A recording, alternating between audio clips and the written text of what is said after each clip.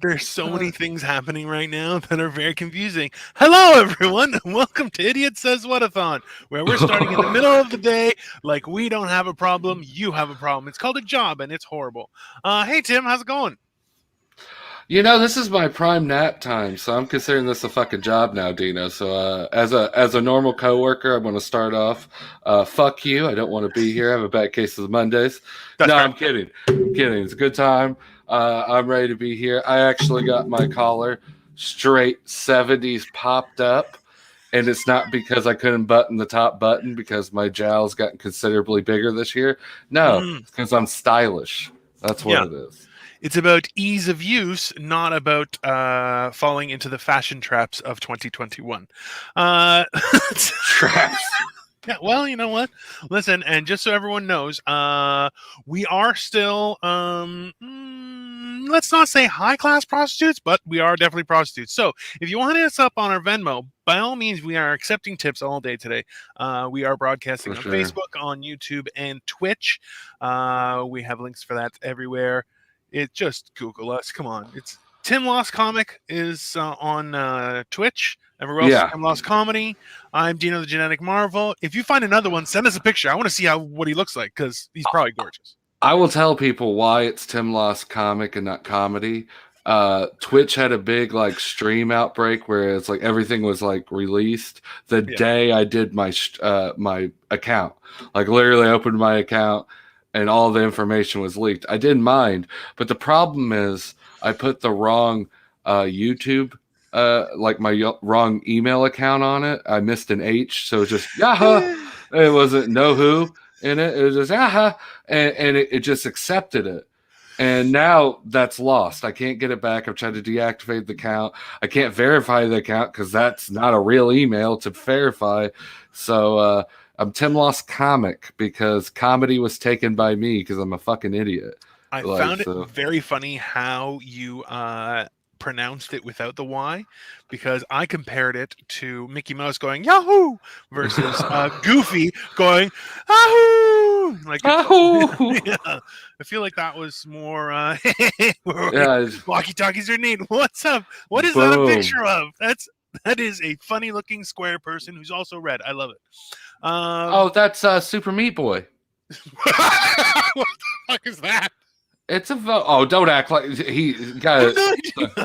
It's a video game from Xbox Mobiles. It's actually really hard. It looks like Super Meat Boy, but I got you, walkie talkie. Me and you, man. We got you. We got each other. But this whole thing is going to be a 2021, celebration no of judgment. Yeah, sorry. celebration of the year. Our network highlights. We got over 20 different guests coming. We Yeah. got music. We got all this. We're going to give away some stuff as well. We got special Valentine Day cards if we meet certain goals. So basically, all we want for you, we're going to be here for 8 hours. Just give us a like and a share. Tell your friends. Put us on the background, and we appreciate you hanging out with us. And That's remember, all if I you're got. if you're willing to tip us, don't forget about our overlords over at Eargasm. There, where we started, they birthed us into existence. Let's call it. So feel free to support them on Patreon, or if you'd like to tip them, hit them up on the Cash App as well. I'm pretty sure they feel like a real father to me. I've had 4 or 5 stepfathers, so like that's about as close as I'm going to get. Michael, thanks for coming. Showing Superman.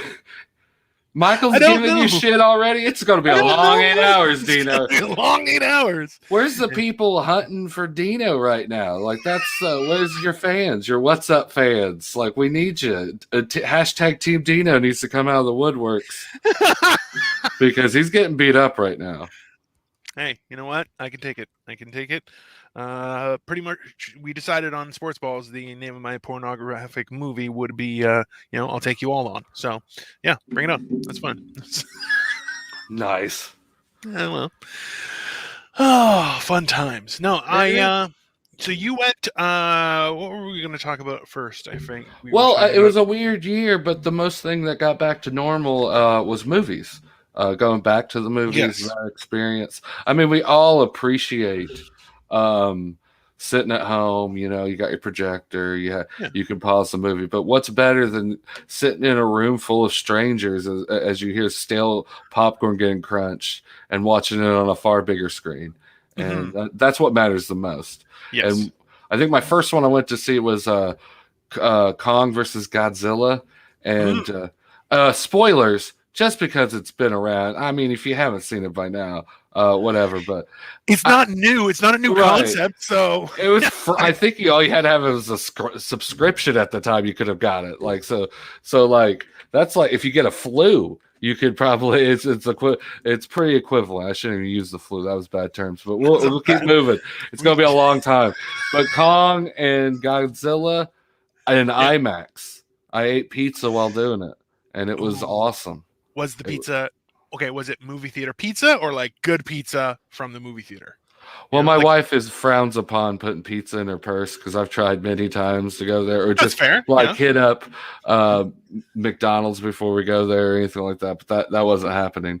It was pizza from there, and I appreciate the movie because they had the balls to show a real winner. That's what I liked about.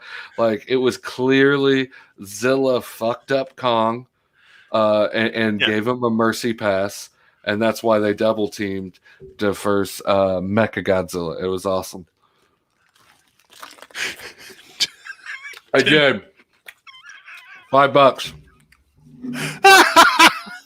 Listen, if you can crease the box on one end, you can wrap it around your chest and sneak in like you're wearing a bulletproof vest. It will work. But you may get grease on your dick. That is a fact. Grease on your that's what you'd be worried about. Not the fucking double dose deep in your colon. The wrong way, not the real way. You didn't chew it up first. You just took it whole. Oof. I don't know. You wrap it into like a Swiss roll and send it home. So you make a pizza burrito for Smooth Key Street. I know this. It is a calzone of flavor. Ooh, flavor though? We'll call that the Italian spice from Nowhere Nice coming out.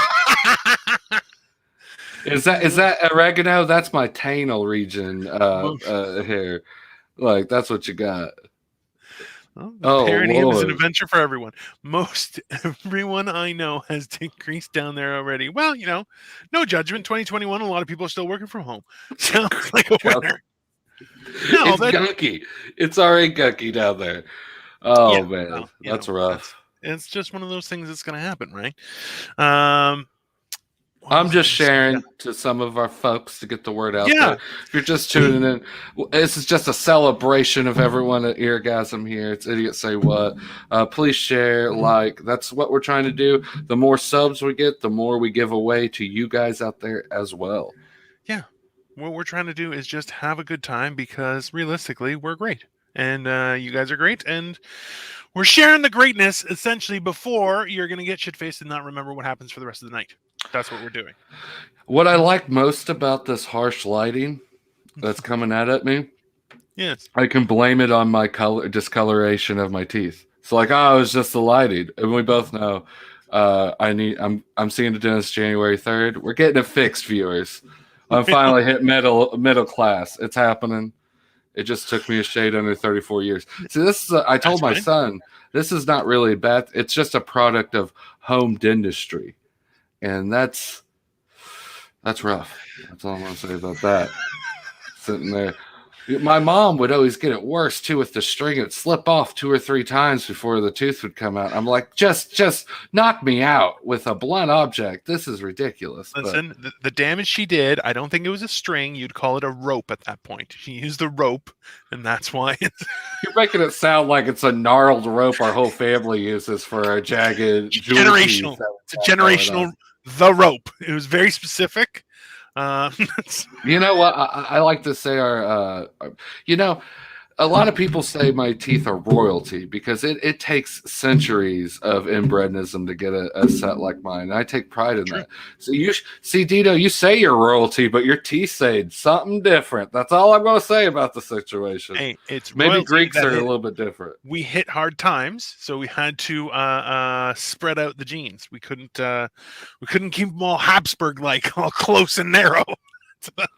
So you didn't play selfishly, I see. Like you moved your back row. That's not what we do in the Lost family. We never move our back row. Set up shop, guys. Let's be honest. It's not like I was going to be a prince. I'm jester at best. right? Shit. Maybe I was the king's cook. That's fair. Like I would be like the top tier working class guy in the castle. That's what I would be. And I'm like, hey, I'm responsible for murdering people. That's but I'm not going to be actual royalty. They wouldn't let me in. That's crazy. I think our peak would be if we lived in that time. The chamber pot guy. Like, I would come home and be like, dude, I just got promoted. I'm taking care of the royal shit. And they're like, which one? And it'd be like the Joffrey in this world, like a total asshole. Like, he would just splatter corn in my face and all his decay. He like, always misses the whole, but I'd be happy because that's the best we could get in the Lost family. Like, I'd come home and my family would give me a kiss. I wouldn't even have to wash off. They'd be like, Daddy, blah. Oh, yeah. Hey, come here, guys. I got 2 loaves of bread today. Listen, in all honesty, I think that it would be because you knew your way around certain herbs that would make everything smell great. So you had a little trick. That's what I would think. You may be the chamber pot guy, but because you were good at it, you invested yourself. I that sounds good, but at this point, I'm so corrupted. I'm coming home with royal feces of my family are kissing it. If I saw magic, like that's the devil. That's the devil. I will alert the crown about your mischievous deeds, and maybe try to get an extra gold pence out of it. I'm sorry, Dino. That's just the way it is. No, you walk around in that Greek pantheon, and I get a little jealous. So I'm going to tell people how you got it, and it was your weird Greek spells with your. Yes, definitely 100% sorcery. Hey, Lorraine. Hello, Lorraine. Hello, everyone. By the way, I've been putting up your comments and not saying hello. Bill is very you're correct. I am great. Well, Nebraska for your great Nebraska ways. That's fine. Nebraska ways. Yeah, that's not even a backhanded compliment. That's a straightforward slap to the face compliment. Yeah, there's no. Yeah, I like that. Let's be honest. Come on. See, this is the thing: is do you wonder, knowing how dumb people are right now? Right? People will say stuff and everyone goes, oh, that's just not correct. But then some people are like, oh, no, I heard that too. That's correct. And you're like, no, it's not. It's not. It's just blatantly false. So when stuff would happen in the medieval times, was it some jackass who's like, oh, it's magic? And everyone else is like, it's not magic. You just don't know what happened. We got to figure it out. And then the guy's like, nope, it was magic. It's against the law. Kill everyone. And you're like, no, that's not what happened. And I feel like that's part of how history went down. You basically described the internet. You just described the internet in modern times, because no one understands it. It's a warlock behind there. It falls off misinformation. You're like, what happens? And we're living it now. We are living it. Because didn't you hear? I'll spread it right now. I just found out and been convinced John Goodman's alive. I Google search it so much. Then it pops up. I just hit John. It's like, Goodman still alive? 3 question marks, a shrug emoji, and it's a pretty common question. He is. He's just on the Connors, which is the equivalent. It's like purgatory right now. But maybe he's been replaced like Paul McCartney. Ooh, he's a lizard person. That's why he's half inside. That makes sense. Well, I need to get one of those. I need to get one of those Ozark rocks to get wore off the lizard people. I watched Vice documentary. I know what's going on. I know what's happening. I watched the YouTubes. Can't get nothing past me in 2020. Slurpy Dave Pub's beer jokes. What's up, Slurp? This is fantastic. That's just the coolest name ever.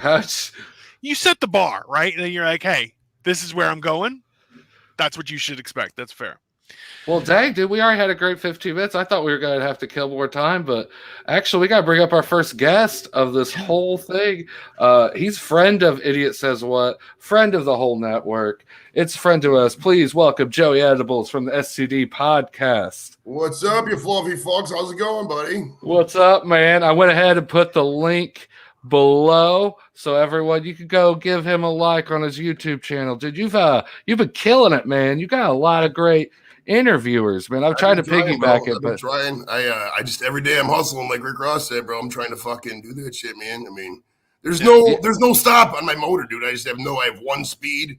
Let's go. From the time I get up till the time I go to bed, it's go, go, go. I just don't know whether they're in a lifestyle, man. It's fucking. You should get your prostate checked for that. Well, I already have I don't want to get it checked too much because that can be painful due to certain predispositions. So we'll just leave it there. We don't want to get too far into the brown realm of things. PTSD will do it. That's fair. I have a question. Just it might be. I follow you on social media, big fan. I know you're a huge Browns fan, and I want to tell how's this year been in recap? Because to me, on the outside looking in, it still's not over, but you had such more. It's been optimistic, and now it's hard to explain, but like in some ways, this year was rougher than the 0-16 season, maybe even rougher than the 2019 season, just because the expectations were so high, man. We were exactly in there. They plugged all the holes. You know, we did this. Baker's gonna do this, and after that Cardinals game, Baker gets hurt, and just the fucking wheels fall off. And every week, fucking fans are fighting in the groups. The groups getting a little old, to be honest with you. Emily Mayfield, who's the biggest liar on the planet, said she got death threats. Of course, nobody looked at it, and people are like, oh, what are these fans doing? Death threats. A death threat the first day of the fucking internet, Emily? Come on out of here. Fuck out of here. Like, somebody saying, oh, I wish you were dead. It's not a death threat. It's just somebody drunk saying something in your fucking DMs, okay? It's not a death threat. I'm sorry. Welcome to social media. That's what I'm just saying on that. It's been like this since 1990s, the early 90s. Back in the Prodigy on a message board, it's always been like this. Like, why you goddamn house, fucking drama queen? You can't let ham sandwich 6969 control your life. Like, this is just you can't let these, like, most of these people on Facebook, they're not even real names, especially comedians so and so. Oh, if you have to put it in your name, listen, I'm sorry. Last time Joey was on, he pointed out something from my childhood, which was Sublime Directory, which was a great find when you were young to find the best pictures. Now, another thing I remember was you brought up chats and the different names you used. I remember, I believe it was Yahoo Chats. I'm not 100%, but I would put on the alias with like 3 other friends called Dino Diggler, and that was the time, dude. And we would tear people apart just for the fun of it, like, and not like we were young. So I apologize if anyone was like, I remember Dino Diggler was a bastard. Yeah, sorry about that. But, you know, I'm trying to be a better person now, just so you know, because it was awesome. I was Your God Joe in AOL chat rooms from like 97 up until they quit it. I still got that email address, actually, YourGodJoe at AOL.com. Still got that. Going back 25 years. I got to see Dell commercials growing up, and that's it. My family was like, we're not getting a computer till it reaches, like, I think it was like $300. And it took a while, I think, at that time. But my cousin did it, and I'd be his back seat, and he would just, it was mostly Napster sites. We would be doing illegal, getting our music on, and it'd be like, oh yeah, 56K connection. I'll get to listen to Sublime What I Got in like 3 hours and own that. Dude, the 90s rule.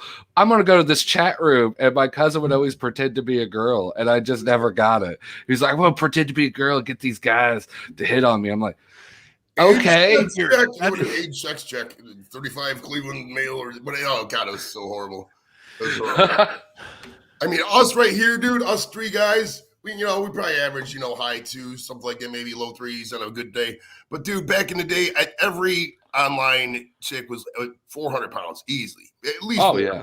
It was so bad. It was those first from like, I remember it was January 1st, 97 when AOL first went to unlimited. And what happened was like every fucking thing was busy. Like you call the number busy, So like CompuServe, they were still around, and the last ditch effort changed their number to 1-888 not busy and ran a Super Bowl ad. It was fucking hilarious. Nobody remembers that, I guarantee you, but it was fucking hilarious. I remember AOL mostly. I don't really recall that. You got me on that, but I do remember their free internet hours discs that was at every chain wall, like every chain. You get like 5 of them. Like, we got internet for the whole month, baby. And just run up.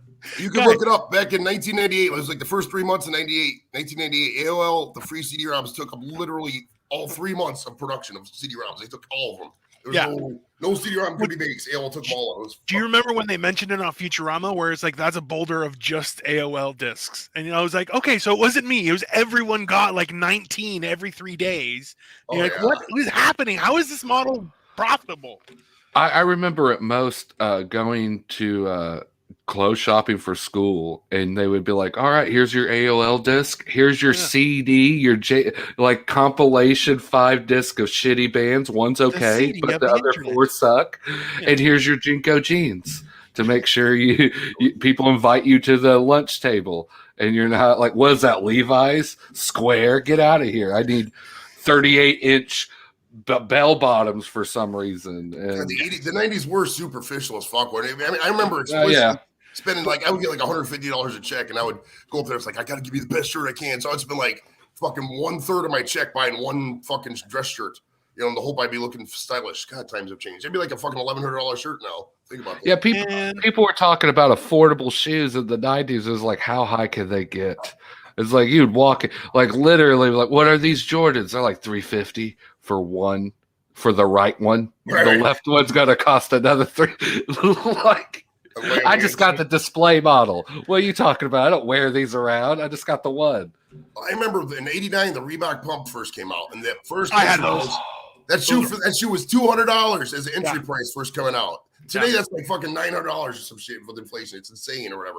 I don't know. It sucked though. Those shoes were horrible. All that stuff. Like people were like, "Oh, I had Pumas." I'm like, Pumas were the worst. They had a giant tongue on them, and you're like, "What?"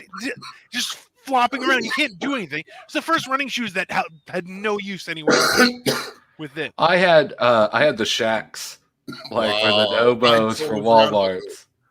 You had the Shacks from Kmart? Yeah. I had the Shacks or the fucking I had the Chucks with an extra line on them. You know, like the not quite the Rucks, the Churks, you know, the Hucks. You know, I got the Hucks. The Shacks were like $5.99 or just a generic silhouette of Shaq Duncan. You get a free fucking personal pan pizza from the Kmart cafe. I love it. Yeah. That's I remember the first time I bought shoes from a truck. From back of a truck, and I was like, "Oh, where are these people?" They're like, "Yeah, they're $20." And then, like, first time the rain came and all the blue dye ran out of them, I'm like, "Yeah, they came off a truck. Are we these people?" And then I realized we bought our steaks from there too. You know, the steaks. Ribeye steaks came off a truck. How? That doesn't seem refrigerated, but we would always show up when we were younger. But dude, is that New York Strip? Talking about the Divx rental disc. Do you remember those? You would rent the movie. Yeah.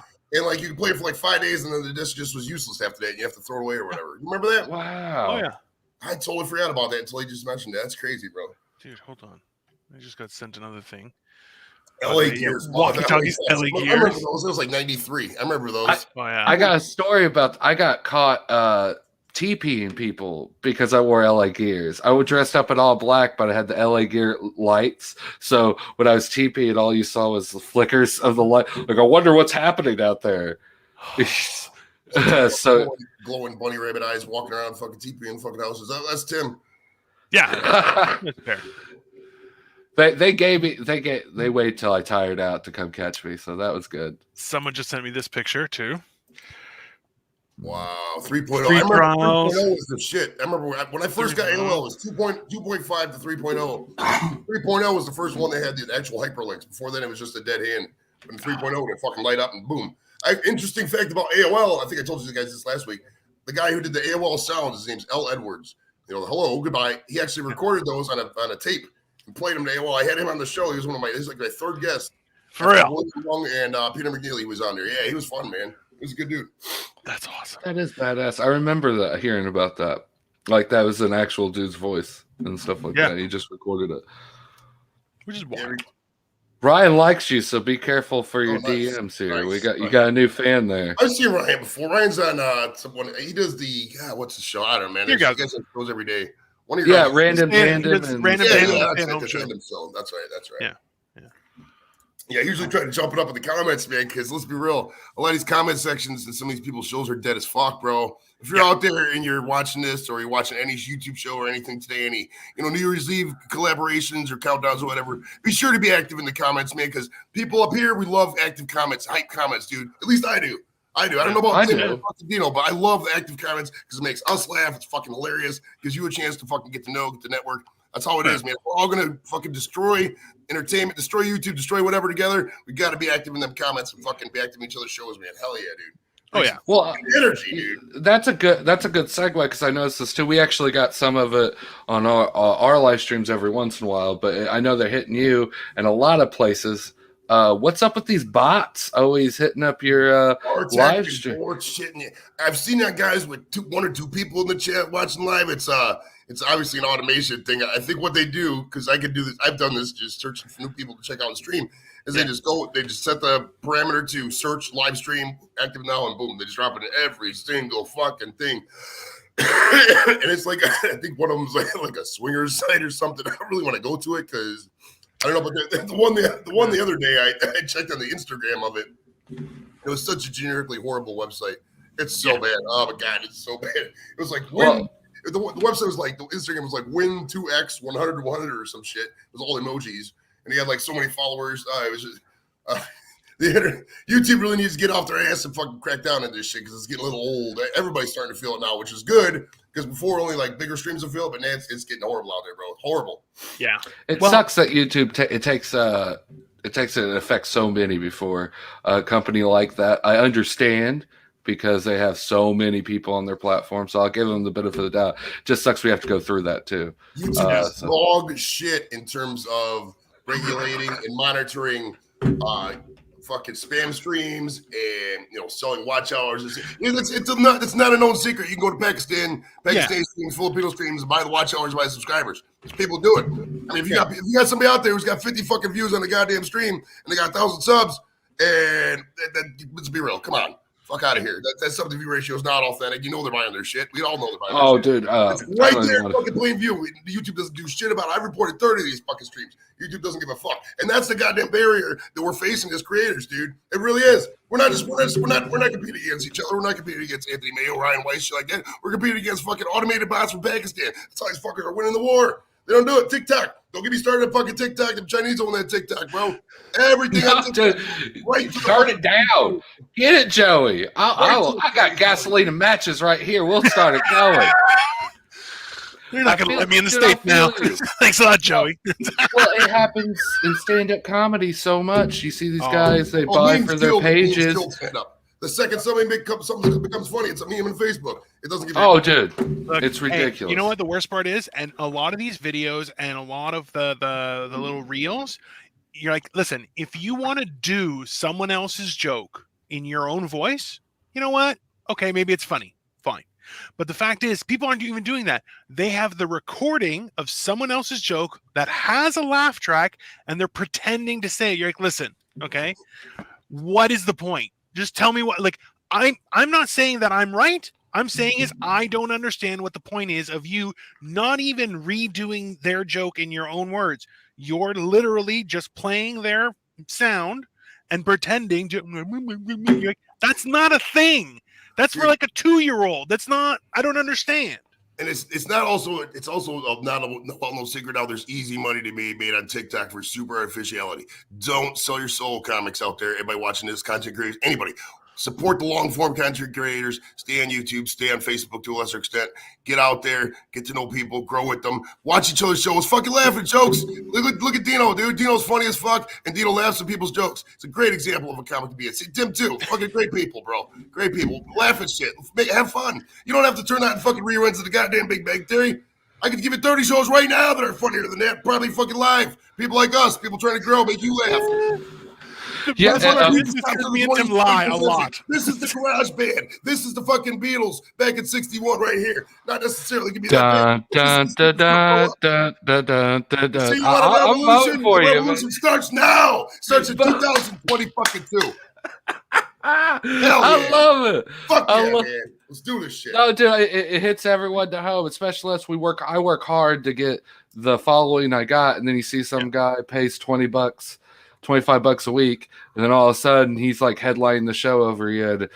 He's supporting he's saying all the buzzwords. They're like, dude, I know he's doing meme comedy. I see some of these motherfuckers with a huge YouTube following. See their Facebook, them doing live shows, and they're reading off the bench in front of them.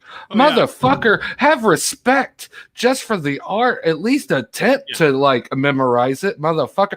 It's like taping it on back of your I seen one motherfucker tape on the back of his beer bottle, and then it started condensing and running, and he's like, "Oh, I can't read my set list." You dumb motherfucker! Get off the stage! Get off the stage! Give me your comic the hard way, badge. dude, because as you know, I'm a very big purveyor of the cannabinoidal arts, as I like to call it. So I smoke a lot of weed. So what I was doing, dude, I was going up there and I was like trying to memorize my jokes, and I would just forget the jokes. I just fucking forgot them. So now I just fucking say whatever. It's a lot easier. It really is just whatever we're talking about. That's why I like YouTube a lot better, because it's like we can have a conversation. We can fucking talk about shit. You know, fucking it's stand up. It's like people are in their phones too. Let's be real. The phones are killing stand up a lot, bro. Because I mean, we're all looking at our phones. We all are inadvertently. I probably checked my phone twice since I've been on the fucking stream and I haven't even thought about it. Yeah, I mean, that's really I've just now looked you in the eyes, Joey, and, and you've been talking 15 minutes. I have just now beautiful eyes, by the way. No homo, just being fact. Baby blue eyes. Oh, dude, they're nice. Like my eyelids cover up most of mine with the extra fat that I got going on here. It's a medical condition, but you got going on.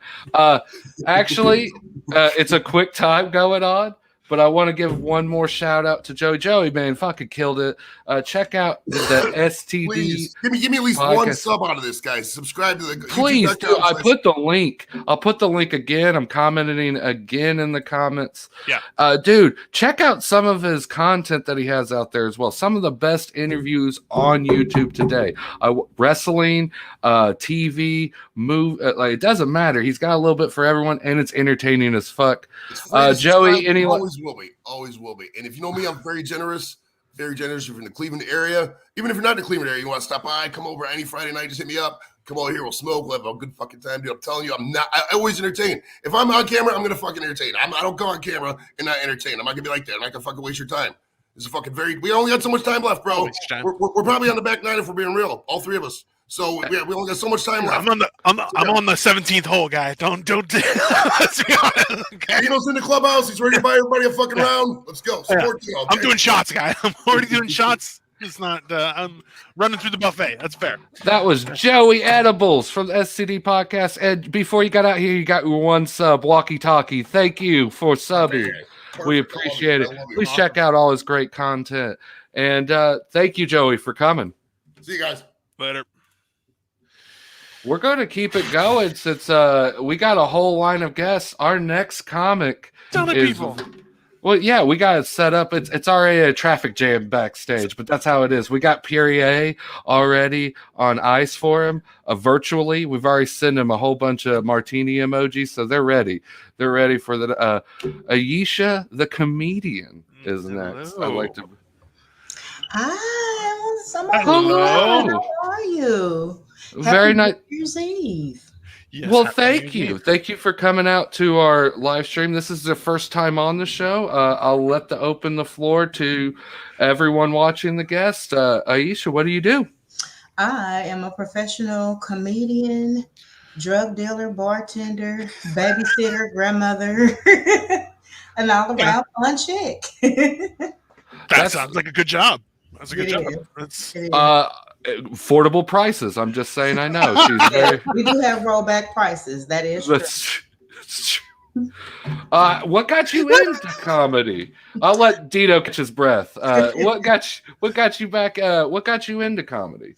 A friend dared me on Facebook to do an open mic. I would always comment on his page and on different posts he would put up on his page, and he thought I was funny, and he invited me to an open mic. I think I did 20 minutes my first time, and I've never stopped. Wow. Yeah, just a big fan on social media. I know you're rocking it in your area. Trying. And your ears bit. What are some big things that you got on the line for 2022? Because I know you do. I see your moves, what you're making out there. All your shows are stellar, so I know you got something brewing. Is just expanding, or do you have maybe a new state you're looking to maybe go into? For 2022, I would like to be affiliated with more professional comedy clubs. I do a lot of bar shows, clubs, regular clubs, things like that. I get plenty work, but I would like to take it to the next level and grow my brand broader than just the Midwest, let's say that. I've done Atlanta, Georgia before, but I say that's probably, well, no, that's not the first. I've done some LA, some Texas. I want to do more things like that. I want to stretch in my reach, my brand, and grow it out there.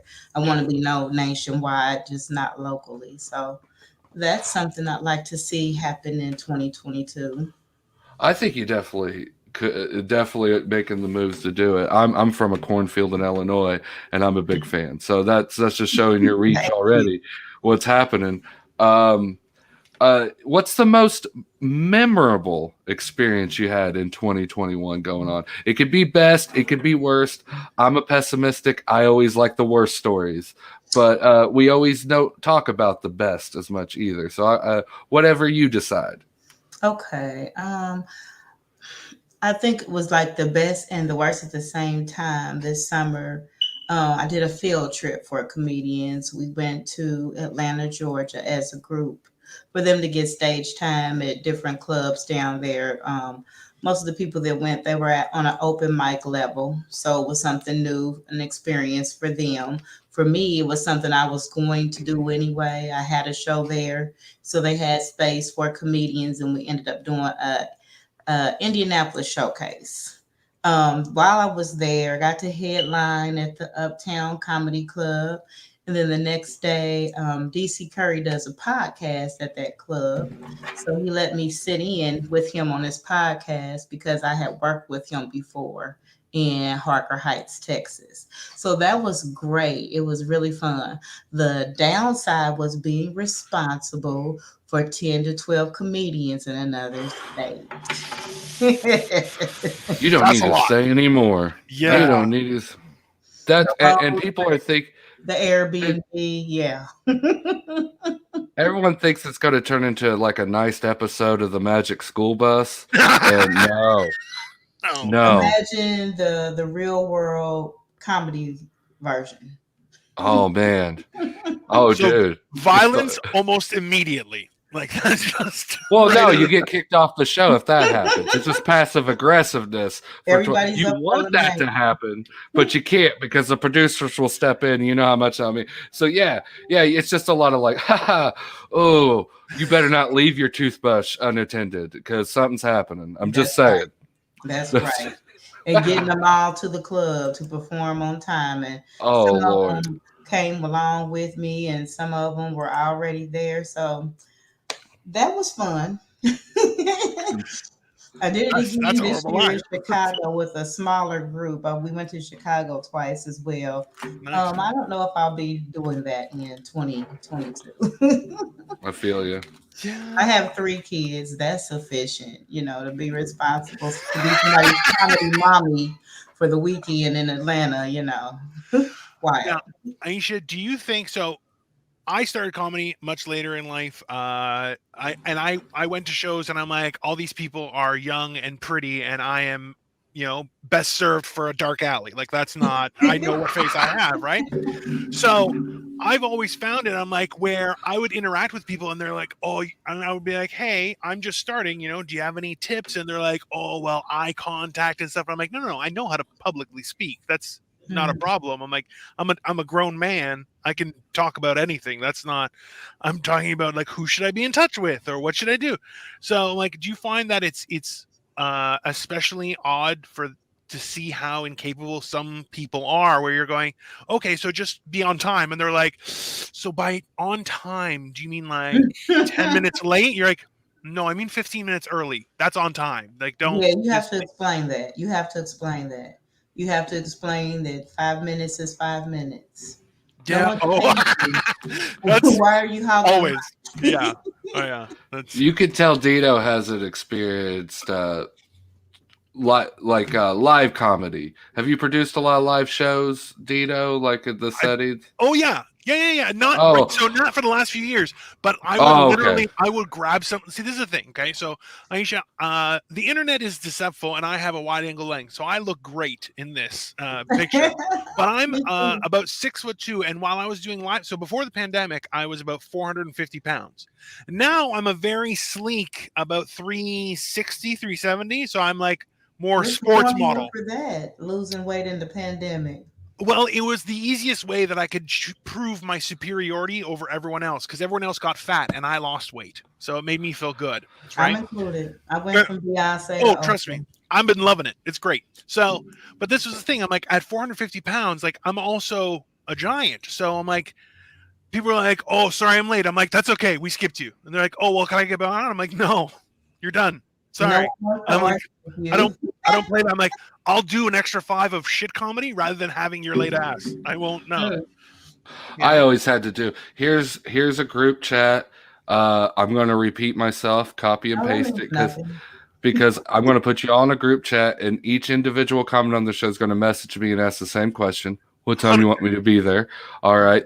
This is what time. Here's how late, the latest you can be, and here's what time I'm kind of expecting you to show up. Yeah. And you'll always have one every once in a while, like, dude, I'm running late. Can I just jump in?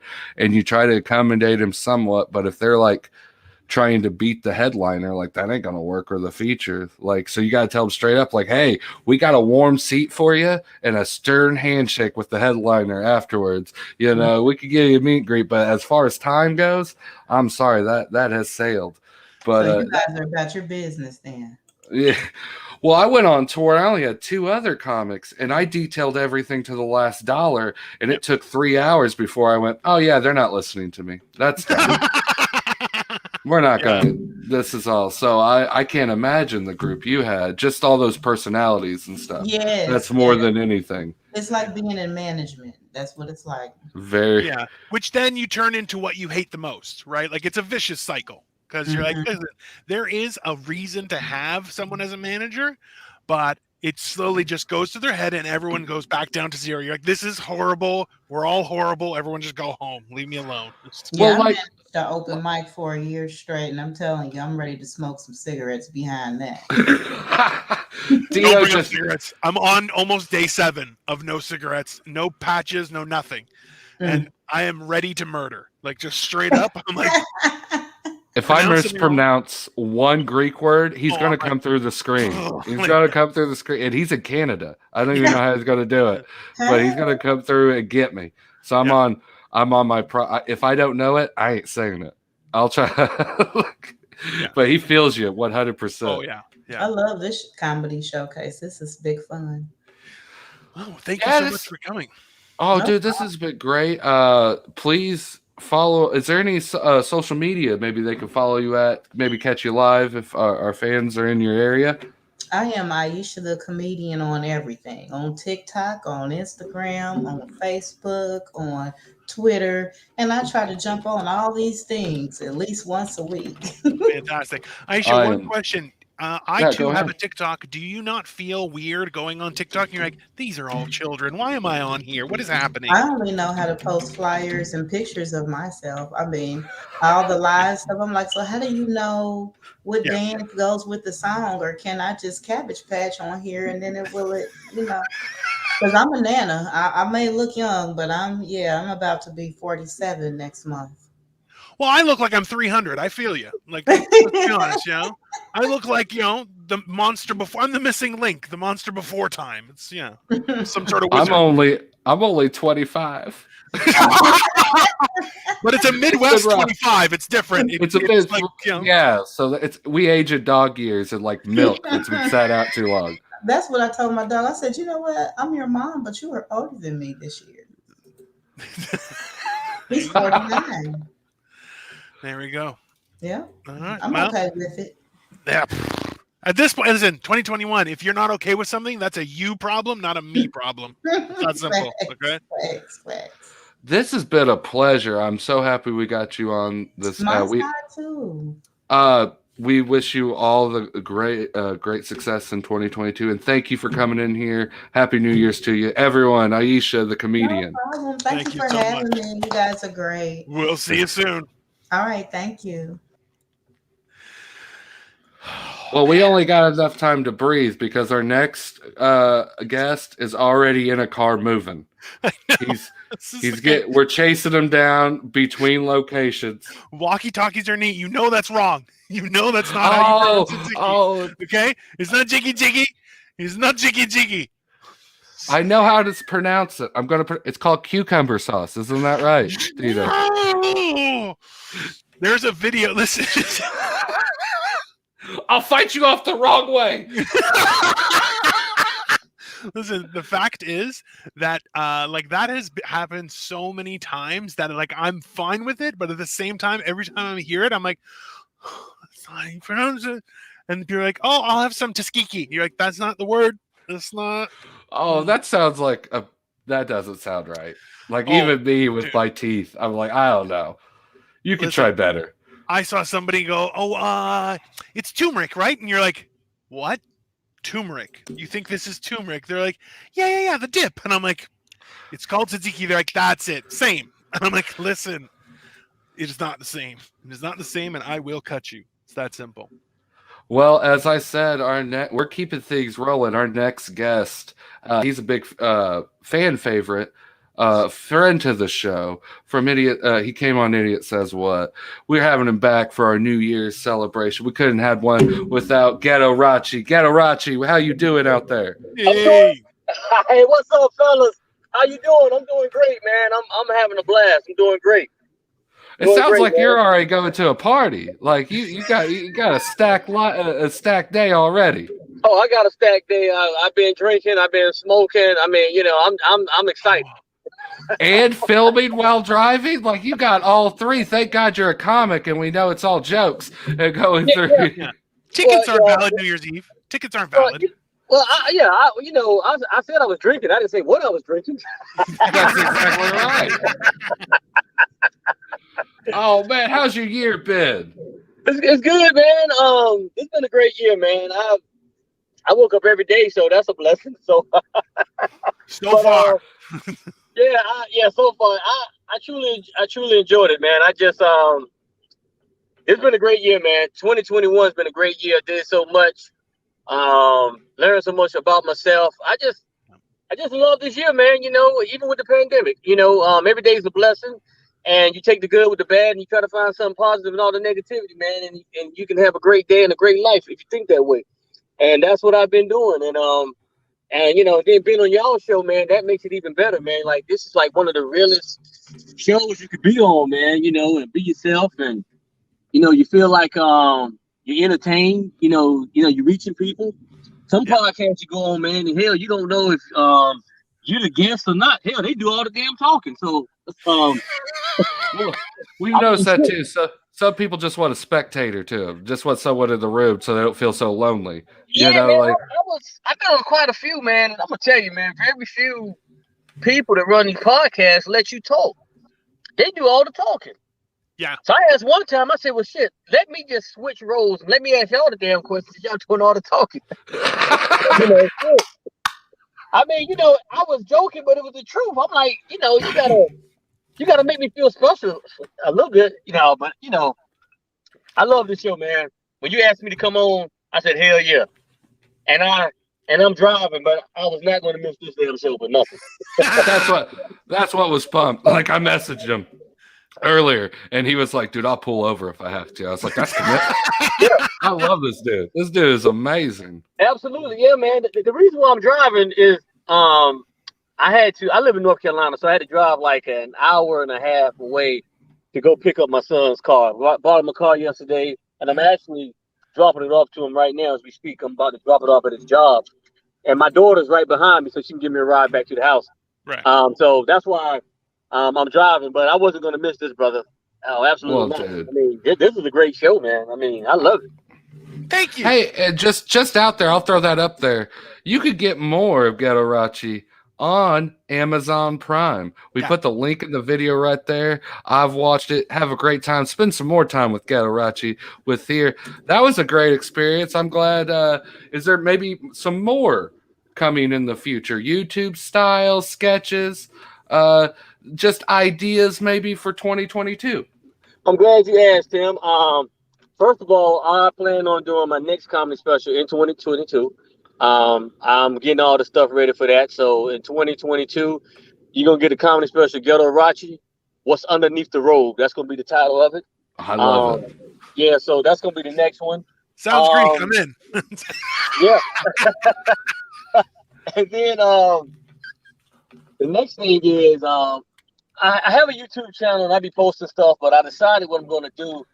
I'm a big sports fan. You're probably going to boo me when I tell you who my favorite team is, but I'm a big time Dallas Cowboys fan. And what I decided to do, man, is I'm going to, probably a couple times a week, man, I'm going to talk about the Dallas Cowboys and mix in some comedy. I'm going to do that because I'm a big sports fan, by the way. I love sports. I can talk sports all day. Football, Cowboys, basketball, Lakers, baseball, Atlanta Braves, hockey. I love Detroit Red Wings. I love boxing. So, I'm going to have a show, about that. I'm going to mainly talk about Cowboys and mix in some comedy. And that's what I'm going to do. I'm going to start that type of podcast. I'm definitely going to do that. And then eventually I would love to have comedians come on and let them talk. I'm going to ask them a question and let them have the whole damn floor, So I plan on doing that. I'm also got a couple of movies lined up that I'm going to be in. I'm going to be doing. I just completed 2 movies called Messy. I'm one of the main characters, and actually Messy 2. I am the main character. Messy 1, I got a decent role in that, and we're gonna be filming Messy 3. So 2022, man, looks very positive, and I'm happy that I'm gonna be doing my stand-up special, some comedy, and hopefully get back on this show and get more fans. Anytime. Yeah. You're always welcome. I want to ask you with regards to sports. I know Tim and I look like we're avid sportsmen, but not really. We're not really committed to any sports in general. Right? We're more mascot enthusiasts than anything else, right? I like that. Yeah, well, we all have our passion. It's fine. But for me, I always so the first time I actually went, because I'm in Toronto, Ontario, in Canada, right? Okay. So the closest NFL game is the Bills over in Buffalo. Right. So we went, a buddy of mine, he's a real sporto. He played hockey really quite well in his youth.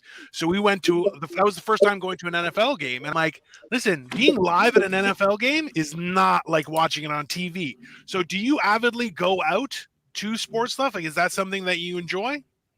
Yeah. I live in Durham, North Carolina. So I've seen the Carolina Hurricanes play in Raleigh. Right on. I'm a big NC State Wolfpack fan. The hell with UNC. Everybody think because you're from North Carolina, you like the Tar Heels. The hell with them. Even though I've seen them play live, I've seen Duke play live. I actually saw Duke play Army on the day after Veterans Day. I've seen the Carolina Panthers play. I've seen my beloved Dallas Cowboys play. Not in Dallas yet, but I have seen them in Atlanta. I've seen them in DC, Philadelphia, and even New York. I do like to go out.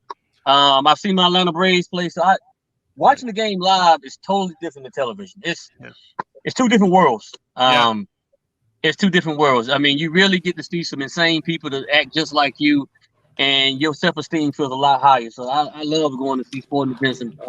I saw a woman beat the crap out of a guy at the Buffalo Bills game, and it was awesome. And he got held by security, and she was like, "Pop, pop!" It was killer.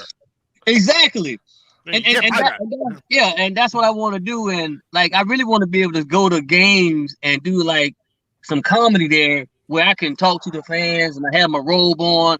I just want to make it a great experience with Ghetto Rachi and the sports fan. Because Ghetto Rachi is the common man. I'm for the common man, the mascot. That's what I'm for. If you need security, Tim and I look like security. If we are all in black, we definitely have security face. Y'all do got security face. I'll give you my security face. There. No one's getting past that. Hey. Well, I know something. Y'all look like security. Y'all are white men, and if y'all got a gun, I ain't worrying about shit. That's all. That's accurate. That's fair. I will say, I have to disagree with you on the sports aspect. Because if you go live and watch NASCAR, completely the same. It's actually better on TV. They go by so fast. What just happened? Yeah. Oh no! And then you look around, you're like, "What's going on?" And they go, "Did they just go by again? What the hell?" Who's in the lead? And then a crash happens. I want to go to. I've never been to NASCAR, and I want to go to that because I was a big Dale Earnhardt fan, man. My favorite number is 3, and I've been a fan of his. I was a fan of his since I was a kid, man. Him and Richard Petty, and They don't make NASCAR racers like that anymore, though. No, they don't. No. Dale Earnhardt was. They called him the Intimidator. Intimidator, yeah. Dude. Yeah. He wasn't second on. He might be second on the last lap, but he was first when he crossed the checkered flag every time almost. Yeah, he was the real deal, man. They don't.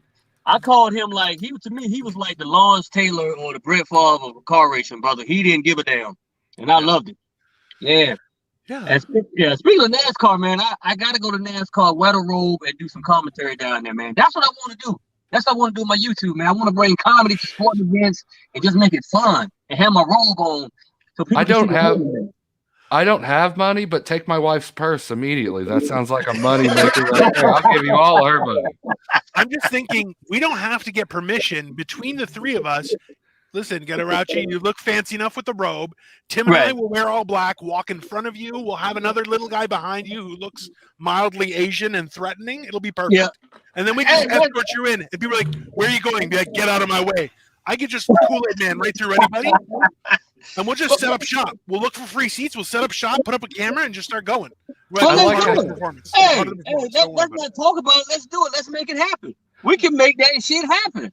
I'm already on board because it's got stories. Because we're like the big muscle, but when we start doing stuff, there's got to be someone on the outside like, dude, what's the tiny guy going to do? Exactly. You know the tiny guy's going to go crazy. Yeah, right. Exactly. If he's high enough, I can wear him as a backpack too. We could do that. Yeah, I could do That's what we got to do it. Yeah. See, man, let me explain something to you, man. Social media has made it where there are no boundaries on what you can and cannot do for entertainment. Mm-hmm. I mean, except we ain't talking about no crazy shit where you're going to break the law, but you get what I'm saying. Yeah. You can do anything. Anything is possible. And all you need is a cell phone and an idea, and you can entertain anybody. That's what social media is about. And what better way to do it with sports and comedy and the real people in the community? That's how you do it. People want to have fun. People want to live. People tired of the pandemic and all this other stuff. Yeah. So a black man in a row with two white dudes that look like mascots and an Asian guy, that's a hit. That's a hit. That's a plan for success. That's how we get people to come to community colleges around here. That's just on the portfolio on the front. We're just missing a capable fellow that does our computer work, our IT guy. We're fat enough to get disabled stickers, Tim. I think we can pull it off. But we're not capable. We're not capable. We're just handy. We're not the capable part yet. Y'all need to take this show on the road, man. Y'all have a great chemistry, man. This is the first time I came on the show, the vibes were very positive. I said, wow, man, these cats can do so much more with this podcast, man. Y'all can take it on the road and be mascots. Y'all already comedians, man. So that's half the battle right there. Yeah. That's eventually the plan. Yeah. Right. So we're working towards that and just making connections in every state because realistically, I hate people in real life. So this has been great for me. And having this space, nobody comes close to me. So it's very simple in that fashion because I just give them they're like, excuse me. And I'm like, no, just no. And they're like, sorry. Well, man, you got that mob. You could go for a hit, man. Like you kind of look like Jerry Kuklinski, the Ice Killer's little brother, man. That's who you look like. Yeah. Dino looks like he kills them. I look like I eat them. Yeah, but y'all look no evidence either way. Yeah, exactly. But I got an idea. What y'all should do is find a way to do y'all podcast at a buffet, and I guarantee they'll pay for it. Because all you got to tell them is, look, we're gonna put y'all just put the advertisement out there, and we'll help promote it. And man, y'all will have a blast. I'm telling you, get a big table, get a lot of food. Y'all ain't got to eat the food. Listen. I'm already trying for that Starbucks money here. I got my Subway right here, and I'm like, listen, let's do this. I'm like, I'm telling you. We're putting Golden Corral on notice right now. Yeah. We see you. We see you. Idiot says what sees you. Right. And then I could pop up maybe every blue moon. A black man pop up in the road. I'll bring my own chicken or some shit. Just make it easy. Hamburger steak on us all day. Absolutely. You see where we're going. You see how the money is going to be growing. You see what I'm saying? Absolutely. Fantastic. Listen, by any means necessary. By any means necessary. Absolutely. Absolutely. Oh, and I want to send a shout out. The comedian that came on before, Aisha, right? Her name's Aisha. Yeah. What's her last name? Brown. The comedian. The comedian. Well, I want to say I saw her in Atlanta, and she's funny as hell. Yeah. She's very funny. Dude, she's hilarious and funny. I think she's from the Indiana. She's from the Midwest, like me. She's just not from the Illinois, so I don't want to impose a state on her. You know how Midwesterns are. Right. But she's killing it in her area. Oh, dude, she's performing every day, and she's really talented. She's very funny. I saw her in Atlanta. I think that's who I saw. She's very funny. Yeah. Very talented. Wish you the best. If you're watching this, Aisha, much continued success. Keep doing your thing, baby girl. Fantastic. You will be at the next level. So, definitely. Hey, dude, thank you for coming back out to us. When you get everything going, we're going to bring you out again. Your family here at Idiot Says What. Thank you, man. And I will keep you all posted because I follow both of y'all on Facebook about what I'm doing or whatever. Hit me up anytime, man. I will do it like to help other comedians, man. As my brand grow, I want to see everybody elevate. I'm not a hater. I don't compete with no comedians. I wish everybody the best. And I definitely wish y'all two the best, man. And y'all gonna get there too, man. Even that golden career, you gotta eat yourself there. Eat yourself. Yeah. Gotta start somewhere. Thank you, sir. Thank you, man. Look, I love you guys, man. I thank you for having me on the second time. Wish y'all much continued success. A happy new year, and we will definitely be in touch. And if you got girlfriends, wives, kids, kiss them for me, okay? Not all at the same time. That's how you get in trouble. Oh yeah, that's true. Exactly. Just don't be Harvey Weinstein or Bill Cosby. You're good to go. See you later, Rachi. Hey, man, love you, fellas. Oh, it's fantastic. Yeah, you can check him out on Prime Video. I got the link in the comments below. But yeah, definitely check out what he's got there. Very funny, dude. It's been a whirlwind first hour. We're at hour 3 already. It really has been insane. Yeah, it's been a lot. Everyone, just so you know, drop us a like, share it to your personal pages, or give us a little rub on Venmo. You can send some money to tip us, or you can sign up to be part of the bigger picture. I'll be honest with you.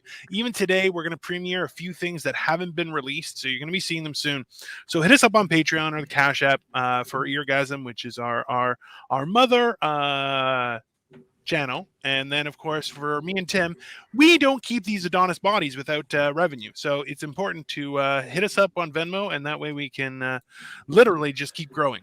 Yeah, we're literally doing a job today, Dino. It's 8 hours. We have a lunch break scheduled. You won't know it, but we do, because we're magicians, and it's called production. Yeah. But it's going to be a fun time. Let's touch on a few things. And Messy is the title of the movie about Dino's back hair. I'll tell you what, sir, I do not have back hair.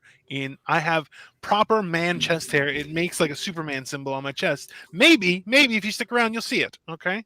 No, the title of the franchise is called Perm, Primmed, and Proper.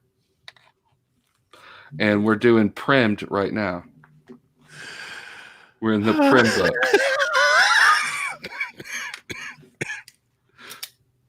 I always like my shoulders / back hair to be chested, like a feathered and coiffed, like it feels like you're already just like in the ocean, not matted down. Yeah, just free flowing.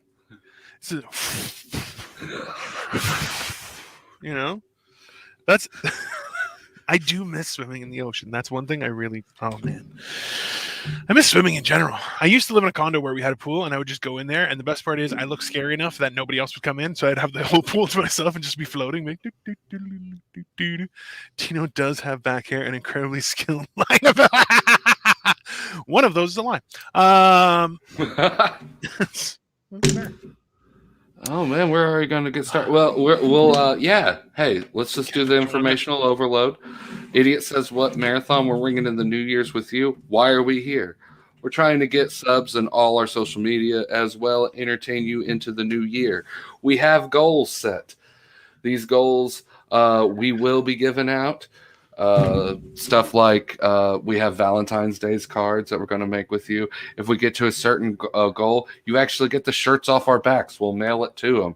So yeah, this is actually getting crazy, and it's all dependent on you. So please, if you get a chance, like, share to anyone who loves comedy or just likes putting stuff in the background. Like maybe your aunt who can't touch the remote, she's perfect for us. Put us in the background. Yeah. We'll entertain her. We're pretty good, and if she likes people who swear, also, we're definitely her style. I'm assuming they do. Yeah, that's like, that's what I should say. They should be colorful grandparents and aunts. They should be your normal. You want the grandparents that are banging each other in the old age home, not the ones who are complaining. Those are the that's ones very fair. That's true. Yeah, because that's our demographic. Old age homes are like crazy for STDs right now. So those are the ones that are our fans. The ones who are complaining about the action, those are the ones we don't want to hear from. Nobody does really. They don't have family. Nobody likes them. I can't. All I will say, because I can't say much, but I will say, Dino is shockingly correct in my experiences in some of his assumptions. Yeah, well, someone say STDs. Oh, we did. That's what happens. Joey Edible just keeps popping up on places. Well, herpes will do that. He's like, have you heard about TikTok? It's like Chinese are controlling everything. It's fantastic. What is this? Sorry. Did you click it? Oh, we both clicked it. I think the idea for my show started in a nursing home. Why are you so dirty? Oh, that's good. That's a good one. Yeah. I actually, we have another person coming up. Yep. Do we have a quick video maybe we could show? I believe he's trying to do that himself because he's being... Hold on, let me see, we have this thing called a private chat in the background. I ignore it because I'm a hashtag good host. So like hashtag the best host, let's call it. The best host. Yeah. But no, we could you just want to go ahead? Is he ready? I have him queued. He says he has him queued and good to go for it. So Ryan's gonna go. So Ryan, do you want us to bring you in first? He doesn't know. Hey, let's give no, Dino. I'm erasing this. This is New Year's. We gotta give the head of Eargasm a proper introduction. Okay. Everyone, this is the host of Random. In the beginning, before time, before emotions, there was peace and love. Then it was corrupted by one man and one man alone. He decided to hire two portly fellows, one from Canada, one from Illinois, to do his diabolical deeds and spread entertainment across the world. Yes. He is the host of Random Tandem. He hosts the stay-at-home show on the Eargasm Networks most of the 95% of the time when he's not working. But if not, he's always kicking ass and being very funny. Dino, you have anything to add to this legendary... He's a legend on the streets, and he's a legend in the sheets. Our fancy overlord is Ryan Weiss. Hey, what's up, Ryan? How's it going there, brother?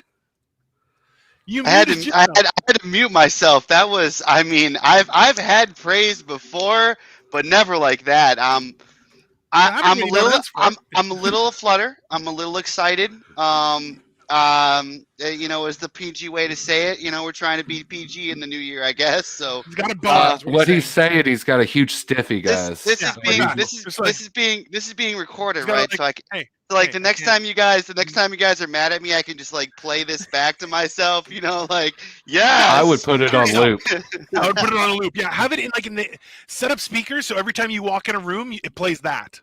Like that's your intro music. When we have an office, that might be on a loop as they come in the office, what did you say in the time before time or some shit? Yeah. Thank you. Hey, thank you guys for having me. It got pretty fucking theatrical. Yeah. Well, we went. That's what happens when you got this face. Okay, you learn to give him a little razzmatazz before you try and feed him the cock. That's how it goes. I'm excited that Glenn's here with us. Hey, Glenn, how you doing, buddy? Happy New Year to you. Happy New Year to everybody from Eargasm Comedy. having fun watching you idiots in the background. You're literally on my TV. You can't see it because the green screen's on, but like I'm just watching. Put them in a dark room for 48 hours. Yeah. Yeah. It's listen, Ryan is German. He knows a lot about brainwashing. That's fair. That's and war crimes. Ryan, one of our comments say Ryan looks like he put his hair upside down. And Ryan, did you put your wig on upside down? No, or it screws on and he didn't tighten it. He just the hair is provided by our affiliate Upside Down Studios. Nice. So good. So good. So no, but I mean, I just kind of want to hang out and talk with you guys. We got some special announcements about what's coming next year. I don't know what to do first. I don't know. And Tim, you gave me. Yeah, I'll be a host. Like we got a lot of things going on. Ryan, why don't you tell us about some of the projects you're heading up for the year? What you got going on? Well, first and foremost, network wide, we're launching some new podcasts. You know, the Idiot Says What is doing amazing. There's going to be a call on our Twitter tomorrow to start the new. If you're a comedian, entertainer, anybody that's on the show, we're looking for new content, new hosts, new people to collab with. So we might do what was that thing we did where we met like a talent scout or whatever? Remember that shit? You were like the only good thing to come out of that. Like you were like, it was like you and like 2 other people, but they had like real jobs. Yeah, well, see, I always find when someone isn't committed to the cause, you're like, I don't know, maybe they could be supervisor or something. But yeah, no, this is all I do because mobility isn't my friend, and my rascal has a flat, so I'm stuck here. That's on the internet. It's always nice to hire people that already drink Kool-Aid, so when you can slip the extra cult bonus into it, we're already on it, so we're good. You just know your demographic. Yeah. I have an effigy of Brian primed, ready for burning later, so it's fine. Jesus. I don't know. You don't know when the union's going to happen, Tim. You just got to be prepared. I just assumed effigy was bad. I have no idea what the hell that is. Yeah, no. Ryan is our boss, so ergo, we have to burn him. Well, I mean, if you're going to keep talking over my head, Dino, I'll just leave. Like, why you got to be using syllables like that? You know what this is. Listen, I tried to explain it. I sent you that dictionary and a thesaurus. It's not my fault. You got it. No. Why do you make me do this? You did not send him a thesaurus. You did not send no. Well, he says it fussaurus, but it's the same thing. Sorry. I was bummed because I really thought it was just going to be a figurine of a dinosaur, like the Saurus. But the Saurus? You thought it was the Saurus coming to? Well, hell, that's how I read, Ryan. Like you hired me. Who's really at play here? Here it is, some comedy. Here it is, some comedy. No background check. No high school diploma necessary. You don't even. You know what? You could have gone to the what was that? The school for people that didn't read or spell so good.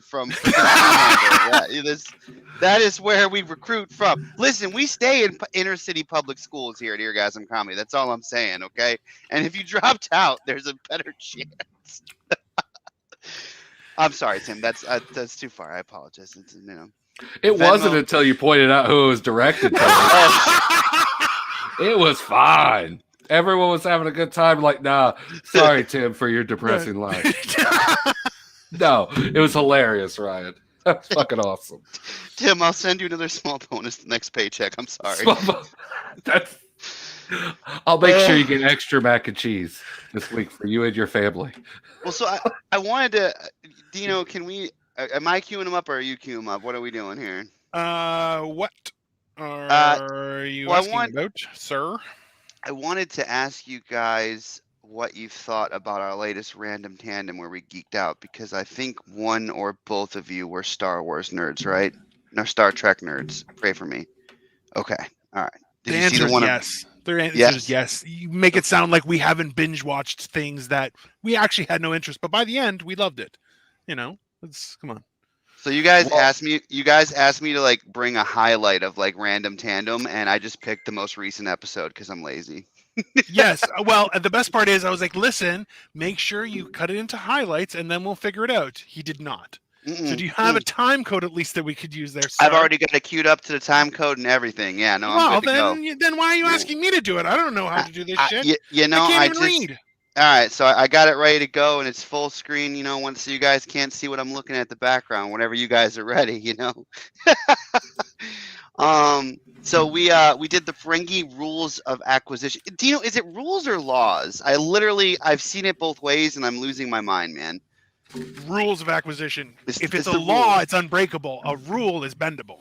A rule is bendable. Yeah, so we did the rules. You get into the Ferengi mind, you understand it. By the way, this isn't the specific clip where you compare who the Ferengi are supposed to be like, because if we remember, that's not the subject we want to talk about, right? No, this is the 10-minute work. We're at like the 13th spot. Okay, good. Yeah, I previewed it. I previewed it ahead of time. You know, we'll play a couple minutes of the clip. And I'm sorry on behalf of Idiot Says What for Dino and questioning your legendary status like that. So sorry. So sorry. No. Listen, if anyone's gonna screw up here, it's 100% gonna be me. So, anyways, let's roll the beautiful bean footage. I guess I don't know. So. Listen. This is the whole episode. You know, we were gonna give Witty banner, but the whole episode. Listen, if you're a Star Trek fan, this is where you learn the rules of acquisition. From now on, we're gonna read them all to you. Whatever. I've never actually seen them in all one. Let a bunch of humans teach you about the Ferengi rules for acquisition. Let us teach you. I love how you got an actual fucking human Klingon to be on the show. Andrew Starr. Look at his fucking dreads. I don't know how we found him, but he brought his bat left. Dead men close no deals. Fuck, man. What is this, the Wolf of Wall Street? It sounds like a new Coen Brothers. More real shit from the Ferengi. Rule 16, a deal is a deal until a better one comes along. I read that in a Trump book. Oh my god. That's the art of the deal. That isn't it? Rule 17, I've heard this one a couple times. A contract is a contract is a contract, but only between Ferengi. They have no problems ripping off other species, but they they don't like to rip each other off. So my question to the crew is: 18, are we all Ferengi then? Without profit is not a Ferengi at all. Oh. Guys, we're not Ferengi. It just sounds like corporatism. God, my ears are freaking out. This is nice. Rule 19 is actually going to be the new golden rule for the Eargasm Podcast Network. Satisfaction is not guaranteed, son. That is a good one. I'm going to get t-shirts made, man. Satisfaction is not guaranteed. So that's your message for 2022. Dear Lord. Satisfaction is not guaranteed here on the network. I think we should have like t-shirts if they are made like subpar that like only wash like 2 or 3 times, or make them a bright color but the ink fades out, so it really hits close to home how the satisfaction is not guaranteed. Definitely. It should be pre-worn as well. Maybe a hole in there somewhere. I'm all about our t-shirts being used, and I want to get our t-shirts like the stock from Thrift Nation. I want to go to Goodwill and just buy up a bunch of white t-shirts. Why don't we print our logo on top of somebody else's logo that's already printed? Yes. Yeah. Listen, I got a nephew who's really good with Sharpies. That's all I'm saying. I got a guy. Oh man, that's the best. He's felt tip, broad tip, point tip. This motherfucker can do anything with Sharpie, man. Is he an octopus as well, so he can do it multiple? Is that like what? And you guys can attest to this. So it's kind of weird, because we're building this thing, but I'm still poor. So I'm the kind of boss that you get weird 2 a.m. phone calls, right?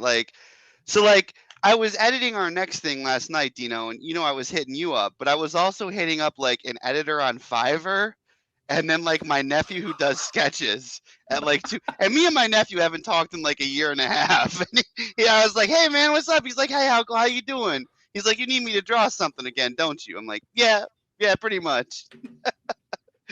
It felt like you got someone on Fiverr because you just needed some support. This fucking deadline, and we just talk to me. What's your name? Kevin from the UK. All right, whatever. What's great is they're from Croatia, and I was like, we could technically be family. Like that's the shithole.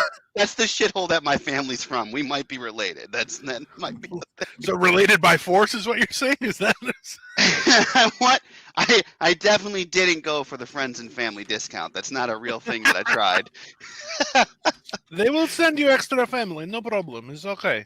So, but no, Dino, for real, we're going to have our faces drawn and animated for this thing. It's gonna be fucking evil.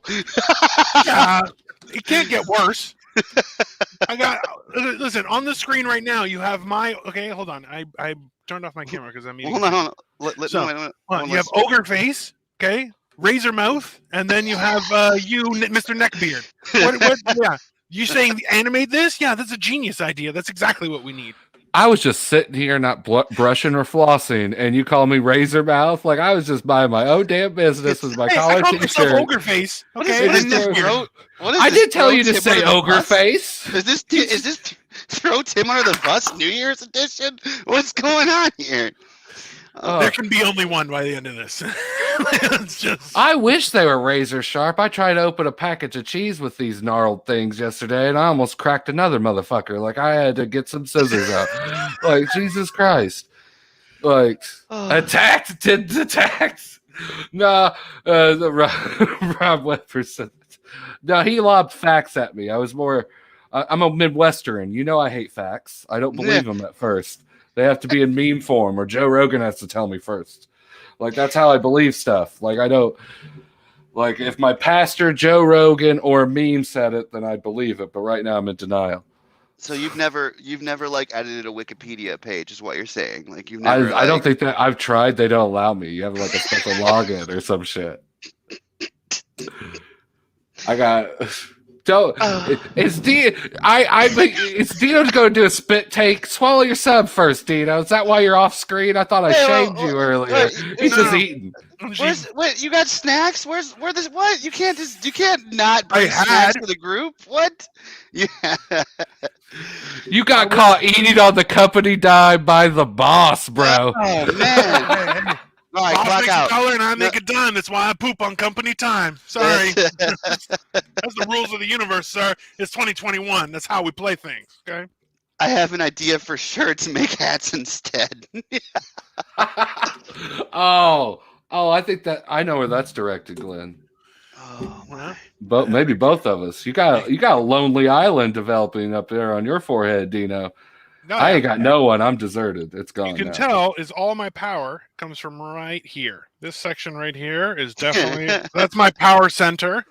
And then it radiates. It's so powerful, it knocked out all the hair around it. Oh my god. And then yo.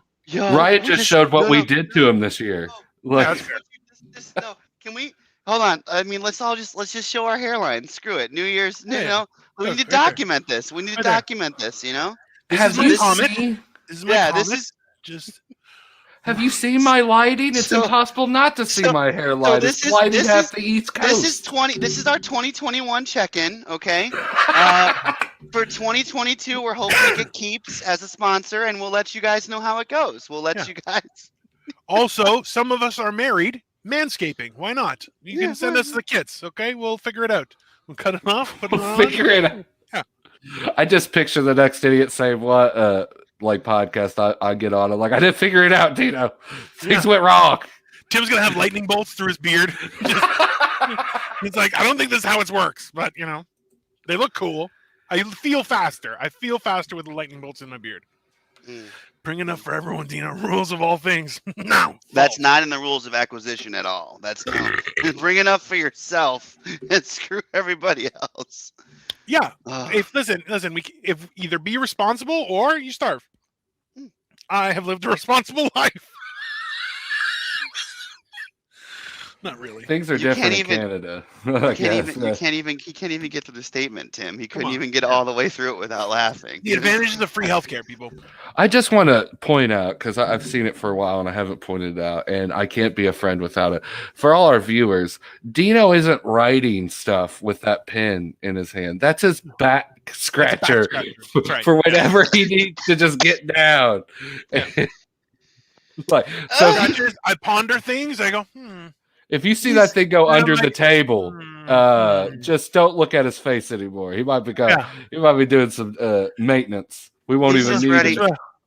Yeah. He's just ready at all times. He's just ready at all times. Preparedness is a skill set and a virtue. Okay, that's just the how it tiny hand makes me feel so huge. Yeah, well, I have ridiculous clown hands, so it's nice to be on the other end. That's why my wife is very small too. It's fine. And I'm a monster, so even still, it's like, oh, my hands are even that big. Like, oh, damn it. My wife told me if I don't get off the computer, she was going to smash my head into the. That seems accurate. Violence. It's called love. It's called love, Glenn. He's from Georgia, so yeah, that's Georgia love. That's a Georgia peach tea love. Glenn's crying for help on our podcast. That's maybe not a good move. Ryan, he has been for 14 episodes. You haven't read the codes. He's been saving us. Yeah. He blinked twice when he was an audience member. He didn't see. He was like, "Help me." Yeah. I know. I didn't either. I didn't see anything. I didn't. Nope. We are not liable. You guys are killing the comments, man. Actually, we're after this segment, we got some in store for our loyal viewers to be checking that out as well. We're going to be giving away some things, some personalized things for you. But right now, to be that guy, I got to slow it down like a Randy Orton headlock. Ryan, what's some bigger news you got? I've heard something about this new show you got with Dino. We've alluded to it. How's this? Tell me about it a little bit. Right. So, I mean, there's going to be a special guest at the end of the series for sure, but it's two fat guys trying stuff pretty much. So me and Dino both like food. I have the cover picture of the first episode, which is this right here. Yeah. That guy's trying stuff right there. That guy's actually. I wanted to apologize to everyone. I feel like the last 2 years might have been my fault. Like if you pull that up again, like I was way too happy in 2019. Like it was. I want to see it again for sure. Like that. Like I mean, I got a glass of wine. I got my daughter's blanket that I may or may not have taken from her. It's just, there may or may not have been pants on in that picture. It definitely looked like you were in your college dorm room, but the problem was I don't think you were at college at that point. And it was such a shocker for Dino. He completely freeze framed us. He was just is he still glitching or is this just a thing he's doing now? He would be breathing by now. He can't hold his breath. He would eat a sandwich by now. Like by now he would move. I played this trick on him, but I'm not. Or he's really good. Like he's playing. Nope, he's gone. No, he's 100% gone. So, but I'm here, Ryan. What's wrong with me? I put deodorant on. With you, Tim. I can.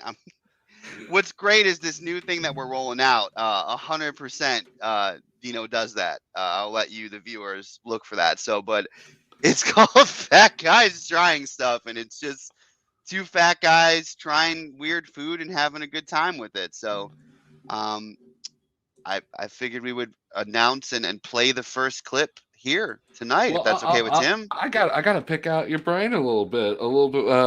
What started you on this? Because it sounds intriguing as all shit. And I got a sneak peek on the season finale. I think it's going to be awesome. So, but I have what started this? We hear a lot of things, but what's this a new take on? How about this? Is this a new take on the AMSR? How is this different than the other previous fat guys trying stuff? Did I just log him out? Did he just? No, he's trying to freeze like you guys. You guys are both shit at it. Get the fuck out of here! I'm mad now. You got me genuinely. Man, I'm sorry, dude. So you guys were talking and I could hear you, but my screen kept on glitching out, so I couldn't see everything properly. And I was like, "Oh, what the fuck is happening?" But anyway, sorry he about got that. Me genuinely. Shame. To answer your question, though, so me and Dino, just hanging out and talking. We both like cooking shows. We both like reaction shows. And what pissed us off is it's always like just beautiful, pretty people like trying, and like they're trying like the cute things. So like we want to do a show where it's two regular dudes trying like real life snacks and having a ball being a lot of words you're putting in my mouth there, sir. I'm not sure I'm very comfortable. I mean, you know, well, it reminds me like a funnier, more entertaining, and don't take this the wrong way, the two fat girls that were sisters that used to cook everything in butter that was like a sensation. They were in the UK mostly, but what they liked was their personality. They leaned heavily into their weight as a marketing gimmick. But I'm not throwing that on you guys. You guys next to me are pretty fixed, so I can't throw stones, mostly because my doctor told me not to. Raises my heartbeat up too high. But I like this show idea. It's a great concept. Do we have a clip to maybe we can air? We definitely do. Yeah, if it's all right with you, I'd like to. This is a rough draft. I definitely wasn't up till 3 a.m. last night putting it together, and let's let the people tell us what they think in the comments, man. So inaugural episode of Ryan and Dino being fat together. Title in shop. I thought it was Fat Guys Trying Stuff, but I kind of like what you just said there. That's way better. Like, we just eat stuff. You know, there's one thing I will say before we play the clip. Dino 100% decided what the name of the show was. Correct. Within the very first, this was a meeting to plan it, and like, yeah, Dino had the name ready to go, and he says it quite a few times. I was thinking about putting the logo over your face every time you say it. That works. So, all right, here we go. First episode. Dino, is it up? Can everybody see it and stuff? Yeah. Yeah, you're good. Cool. All right. We're still thinking of names. We're thinking Fat Guy. Oh no! No! That's awesome. No, it stays. That is right. Don't know that, Ryan. That is Idiot Says What material. If that ain't a subathon without a buffering screen, Jesus. I mean, look, I literally got it like queued and ready to go for the last 20 minutes. I don't understand. We're still thinking of names. We're thinking Fat Guys Trying Stuff might work. I think it's a good way to start, right? Because it's memorable, sticks in your head. Fat Guys Trying Stuff is something. Maybe we'll do exercises later. You don't know, but we can use it for all sorts of things. We did not exercise later. I like your intro better than mine. I don't know. We might use that. This is gonna be so good. Yes.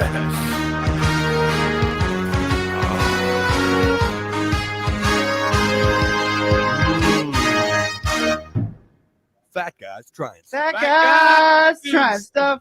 What, that was so doing awful. Stuff, trying stuff. No, trying stuff. We're not doing stuff. I don't love you like that. It's okay. So listen, I want to apologize before my daughter. Just so you can't mail things to people that have children. My daughter apparently clawed at this and couldn't open it. And there was a customs label on this too. I don't know if I told you. So apparently my shit has been checked at the border because. Listen, I mean, look. In more ways than one, people. More ways than one. Look at the two fucks that are involved in this transaction. There was no way. This was shady there was no way it was getting past customs without being checked. All my shit might be open in this box. Everything might already be popped. And I'm like, okay, all right. It's just chips. It really is just two fat guys sending chips. Calm down, Carl. I believe it was Janine who checked it out. Said, "Oh, those chips? That sounds like a fat person name. Fuck that guy." Yeah, that was going to happen.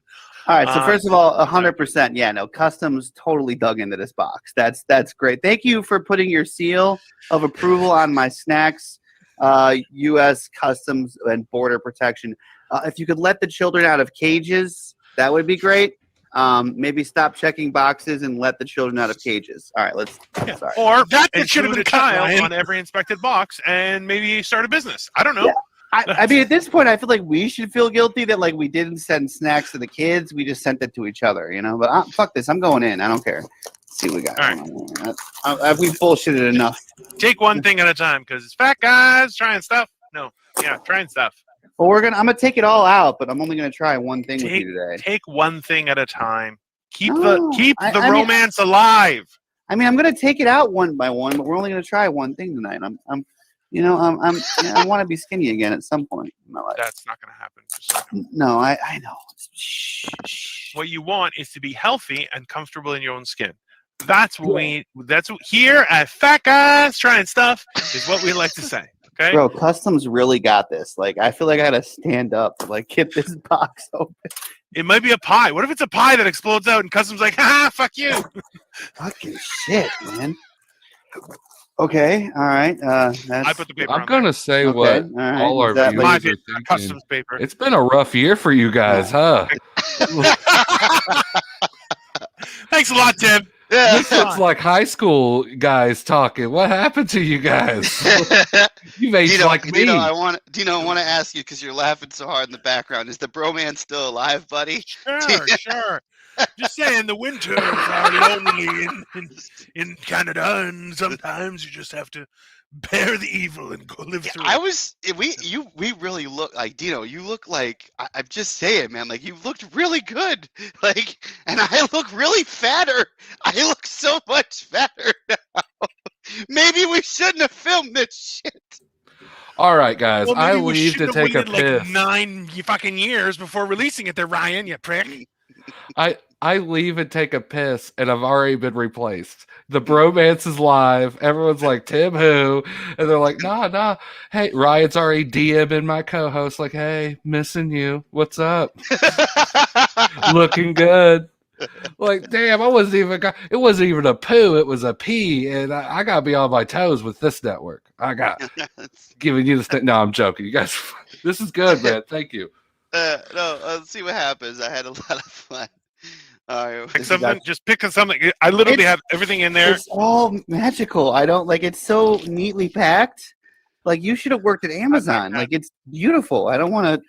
All right, this is. I'm not even gonna try this. This, of course, it's a product of Canada.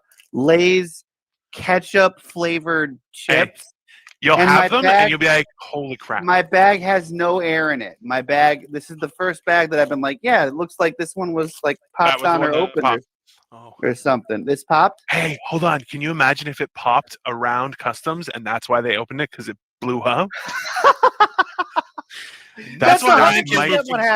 That's exactly what happened. That's exactly what happened. That's exactly. So you have to eat the chips like really quick. We have to eat the chips soon. No, I'm telling you, we're 100% on a terror list now. 100. Thank you, Canadian scum. Thank you. No problem. And last, all right. Smoking barbecue flavored Doritos, baby. What? I'm done. Yeah. Listen, before we even start this thing, I have a message for Lay's. Fuck you guys. Just sour cream, salt and vinegar, and you got fucking roasted chicken and smoking barbecue in another country. Why do you treat Americans this bad? We invented you. Give us the good flavors. Fucking shit. Give us the good flavors. Okay, so okay, what do you got? So you have the ketchup chips. If they're opened on your end, we should eat those first. They sound awful. Why are you going to make me eat the awful thing first? Super delicious. And actually, if you really want to be classy, do you have chopsticks? No. I had a pair, but I always lose like one of the chopsticks. There's something wrong with me. You can buy more than one set of chopsticks. You just keep them, and they pair up with other chopsticks very easily. I had 4. Listen, I had 4 pairs of metal chopsticks. 4. I now only have 1 metal chopstick left. That means that I lost. Is that for steak only? Is it for steak only? Yeah. All right, I'm gonna go ahead and open. Are you guys struggling to do chopsticks? Probably already been opened and licked by the customs dog. So if I die, I die. It's gonna be good. I'm opening mine as well. All right, let's see. We got. Oh God, that's gross. What is wrong with you? Delicious. Try it. No, I don't even want. It smells. Put it in your mouth. You'll like it. No. I'm telling the viewers. We're supposed to be reacting. You smell it. It's like you took the lid off a ketchup jar and you're just smelling a ketchup jar like that. That's what it is. Hey. The United States of America, number 1, slathers things in ketchup. Number 2, loves ketchup. It's a nation built on ketchup. And number 3, don't shame ketchup lovers. That's just rude. Classless. Did he try to just use patriotism to get you to like hate ketchup? I'm just kidding. Right. Actually, no, I'm not. I know. I'm not a ketchup guy. I'm a mustard guy. I'm a Dijon, honey, stadium mustard. Hey, hold on. Pause it for a second, Ryan. Pause it. Yeah. Okay, yeah. Ryan dropping that it's like, I like Dijon. The fuck you do? Yeah. You can barely handle yellow mustard. All right, sir. listen.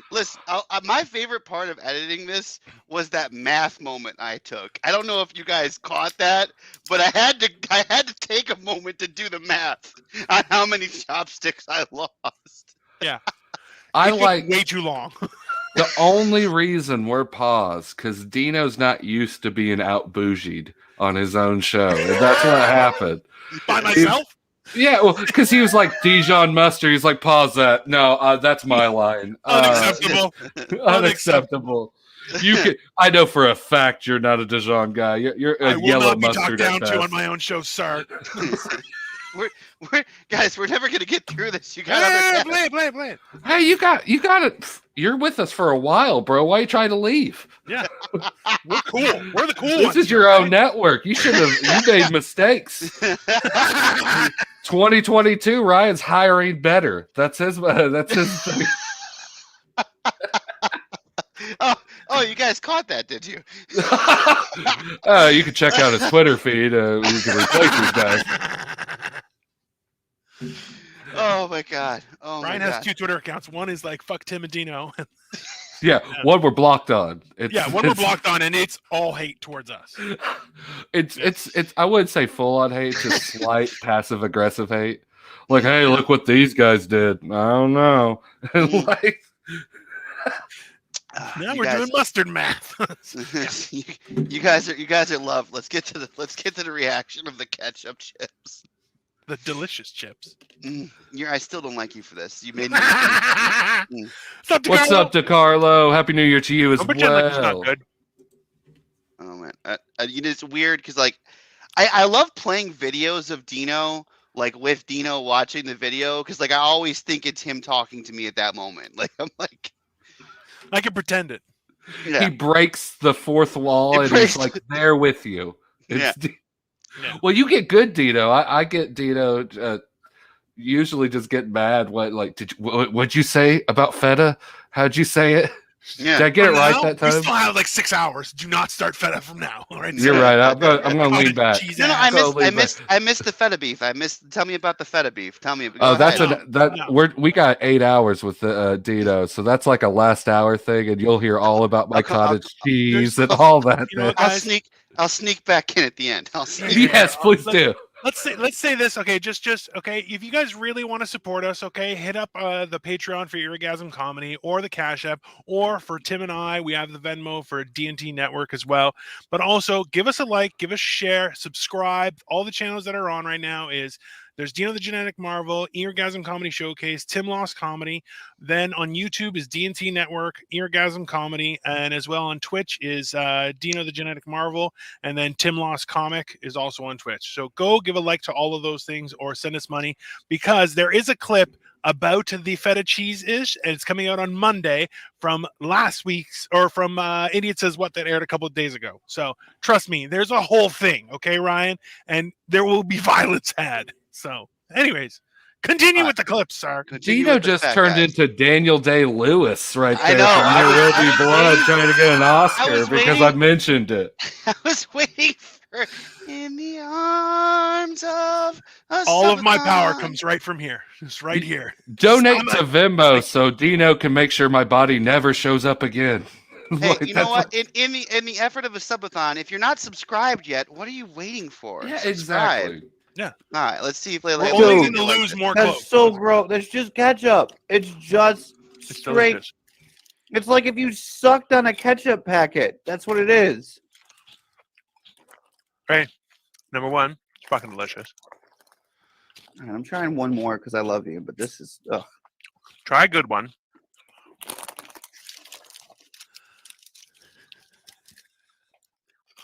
Oh, God, no. Hold on 1 second. Kid's going to be the final vote on this. That's fine. I am you get hungry. voted by your own kin. You'll feel the pain. I'm going to go get her. You sit there and enjoy your chips. Watching me eat ketchup makes me burp. Obviously. Why wouldn't I? They're delicious chips, people. Absolutely delicious. It's like a salty and a sweet, but there's also potato. It's a great thing. It's like eating French fries with your hands, which you eat French fries with your hands, but you know what I mean. It's definitely worth it. We're just having a Dino on Dino moment right now. This is very narcissistic. I feel this is a little bit masturbatory. A little masturbatory right now. That's frustrating. Not a fan of red fingers, I'll tell you that. That seemed a little racist. It wasn't meant to be. Little ASMR for everybody. This is what we decided to do ASMR. I hope this is recorded, and that way you can just hear me crunching in the background. It can perturb your ears like an ASMR movie. ASMR. Oh, yeah. That's the good stuff. Crunching in Someone's yelling in the background. It's exciting. Michael Bryan's trying to defend you. He doesn't deserve this. He deserves worse. Okay?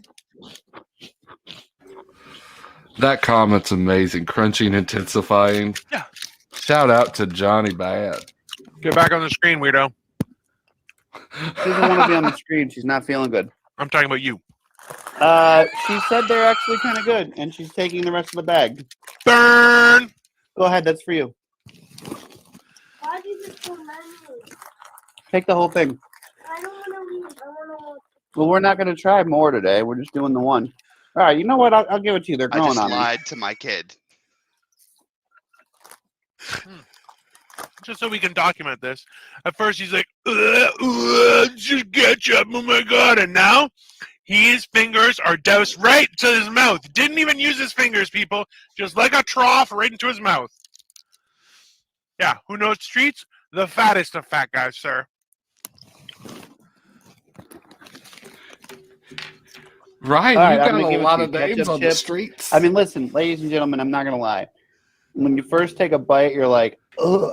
It's ketchup. a strong flavor. It's very ketchupy, but like, I guess there's just something hardwired in us that after a while you're like, yeah, this is kind of good. It's called freedom. It's like a sweeter or saltier version of French fries and ketchup.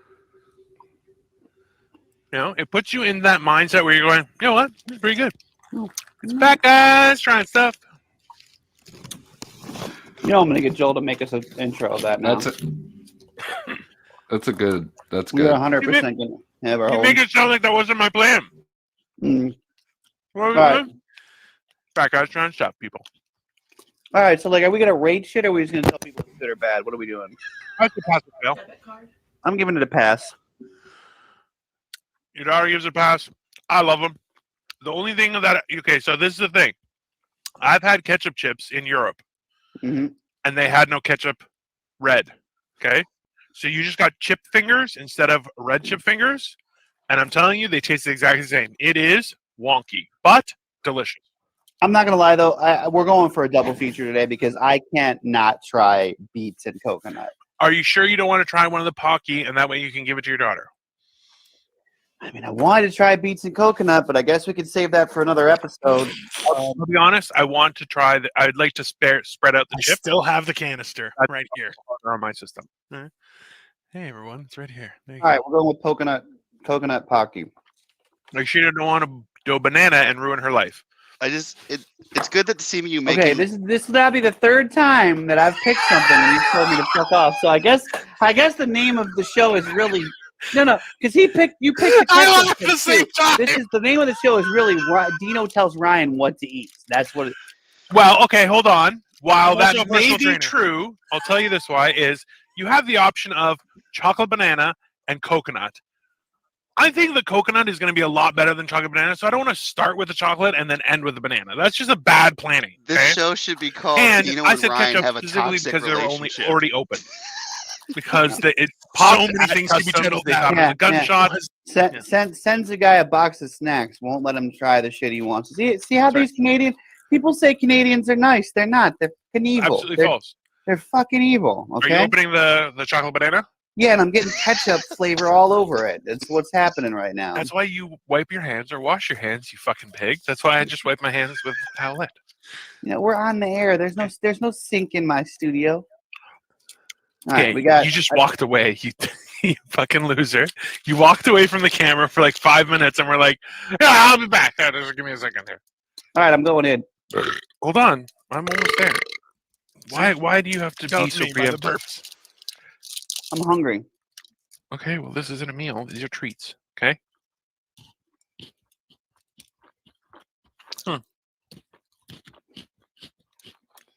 I'm just getting banana.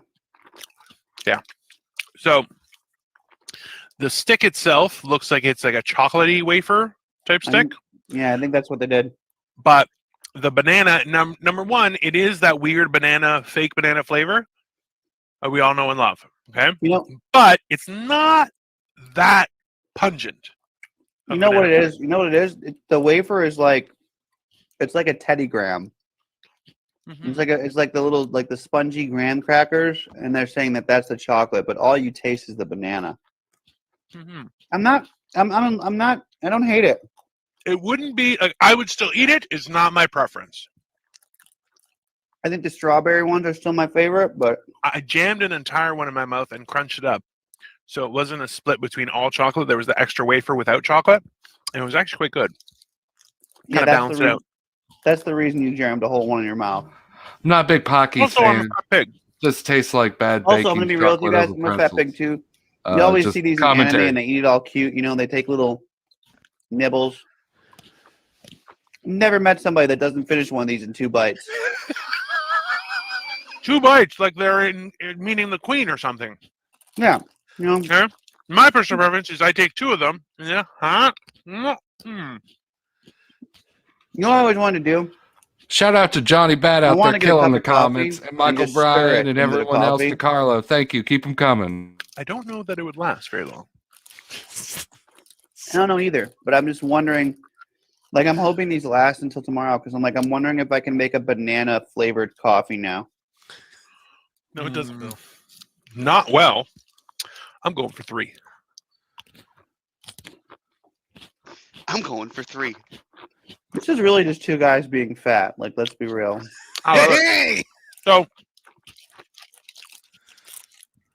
if you run a real treat, is you ask them. So, if you go to a nice place, you can ask them to layer it. Okay. Now, from there, I feel what like you do is you buy so you guys M&Ms don't feel like regular complete M&Ms. self-masturbatory narcissists. So it's just like, yeah, no, this is how it was. This is actually my favorite thing. I hope that we did one in every episode, but like the end of it was just us giving fat tips for like 20 minutes. Also called FIPS. FIPS. This is your fat tip to end off the video. Your FIP for the day. You don't get too much extra butter, okay? But what you do is, if the popcorn is still hot, you open up the peanut M&Ms or regular M&Ms, just dump it on top, and then just shake it. Just shake it a little bit, and the peanut M&Ms will fall through. And then every time you bite, you'll get an M&M and some popcorn, and I'm telling you, it changes your experience. Well, this has been 2 fat guys trying stuff, and that is a pro-fat tip from Dino. So make sure you check out your local theater and try that shit today. However, you won't regret it. Listen, let's be real. Go buy some popcorn, go buy some M&Ms, and save yourself $40. Let's be like, this shit is ridiculous. We went the other day. We went for a matinee. Our movie tickets were $10. We got 2 drinks, and it was $20. I'm like, what the fuck? 2 pops, $20? Shit, man. Huh? All right, I can't stop eating these. We need an outro like right now. Tune in next time to watch Fat Guys Trying Stuff. Hey. Stop. I love hard cuts, so that motherfucker is hard. We sliced it. That's like my old. I love it, dude. Hey, I'm giving a round of applause. Fat Guys Tried Stuff. I'm glad it premiered here, and I'm glad there's more episodes. That was funny as shit. Tell me what you guys think of it in the comments below as well, because you guys were commenting all the way through it. I think you guys enjoyed it too. Tell me if I'm lying or shouldn't speak for you, because I probably shouldn't speak for anybody. So to be honest, but that was amazing, guys. Not a Pocky fan. I will say that after watching it. Not yet, but you will be. Oh shit! I got you. Don't worry. You really shouldn't deep throat candy on air. Stay tuned. Things are going to happen. You might get a little surprise. I'm also during these segments trying to comment under the Eargasm Comedy Showcase and reply to as many as you can. I may not get to all of them, but if I do, you are being interactive. We're reading as many as we can on the show, but it is our show. We're doing a little bit. We can't just read everything here, then it becomes a novel. But we are doing your best. And I will say on a personal level, this crowd is awesome. You guys are killing on all levels. What I need from you now, and it's just share once.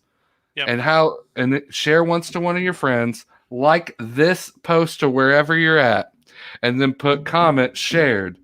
And out of those people that do that, we'll give a free set of Idiot Says What Valentine's Day cards to you for your loved ones or the people you hate. Do we have any images, one image or any images available? Maybe not. We didn't want to here's a prototype. Okay. These aren't the originals. We don't want to show you the originals in case someone screenshots it and then they're not yours anymore. These are the ones that we got. Some of the sayings we got, they're all funny sayings. That's the pictures of me and Dino on. Right, perfect for the holiday season. So all you got to do to win a set, I believe, I want to say they're 24, definitely 12. All you got to do, 12, at least 12, say shared, like this post, and that's it. Comment, share, like this post, and share it, obviously. So you share, like, comment, shared, and you get into the drawing for the next 15 minutes to win a set of 12. Also, too, people should know that if your employer has a website, share it to that website specifically because they're probably not watching New Year's Eve. That way, it'll stay on their workplace website for probably the whole weekend before anyone becomes wise, and you can probably remove it by then, and no one will be the wiser. Just saying. I like how Dino thinks fired. Why are you trying to get people fired, man? None of our audience works at a corporation. Everyone should leave. Yeah, share this into the McDonald's forum and still show up to work next week because I'm your manager and we need the staff. We keep closing at 7. We need you. We need our McFamily back. Well, we know Tim is a glutton for McPunishment, so yeah, you can share some of that on the Idiot Says What. Last 2 weeks have been a detailed story of my plight in that restaurant for sure. But yes, Valentine's Day cards, if you want a free set, all you got to do is like, then share and comment that you shared, and we'll get you in there in the next 15 minutes. We'll give one out. So that's what we're doing to you. This ain't free. We know you're working on a holiday too, and we're here to give you a bonus. We know your fucking job didn't do that. Ryan did. We're very appreciative of Ryan. I'm not saying that because he's right here watching me or anything. That's ridiculous. Sitting there judging, all slanted. He's like, I'm just, don't mind me, just watching. It's right there. Just hanging out, just you know. And we still got some stuff. He's like, hey, I'm just watching. If you can hear me breathe on you, so it's a friendly breath. I had a mint earlier. I wanted to ask the viewers for a comment, but I didn't want to cut you guys off. It was editing that was a bit much, and I wanted to cut it down further. What do you guys like? What did you hate? Do you know what do you think I should have cut out, man? Anything? You think you liked all of it? Liked every? I'm a narcissist. Are you kidding me? The more I was on, the better. I'm like, man, this guy's not only good looking, but knows how to chew and talk without it being gross. I think that's a skill set. You hide the food in pouches. That's how you do it. Otherwise, you get like this food popping out while you talk. I think it was a great show. I don't know where you got the 2 hosts from. They were amazing. Are they you? Oh, OnlyFans. Okay, that makes sense because they were hilarious. They were good. No, you guys had great chemistry, man. I'd be very proud of that first episode. You had me laughing. I know I was in and out. That's my diabetic bladder. Not Gary style. Dear Lord, I'm not pissing on her parmels yet. But definitely have to go to Tinkletown every 1 or 2 hours. That's just what happens. Got it punched. So, but no, very impressive episode. See, Dino, you should have let me eat what I wanted to eat. Oh, you know what? Listen, Johnny C. Bad, then you should definitely subscribe because those episodes are coming. And like I said, I still have the canister, okay, of those fancy ones. Why haven't they left your desk? That's so weird. That was 2 body shapes ago for you. You know what? It's 4 o'clock. That means I just hit 7 days of no nicotine in my system, and I am still ready to kill. So if anyone needs anyone murdered, now's your opportunity. For real? Yeah. Yeah. Dude, it fucking sucks. Not smoking blows. Okay? Not smoking is for fucking losers. No. Keep it up. You're doing great, man. Come on, get out of here. Listen, you know what the problem is? That I'm not active enough in my daily life where I can't I'm busy for 4 hours, so I forgot to have a cigarette. No, I don't do shit all. I'm not known for my stamina. I sit here and talk to people on the internet. So I'm like, I'm a little bored. I could go for a smoke. Oh, wait, no, I'm not supposed to do that anymore because it's slowly killing me and going to ruin this world. Realistically, it's not going to be the same without me. That's just how I feel. So I agree. I'm sorry at the fact that you went full narcissist again. Listen, we've been on here for 2 hours. If you didn't know that I'm a narcissist by now, I was laughing at my own jokes with me on camera. In time. I was glad that you muted. I was like, that's funny. Really... And then I'm like, that's funny. And I'm like, yeah, that's a vicious loop of narcissism. And I loved it. What's up, Jay? Jay's in the crowd. What's up, guys? Happy New Year to Jay. No, that's normal. You should hear when he starts talking about Greece. He changes his whole voice and his character and his whole mannerisms. The history of the country is very important to the development of nations around the world. I don't think this is Greek, though, Tim, to be honest with you. I've heard this accent a few times. You've seen my GED, Ryan. You know I have no education to base that on. Ryan has a passport? Yeah, I do, actually. I've never used it, but I have one. It's only because you lost your license. It's not the same. You're like, I still have valid ID. It's not. Okay, don't fucking try and play it off like I needed it because I'm a world traveler. I haven't told this joke in a while, but true story. I got the passport to go compete in the World Series of Comedy, and it was me. I was going to Winnipeg, Canada, and it was me and my Puerto Rican friend. And for 3 weeks leading up to it, I was complaining about how hard it was to get this passport and what of a pain in the butt it was. Right. We get in the car. We drive 8 hours to 4 Forks or whatever. And the dude goes, "Do you think I'm going to need a passport to get across?" Yes. Yeah. And now there's no way we're making it to the show, right? So shout out to the World Series of Comedy. I never did get to perform for you. Listen, I got one too. I got one too. I had to have Trailer Park Boy Sam Losco perform in Centralia, and beforehand, the venue owner comes to me. He's like, "I don't really want to play for his visa or his expenses or his passport. Do you think we could just get him across the border?" I'm like, "Yeah, we'll smuggle an actual caveman across the Canadian goddamn border." Bro, don't feel bad. I was looking the for next the same day. thing. The next day, I was like, you know what? This is your production. I'll just be over here. I still was the fall guy for every goddamn thing that happened wrong on that show. But I was like, I didn't lose money, and that was the key. That's the key in our marriage is don't lose our house, and you can keep doing comedy. And I think that's fair. I'm not going to poke holes in it. Have you seen me under these yellow lighting? I got hepatitis in the teeth right now. And she married me. This is amazing. So give it up to her. Man. No, man. Listen, that's, yeah. You haven't lived until you're trying to get across a border with a 2-hour deadline. It's beautiful. I was trying to get an Uber. I was looking for flights. Anything, baby. Hey, don't worry about it. It was Winnipeg. Don't worry about it. It's fine. It's Winnipeg. Trust me. There's literally nothing to do. Dino's the most Canadian elitist I've ever seen. Anywhere. I live in Toronto. That's known. Yeah, everyone in Toronto just assumes rest of Canada doesn't exist. We're like, I don't even think. I think you hate anyone outside your apartment. It's like even some of Toronto might be maybe somewhat like you let them because they're part of Toronto, but you're like, come on, wash your hands before you touch me. He's gonna get off the show and shower and just be like, sub-Torontians. Yeah, that's fair. Give us a like, share, and subscribe, everyone, please. I shared this to a Vancouver site too, so let's see if Vancouver. So Vancouver is like they're all hippies, like California, right? And the same thing, like they get pissed off because Toronto just assumes that they don't exist. They're like Denmark or something. Like they just they're not real. It's not a real place. And I'm like, yeah, whatever. We're like, well, Vancouver's beautiful. I'm like, yeah, but I don't give a shit. I'm not going out there. Crazy. Tito just trades one for the other. Like, yeah, they're like Denmark. That ain't real. Or like.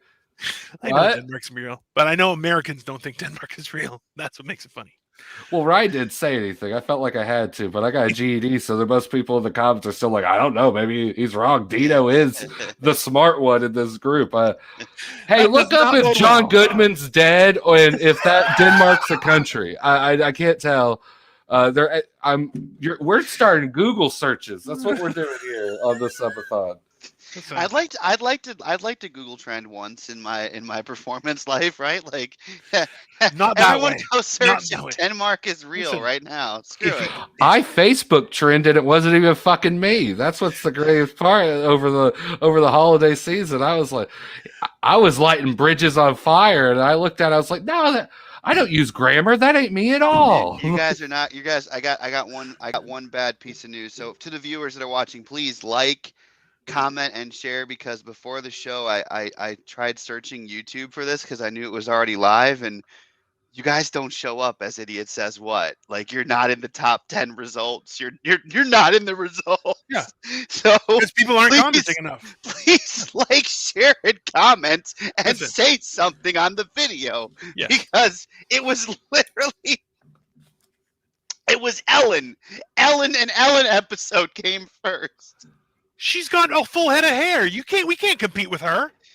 I've seen that episode, Ryan, and it's a fucking banger though. It's a banger episode. She dances. She dances in it, Ryan. Like, whoa. Yeah. In tune. It's very And that was after she yelled at her employees. Get back to work. I gotta do my shuffle dance. Yeah. And just so you guys know, listen, remember, we have the Patreon, we have the Cash App, you can tip Tim and I at the DNT Network, but the least you could do is subscribe to Ryan's OnlyFans. That is his bread and butter, and you want to see what he does with the bread and butter? Subscribe to the OnlyFans. That's the $10 level. That's a whole fucking tier, bro. It's like a super PAC. It's just above and beyond. You know what I mean? He does. It's not even bread. He just gets the ingredients and supplies the yeast and lets it ride. It's butter. It's butter, and I'm the bread. Come on, baby. It's butter, and I'm the bread. What do you? He just called me baby. What you think about that, Dino? Ha ha. Yeah. Maybe you should leave for 15 minutes. Ryan will talk for a little bit behind your back. Come back. No, he doesn't want to sit with me. Yeah, we were promised shirtless content for comments. Just saying. It is. It's actually right after Ryan. We'll play a request. We'll definitely do that. So, Johnny, since you've been killing it, we'll definitely do that. But let's finish up with our guest here. We can't be rude like that. Yeah. We. But guys, I finished like 20 minutes ago. I don't know what's holding you guys up. You're not supposed to do that on camera. You don't tell them you finished. You pretend. We have a private chat that we ignore. That's the place where that goes. Yeah, Ryan. Oh my God. Why do you got to Ryan everything? Oh my God. Hey guys, check out Fat Guys Eating Stuff. Is that Fat Guy? Is it Fat Guys trying stuff? No. Fat Guys trying stuff. We got to do it in sync. We've tried. Okay, so as they get released, you'll notice that we're never in sync when we sing it.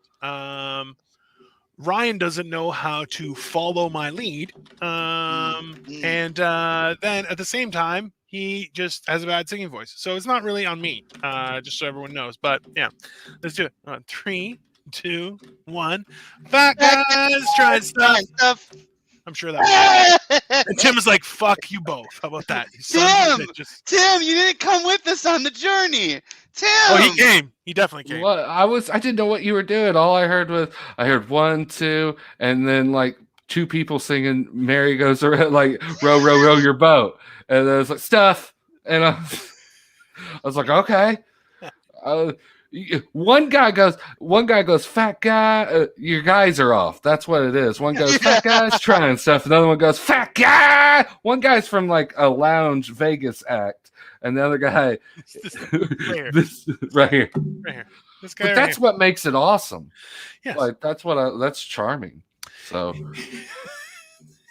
hey, give it up for Ryan. I put the link to the Eargasm Network in the comments. I'll do it again. We got so many great shows coming, and Ryan's a big part of them all. We just smashed it for about 1 hour and 15. Thank you, Ryan, for bringing that world premiere to us. It was fucking hilarious. Anything else you want to say before you head out? No, thanks for having me, guys. Make sure you subscribe to the D&T Network. Check out these boys every week on Tuesday and Sunday. And guys, have a good show. I'll be around. Go. Thanks, Ryan. That was the man, the myth, the legend, Ryan. Whew. Fun time. Let's just decompress for a second. Well, that's what we call it. Or orgasm. It's fine. Just or an eargasm. Hey! Maybe you should subscribe and get more of that eargasm in your ear holes. That's the whole point, everybody. You gotta just almost clicked end broadcast, and we would fucking stab you, Ryan. You son of a bitch. Again, we're having a contest. If you want to be part of it, you like this stream, share it, and comment share, and you'll get a free customized Valentine's Day card we made for you and your loved ones. Funny, awesome sayings, and we'll send them directly digital to you. No mail involved or nothing. Free of charge from everyone here at Idiot Says What and the Eargasm Network. Please get those numbers up because you can literally take the shirts off our backs. If we reach our goals by the end of the day, we will mail you the shirt signed straight to you. I don't know if the Sharpie will show up, but they're free. And it probably ain't gonna fit you anyways. We're usually tailored type people, but you'll definitely get a one of a kind souvenir you couldn't get anywhere else. And we love it. I won't even wash it. You get to still get my man musk that I have on it. So that's awesome. Dino's not impressed. Dino thinks we're not going to get a lot of subscribers. Prove Dino wrong right here by doing what I asked you to do. When you showed me that your deodorant was scented like cottage cheese, that's not going to go well. It's not. Cottage cheese and pineapple. It's got a tropical flair to it. I don't know what. I could shave some coconut in it, but for you, Dino, the elitist, Lord. You know what? Watching Fat Guys Trying Stuff, the first episode, which was months ago, and I'm like, man, I am a little bit of a narcissist. Like, you've said it, and I'm like, well, all comedians, and I'm like, yeah, no, I'm definitely a narcissist, and it's pretty horrible. But yeah, let's go ahead. We had Johnny C. Bad from our Twitch that's killing it. He mentioned the shirtless dad content, and that is true. Do we have one we can give of the shirtless dad? Maybe the Enjoy. I think he's actually shirtless in that one. Let me see here. Which one? Ah, crap. Which one is it? This one is. Oh, let me pull up a couple of them, and that way we can. No worries. Tank said, we'll go through the comments while we can. Tank, I'm starting a new platform for food and love called Only Hams. I like that. I like that idea. That's a good idea. Jessica's really liking it out there. We got a Happy New Year's from Nicole Loss, my wife in the other room. Jay from Sports Balls shining in for a Happy New Year, family. Happy New Year to you too, fams. Can't wait to see you in the last hour. Is this the one you wanted? Yeah, that's the one. Right now, this is the Shirtless Dad. You can find the Shirtless Dad if you type in the Shirtless Dad winterized version, because he's seasonal like that. And this is one of his covers of a song. So whenever you're ready.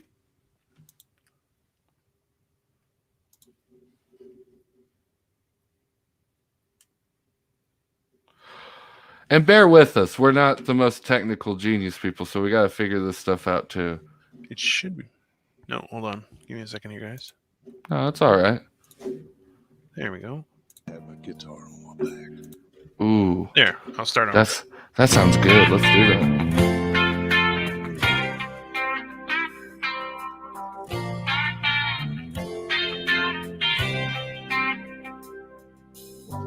I was thrumming from Montgomery, had my guitar on my back, when a stranger stopped beside me in an antique Cadillac.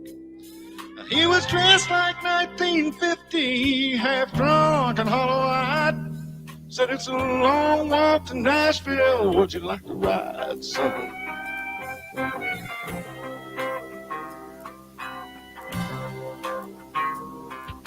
Well, I sat down in the front seat, turned on the radio, and them sad old songs coming out of them speakers was solid country gold. And I noticed the stranger was ghost white pale when he asked me for a light. And I knew there was something strange about this ride. He said, Mister, can you make folks cry when you play and sing? Have you paid your dues? Can you mold the blues? Can you bend them guitar strings? Said, boy, can you make folks feel what you feel inside?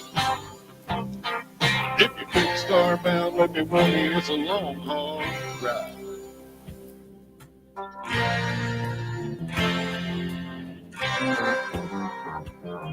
Then he cried just south of Nashville.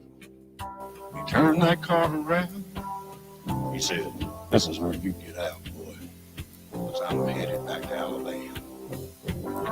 As I stepped out of that Cadillac, I said, Mister, many things. And he said, you don't have to call me Mister. Oh, don't call me honey. Said, Mister, can you make folks cry when you play and sing? Have you paid your dues? Can you mold the blues? Can you bend them guitar strings? Said, boy, can you make folks feel what you feel inside? Cause if you're big star bound, let me run you, it's a long, hard ride. He said, Mister, can you make folks cry when you play and sing? Have you paid your dues? Can you mold the blues? Can you bend them guitar strings? Said, boy, can you make folks feel what you feel inside?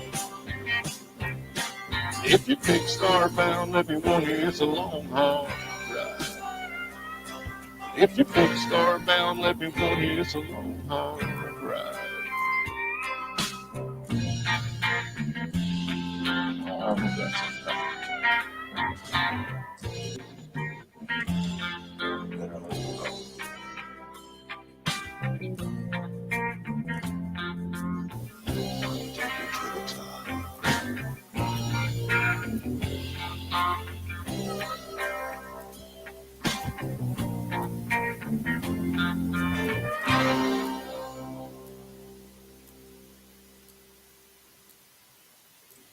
right, you're on. Woo! Ow! That was the Shirtless Dad. Give it up for the Shirtless Dad, guys. You're going to hear some more of this great stuff coming up. Fantastic. We had some comments. I didn't expect him to get so deep, but he did. Yeah. That's fantastic. We're actually have to cruise right along because we're actually 2 minutes behind schedule and like 3 music videos behind. I like, what?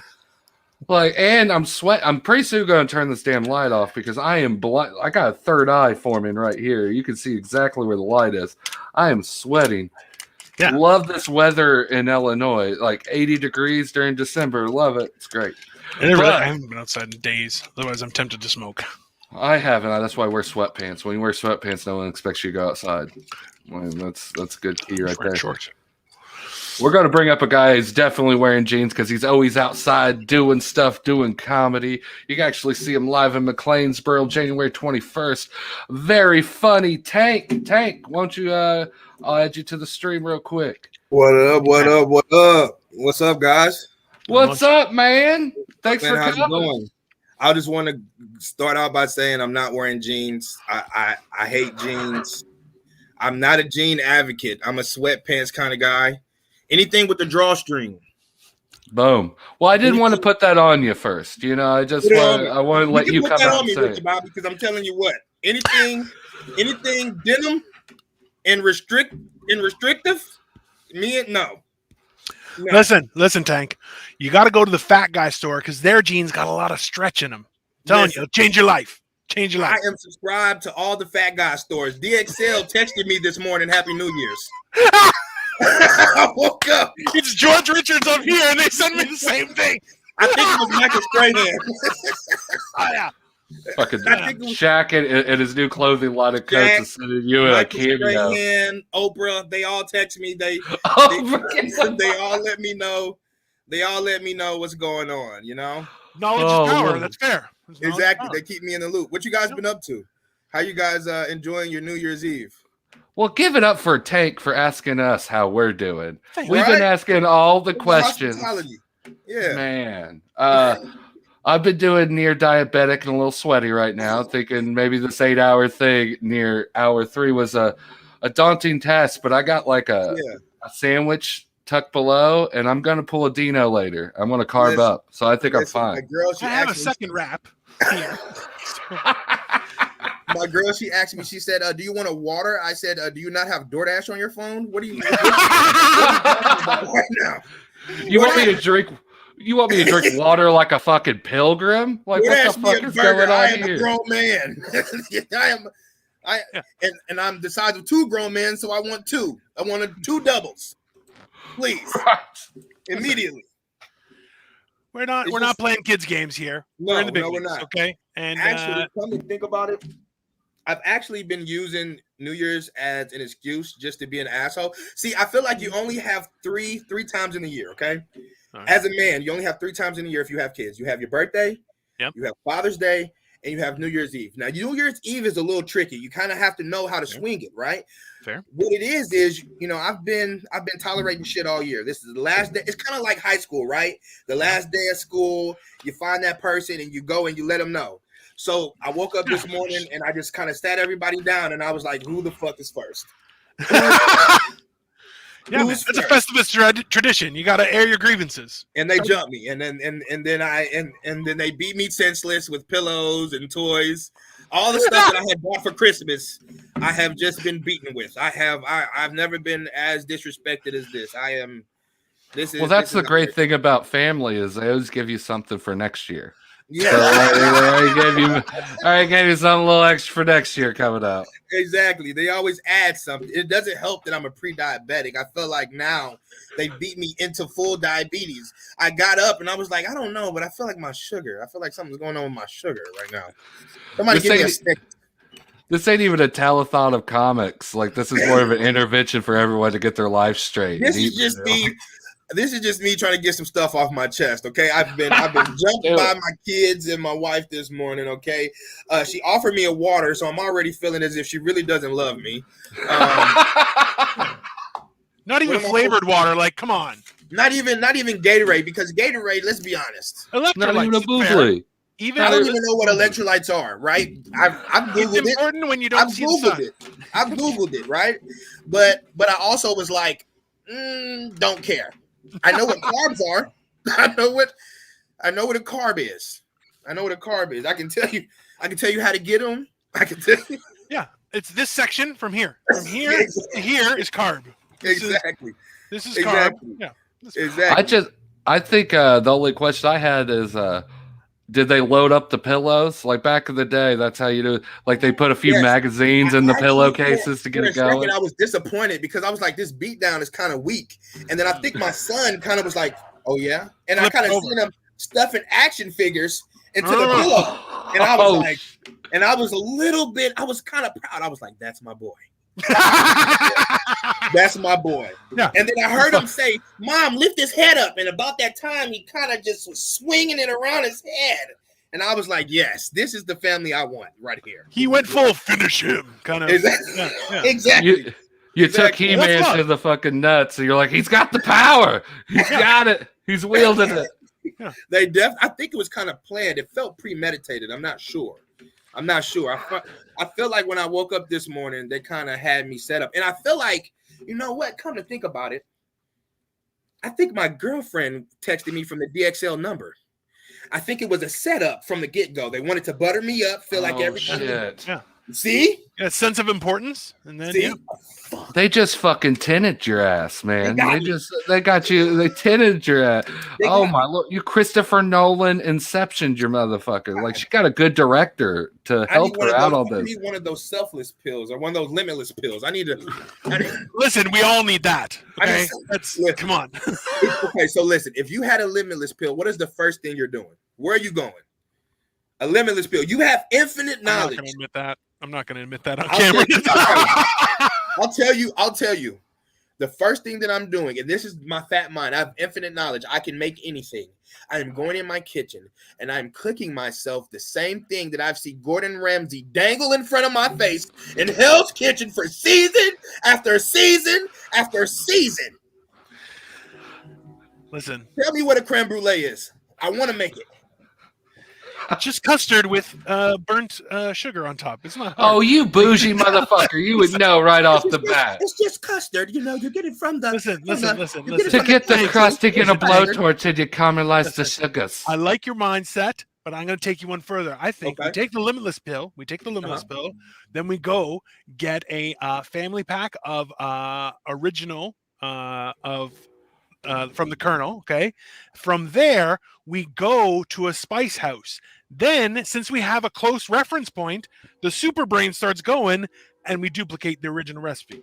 I'm telling you, now we're talking. That's how we do it. Because we got to get rich. Got to get that bank. Dino for president. Hold on. I didn't even wait for my pitch. We're already. Tim, what argument may you have? Well, my argument I may have maybe just burns like the Dickens, and like good old fashioned gonorrhea. That's what's gonna happen. I'll give you my gonorrhea plan. Gonorrhea plan A. Invest in Bitcoin. I've seen the memes. I know what's happening. Plan B, which is a subsection. We're going into like next plan. Become super rich.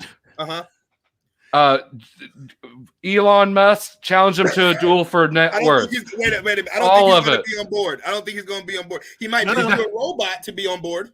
Oh, yeah, for sure. He's definitely not coming. He's going to sit. He seems like an arrogant bastard. I'll put the limitless pills on the line. So now we're doing There you go. Listen, I feel it's very telling that Tim's like, if I have that limitless pill, I'm going right for white collar crime. Immediately, white collar crime.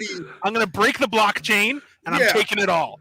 I like it. Well, my family went to jail without the white collar crime. We know what that is. I want to hear what this white collar prison's all about. I've heard good things.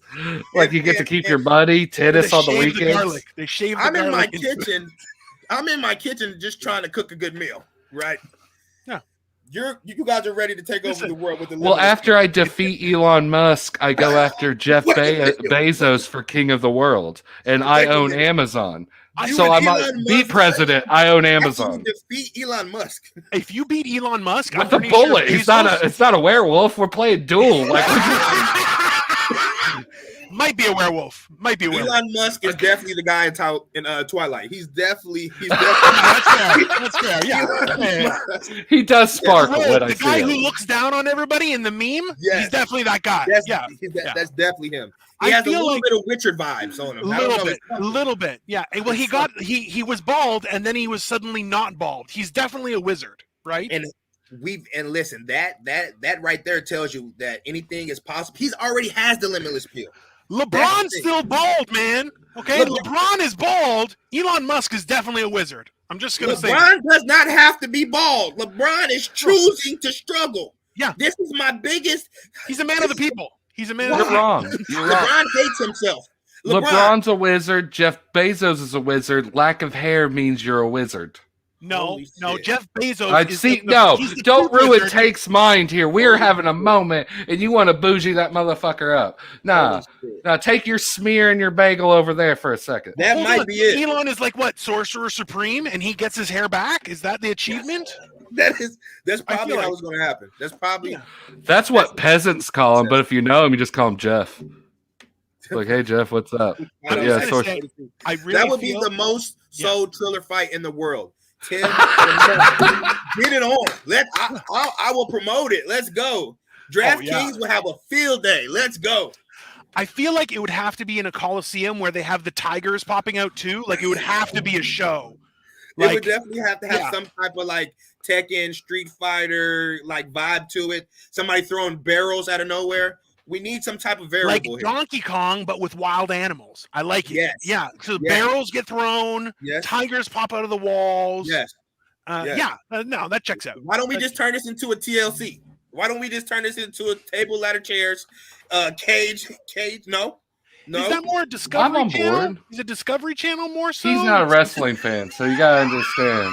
We just told him about New Jack next week. He does last week. You're right.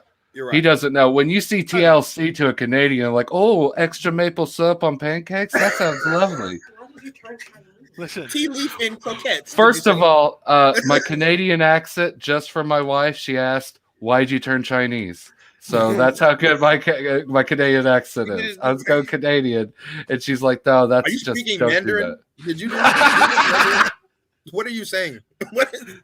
The subtitles just went whack. It's all I don't know. And asterisks and question marks. I don't know. You're right. There's an umlaut. Inaudible. Yeah. It's fair. He said nothing. Don't worry about it. Man, I'm telling you, New Year's Eve is the time where you take it out of your day to just have an excuse to do whatever you want, man. And that's why I'm gonna milk it, man. I'm gonna milk it all day. I'm gonna watch whatever I want. I'm gonna do whatever I want. See, and as a grown man, you know what that means. That means I don't want to hear it, and I'm gonna hear it regardless. Yeah, I'm venting, is what I'm doing. That works, man. It's fair. Like, in all honesty, though, like, Tank, you did bring out one thing that I can definitely identify with. Like, the last day of school, all those times that you're like, it's do it now or don't do it at all, right? Like, it's ingrained into our mindset. And that was one of the things, like, Tim and I were talking about this earlier, was like what kind of questions we want to ask. And everyone's been fantastic so far, but one of those things is like, okay, like, I've seen this too, and Tim has told me the same, was that during the pandemic, everyone had to kind of look at themselves, and it's like, oh, hold on, why am I doing this? Right. And people, and even now we have that movement of people who are like, you know what? I don't want this fucking job. I want a better job. So fuck this job. I'm out. Right. Exactly. So it's like, this I feel like is now the opportunity for us to kind of decide, okay, you know what? I do get to decide if I'm going to be happy, if I'm going to be sad. So for you, what was it that you felt that you learned this past year that you're like, you know what? That's the new way of doing thing for me. Just what you said, man. The job. I struggle with, like trying to make myself feel like I had to work a 9 to 5, right? Yep. My family owns an ice cream shop in O'Fallon called TC Treats. Nice. And we do like Italian water ice, shaved ice, but it's Philly style water ice, right? So it's like same texture as ice cream, but it's water based. Yeah. So I've always put my all into that dream, but I've always like, man, I need to keep a 9 to 5, right? But the minute that I stopped doing the 9 to 5 and put my all into the business and put my all into comedy, I started getting booked for gigs. Me and my family were able to expand our business and start being able to buy other businesses to expand our business. So it's all about putting it, betting on yourself. You know what I mean? Betting on the fact that you know that you're capable to make your dreams come true. You know that you're capable to put the grind in, to put the work in, to be able to reach the success and the goals that you know that you can manifest. So it's just about doing it. It's just about being able to turn that switch and go ahead and go and get it. And that's it. And that's what I did. Dude, I think that's badass. I think that behavior is how you got the towels off the windows as curtains onto your back of your wall there. Like that's how you move it up. That's exactly how I did it. And you can buy these all across Canadian Mandarin stores. Get it out here. Oh, no way. Those do exist. That's fair. Maple syrup. Aye. That's Pancakes. exactly what they say when they greet you. Yeah. In Mandarin, you do your own deciphering, all right? Oh yeah, Ryan said here. Yeah, that's exactly. My wife's Asian. That's exactly how I'm greeted every day. Yeah, she's like, "You didn't die yet." Yeah. That's Look, badass, the look Right. of disappointment. You know, I didn't get the limitless pill. I have plans. It's just hard to Yeah. execute. So I'm not known for my stamina. It's not my fault. Did you fail today again? Okay, all right. I'm just here for dinner. Is there not dinner? Is that not a thing? A lot of the times I feel like my wife is definitely like the landlord from the first Spider-Man where he's like, rent, you walking by? Where's money? You making money today, son? You know? And she judges me a lot, but I'm a lot bigger than her, so it's a good, we have boundaries. It's good. That is hilarious. Well, you know, she's very aggressive for an Asian. Is But privately, like a good wife. It's good. Yeah. She doesn't beat me in public, only she uses a bag of oranges. It's, you know, yours don't show up. We're just trying to get My wife came in here just to shit on my accent and then leave. She's like, "How you doing?" "Oh, you're doing that? That's bad. See ya." That's bad. See ya. It's funnier this way. Don't call me out on it. Look, I got a mic now that's just in the air. She's calling me out randomly on my subathon. Bad wife. I would never say that. Love you. I'm kidding. I love you. Oh, it's fantastic. Shout out to all the wives for letting us do this, wives, girlfriends, and for letting us play around on New Year's Eve. Yeah, absolutely. Them and the First Amendment letting us talk. Thank you. And I just didn't say that because I got caught in a lie or anything. Like, thank you for letting me be here, ma'am. She beats you with a bag of Mandarin oranges. It's fantastic. Yeah. That's right, Michael Brown. That's definitely true. That's exactly. She beats you. I actually put your at link, so if you want to follow him, learn more about Tank there, you can actually see him live January 21st, American Legion in McLeansboro, Illinois. It's a stacked lineup. Any last words you want to say to the crowd, Tank? I appreciate it. It's been hilarious. Thank you. I appreciate you guys for having me every time. Happy New Year's. I wish you guys the best. I love what you guys are doing over here. If you guys have right now, share this, like this, comment, make sure that you guys engage with this and share it with everybody around you, because this is something special. This is something organic. Make sure that we can keep this around for a long time coming. These guys, what they have built here is awesome. Let's really pay into it and let's buy into it, because this is awesome. Let's be a part of something awesome. All right. I appreciate you guys having me. Tank, you're awesome. Thank you so much. Dude, that was funny as shit, man. Thank you so much for coming and hanging out with us this New Year's. Big things for you 2022, man. Thank you. Right on. Awesome. Man, that was fantastic. Dude, it's been rolling. It's been going good. This is, you know what? This is the thing. And that's one of the things that I keep on trying to tell everybody is like, hey, man, just have fun. Have fun, relax, enjoy, and just hang out with friends. You know, well, my New Year's is off to a great start. Party tonight, septic tank full, all toilets out of service. Oh yeah, you're starting right. That's how you start right. Tim, why are you so sweaty? Why are you wearing so many layers, Tim? What's going on? I'm not. Look, I'm trying to mess with the light, so I'm not glistening like this so goddamn bad. And I'm very much not sweaty as much as I don't have nothing funny. I'm just sweaty. I should have put on my degree, put on a few extra clicks under the armpits. But I did powder up.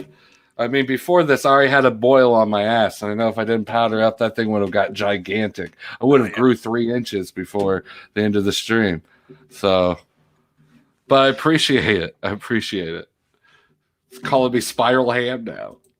I'm the worst of all this. I'm the worst of all the Saw franchises, and I'm a ham. And I'm from the worst state. I remember when we first started doing the show, we realized we both like horror movies, and so we had talked about that a couple times. And then I was like, "Oh yeah, I wanted to watch this movie, but I didn't find it, so I'm watching Spiral." And you're like, "Oh, did you like it?" And I was like, "Not really." You're like, "Oh, thank God." I was like, "Yeah, it wasn't that good." He's like, "Oh, I questioned your judgment for a second." I'm like, "Yeah, that's fair."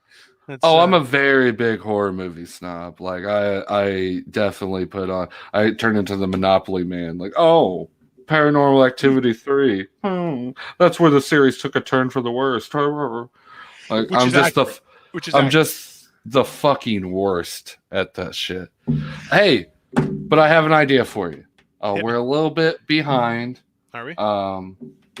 We are one of our comics didn't show up, but that's cool because we have an author showing up at the turn of the hour.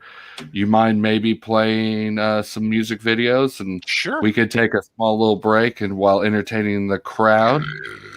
Oh, if that wasn't entertaining enough for you, you're all horrible. That's if you're counting, we're doing a New Year's Eve drinking game. Every time Dino burps, take a shot for the adults out there. Right now, I think right now you're not drunk. You're just above the. You can still drive around. You've only had 3 burps, so that's 1 shot an hour. So we're being responsible, but that's a little game for you. What do you want me to play then? Let's do Broken Circle. Broken Circle. Give me the 1 longest second one, probably Widowmaker. Or I do have Widowmaker. Widowmaker is there. I'll introduce these guys. These are a Southern Illinois band. Neil, who actually does our intro music for Idiot Says What and Sports Balls. This is his band. This is a band, Broken Circle, the best way I could describe it. It's kind of a different take on the Southern rock blues genre that is very entertaining and a different mix you haven't heard before. This is Widowmaker. This is off their newest album, which you can find on all their social media and different platforms. You can also type in Broken Circle on YouTube to find this video we're playing currently. Perfect. All right, here you go. This song is called Widowmaker, and it's the first song on our album, Beware of the Ides of Fuck, which is on sale over on that table. CD, vinyl, and streaming everywhere. Oh,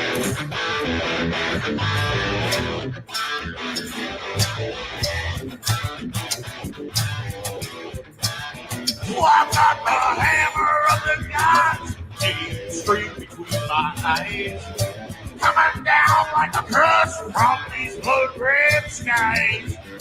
You know the tree of life, sees your woman and mine. Better wash up these hands, cause it's on all of my heroes alive with new men that same little pick up. We've been crazy above their head. I don't be swell in these hard days because I ain't been there to go out that way.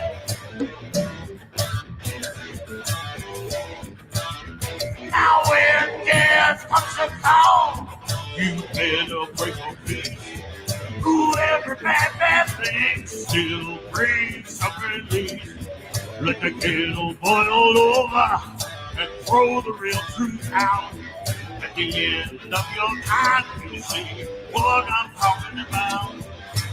All of my heroes alive for this new man that saves little big. We're crazy about that.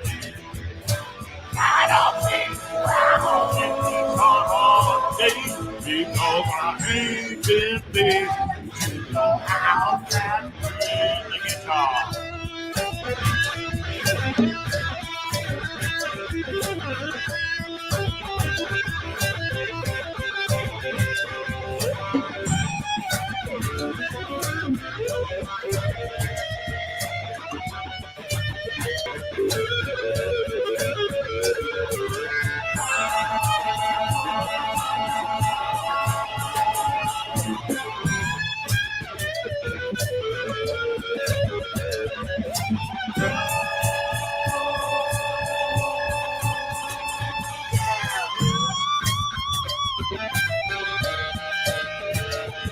Now this move on, and I'm trying to track me down.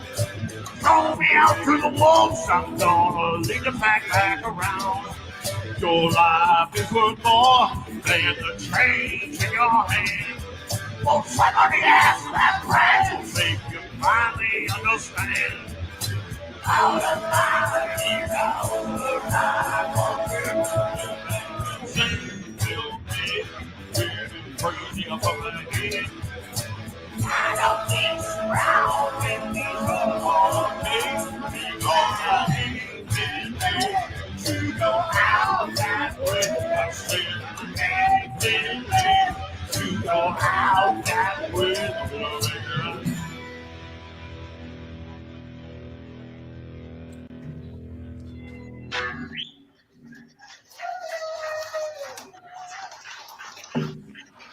Ow! Like to give it up to Neil and all the good people in Broken Circle. We're going to play another one. We just had to do that. But please give it up for Neil. I hope you guys enjoy it because we have another song from them as well. Spirits of the Room sound good? Yep. Give me 1 second. Let me pull it up. No problem. I'll tell you a little bit behind it. Spirits in the Room is from my favorite album. I do believe is their debut album. You can find it on SoundCloud as well as the live version as you're getting ready to see on their YouTube account, Broken Circle. Again, this is Neil's. He does our introduction music. I know it says what. This is his band, Broken Circle. This song is called Spirits in the Room, and it features the iconoclast of sonic matter, sound, and fury, Samuel Hendricks III.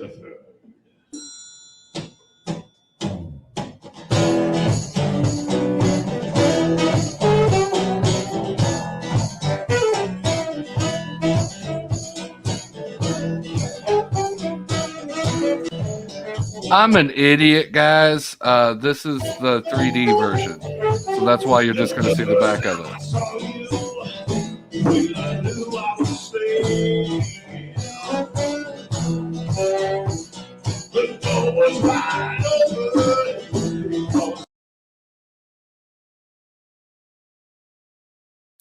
Hey, Tim, do you want me to stop it? No, keep going. I just wanted everyone to know that's the reason why you're seeing that. I do apologize, but it's a good song. Sit back, chill out, and let us entertain you guys. Go.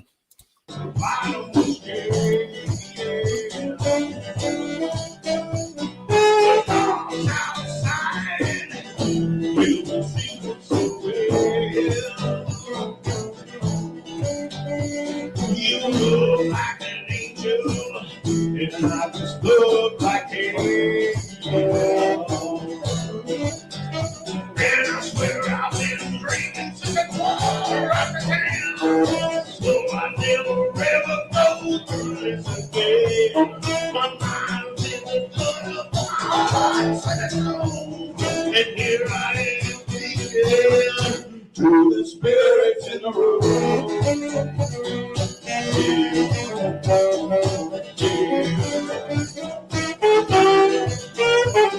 I pour salvation to a plastic cup.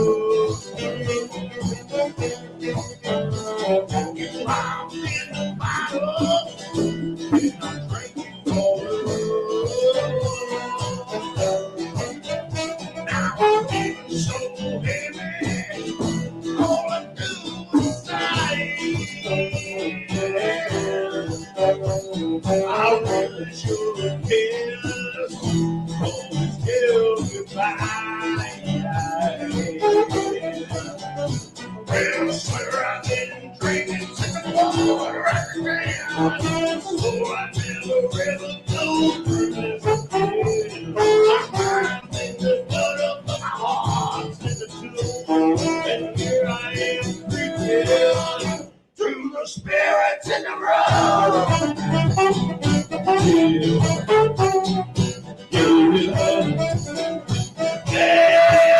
Don't say.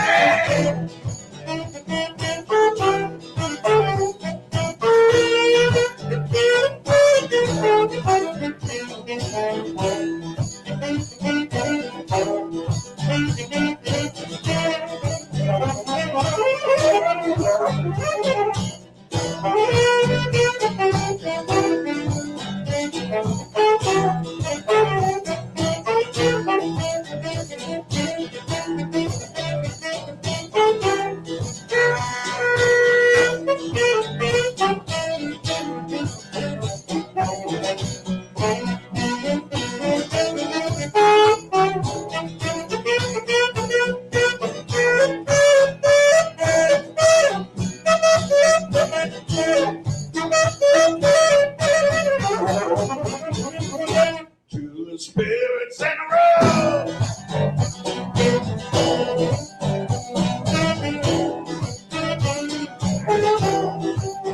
Remember the stories we write, all the stories we know. Sometimes we get lost a little along the way like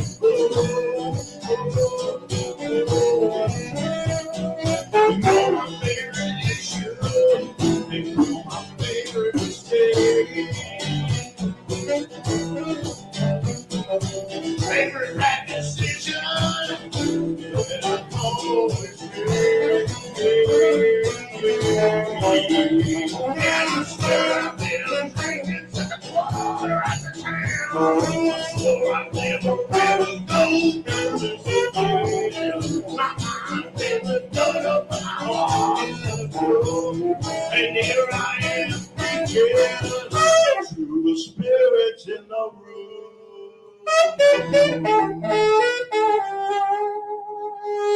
Yeah. Hell yeah. Good old Fred Laney there for a minute. Hell yeah, indeed. That's Broken Circle. Spirits in the Room. The reason why we saw the corner of the studio, that's your 360 video. So if you actually go to that video, you can see inside the whole studio as you move around. It's one of those 360 YouTube videos. You move around and you can actually see them play. I didn't realize that when I was authorized to share the link, but it doesn't matter. That actually adds traffic to them. So if you like it, want to see them again, you can move around. We didn't want to show you that. That's why we showed you the corner. It was all part of our plan. And further notice, I love me some premarital sax. That was some saxophone love. That dude was blowing. And big up to Sam Smith of the band. Dude's a fucking wizard. And that band is amazing. Yeah, they are. I really, really love what they're doing there. What's going on? We could do. You want to do one more video before the author goes on, and then sure. I will enter Kevin Lucas, the Kevin Lucas experience. Kevin Lucas actually did a rendition of Africa that was loved so much it was retweeted and liked by the band. This is a new music. Which one is it? Hold on one second. I gotta get the full name. I got Pitch That Metal from Broken Circle. Right. I have Cahokia Wins. Cahokia Wins. Is that the one you want me to play? Yeah, Cahokia Wins. This is actually Cahokia Wins by Kevin Lucas Experience and a featuring guest. Kevin Lucas did a rendition of Africa that was retweeted by the band. This is him with a collaborating Grammy-nominated artist. Okay, let me just... This is going to be interesting. The Kevin Lucas experience is an experience in itself. He does music pure percussion. Like if he has a bigger drum set than the guy from Rush. All right. Well, so here it is, and ready? Yeah.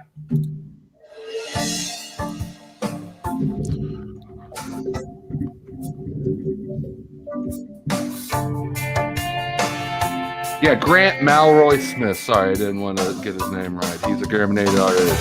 Santa fire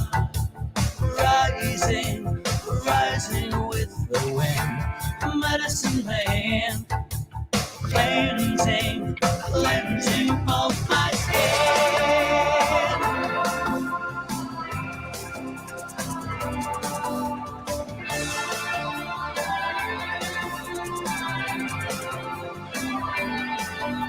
God of the sunset, fall down, hallelujah. The sunset, fall down, hallelujah. Cahokia winds, you're bringing me down right to the ground. Cahokia winds, you're bringing me down right to the ground.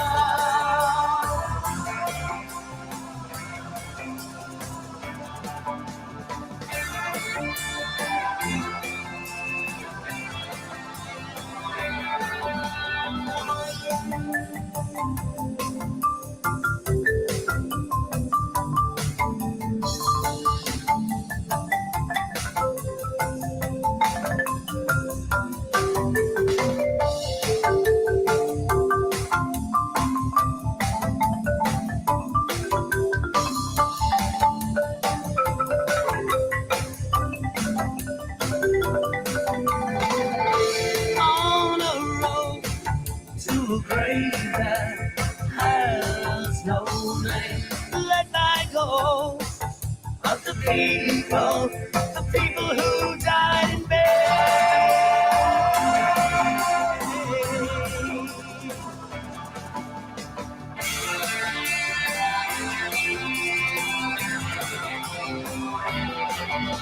God of the sunset, fall down, fall down, fall of the sunset, fall down, fall down. Cahokia winds, you're bringing me down right to the ground. Cahokia winds, you're bringing me down right to the ground.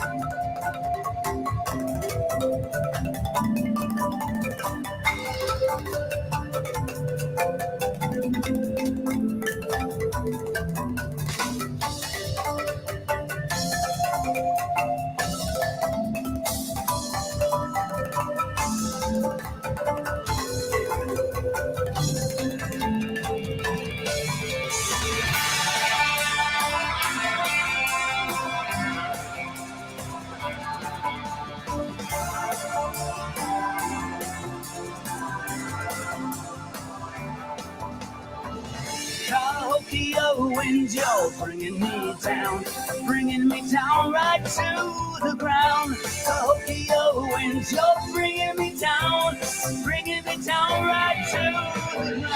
Cahokia winds, you're bringing me down right to the ground. Cahokia winds, you're bringing me down right to the ground.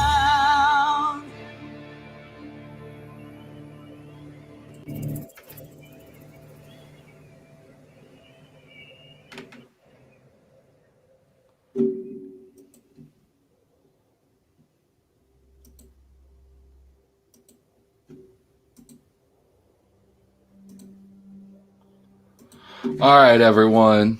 That was Kevin Lucas Experience featuring Grant Malroy Smith. I actually live next to there, Cairo, Illinois. That's where Cahokia Mounds is and inspired the song. Am I echoing a little bit to you? No. Did you see something that was happening or no? I didn't see nothing that happened. And then I showed up and then I was like, oh, I saw that. And I was like, I don't know. So it's a comment beef. And I tend to stay. No. It was something else. It was, do you want me to show you? Yeah, show me. Oh, he's getting something? All right, cool. Slight echo, Tim.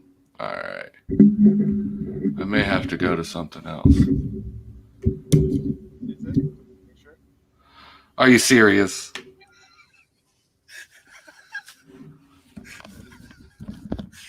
That's ridiculous. I'm a ridiculous guy, Tim. Glenn, is the echo gone now? If not, I can change it up. Please tell me what's going on in the chats. How'd you guys like the Kevin Lucas Experiment, the Shirtless Dad, and Broken Circle? I thought they were great. Just a vibe out to. Good now. Cool. All right. What? Oh no! Hold on. I may have to leave for just a second. It seems that here, I'll show you. Maybe I can't. My dog has knocked over my green screen on top of me. Okay, so here. I have to get up for a second. I'll take it over here. Look, there you go. You can go do your thing. There, see? I missed that shirtless guy. Well, you know what? You lost out there, Glenn. You lost out, okay? Echo still. Leave him alone. He's trying, okay? He's fixing his screen. Glenn says you're good now. But, not really, because everything's falling down across you. So I'm just going to be here. Bye, Tim Loss. Thank you, Ryan. That's really appreciative. There we go. You're back. You good? There we go. Hey, Tim. Hey, I'm back. Sorry. Is it? Well, oh, that's how it's going to be? Okay. I thought that was my comeuppance. I was like, I deserve that. No. No, he had his bone in his mouth and he knocked over the damn thing on top of it. He came around the corner like, play? Like, damn it. No. Woo! Woo! Yeah. This has been eventful, man. I'm going to have to turn off this light eventually. Yeah, turn it off. That's fine. Because that ain't helping. It just makes me look at my cheekbones. Dear God. It's, you know what? You need an LED light. That's what you need. I got two of them pointed at me, but I don't have it pointed up. This is just the bright lights of Hollywood. This is what happens to you guys. Yes. Fame has its costs. Turn into Chris Farley as we speak. Later it is just I don't have a good I didn't have the good experiences beforehand, like the addiction and something keeps on hitting and making a doom doom sound on your end. Is it still there? I think it's your mic is moving every time. It is. The mic's moving, and here I'll get that all fixed. Oh yeah, that's what happened. All right. Now you sound fantastic, Tim. All right. Hey, so there we go. Woo! I'm not freaking out in hour 3. Everything's going to plan. What are you talking about? How many more hours? 5? Oh. Okay.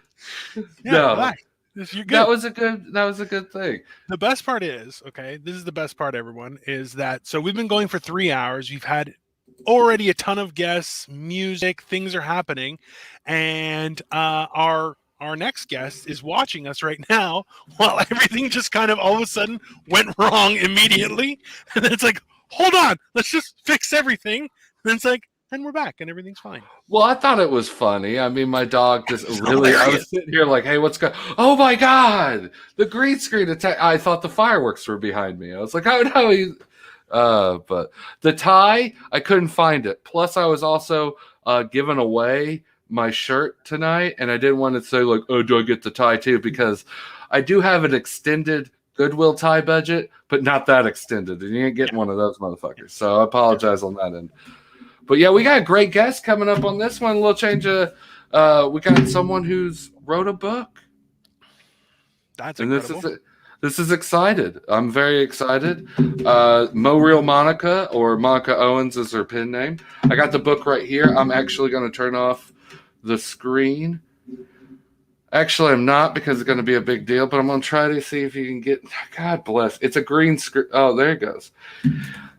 It's Monica Owens, A Family's Betrayal. It's inspired on actual events, and I'm very excited to bring her on this subathon whenever you're ready. Mo Real Monica. Also, while you're bringing her up, she's here.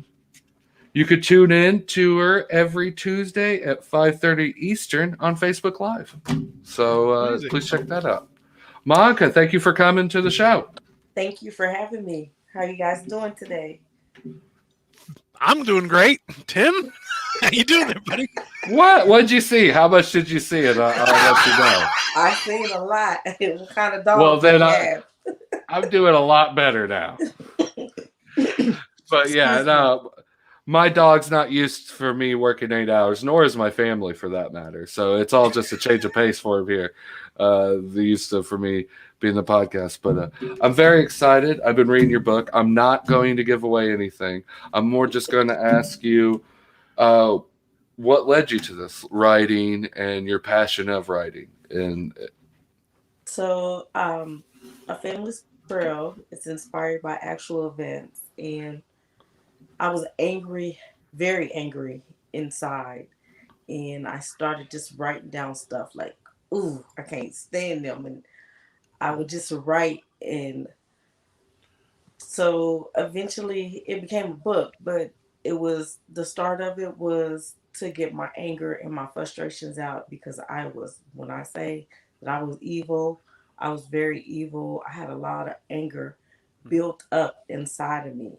So the writing was therapeutic. And then I just said, I'm going to write a book. So I just took all my notes, all my hate letters and everything, and I put it together, and it became a book, A Family's Betrayal. That's fantastic. And thank you for the copy you sent me in advance. It's been a great read. And I really just, I didn't want to talk about the book because I want people to go out and get it themselves. I want them to experience the book on their own. I want to more talk about maybe the production because we all have ideas of writing a book. You've actually done it. What is some inspiration or words of wisdom to some people out there that haven't and have want to take that next step but just really are self-doubting themselves or don't know how? So I would say the first thing I would say is don't sell yourself short. You can do anything that you put your mind to. It's not going to be easy, and anything that's easy, do you really want it? So what I did when I decided that I was going to make it a book was I wrote down little pieces and parts. And then if I got stuck, then I would move on to something else. And eventually I would come back to it. So it's a process. Everything in life is a process. Just like healing, everything is a process. Mm-hmm. So just take your time. You don't have to be in a rush as long as you finish. And that's the goal. The goal is to finish. So just take your time and just know that there's a process and you can do it. You can do it. Bobby Boucher, you can do it. Oh, you're speaking to home now. It's because of my feather collar here. Oh man, you got me. Dino, do you have some? I know you're actually a book connoisseur. I say I read books. People don't believe me, but I feel like credibility if you say it. In all honesty, that's part of the whole rules of being in Canada is you have to read avidly. Winters get cold, you're not allowed outside. It's fine. No, so I only started reading when I was already an adult. So it was more just something really needed to reach out to me, and it's stories like that. I myself, I know I look like a very angry person, and my wife might say that I am, but I've been trying to be a nicer person. Tim has pointed out multiple times that I'm not, but it's like hearing about someone trying to learn from their anger is a fantastic story, and I look forward to reading it because it's wonderful to see someone win through that, like overcome that kind of battle. That's an everyday battle. It never stops, but it's your choice to be happy or not happy, right? And that's like hearing how someone navigates that is very exciting and apropos to the time we're living in. I think it's better and more warranted. I could piggyback on that. What he said. It's a personal book, as you said. It's inspired on truth. Was that hard for you? As a comic, I can tell you, telling personal stories, sometimes there's lines, sometimes it's hard to share.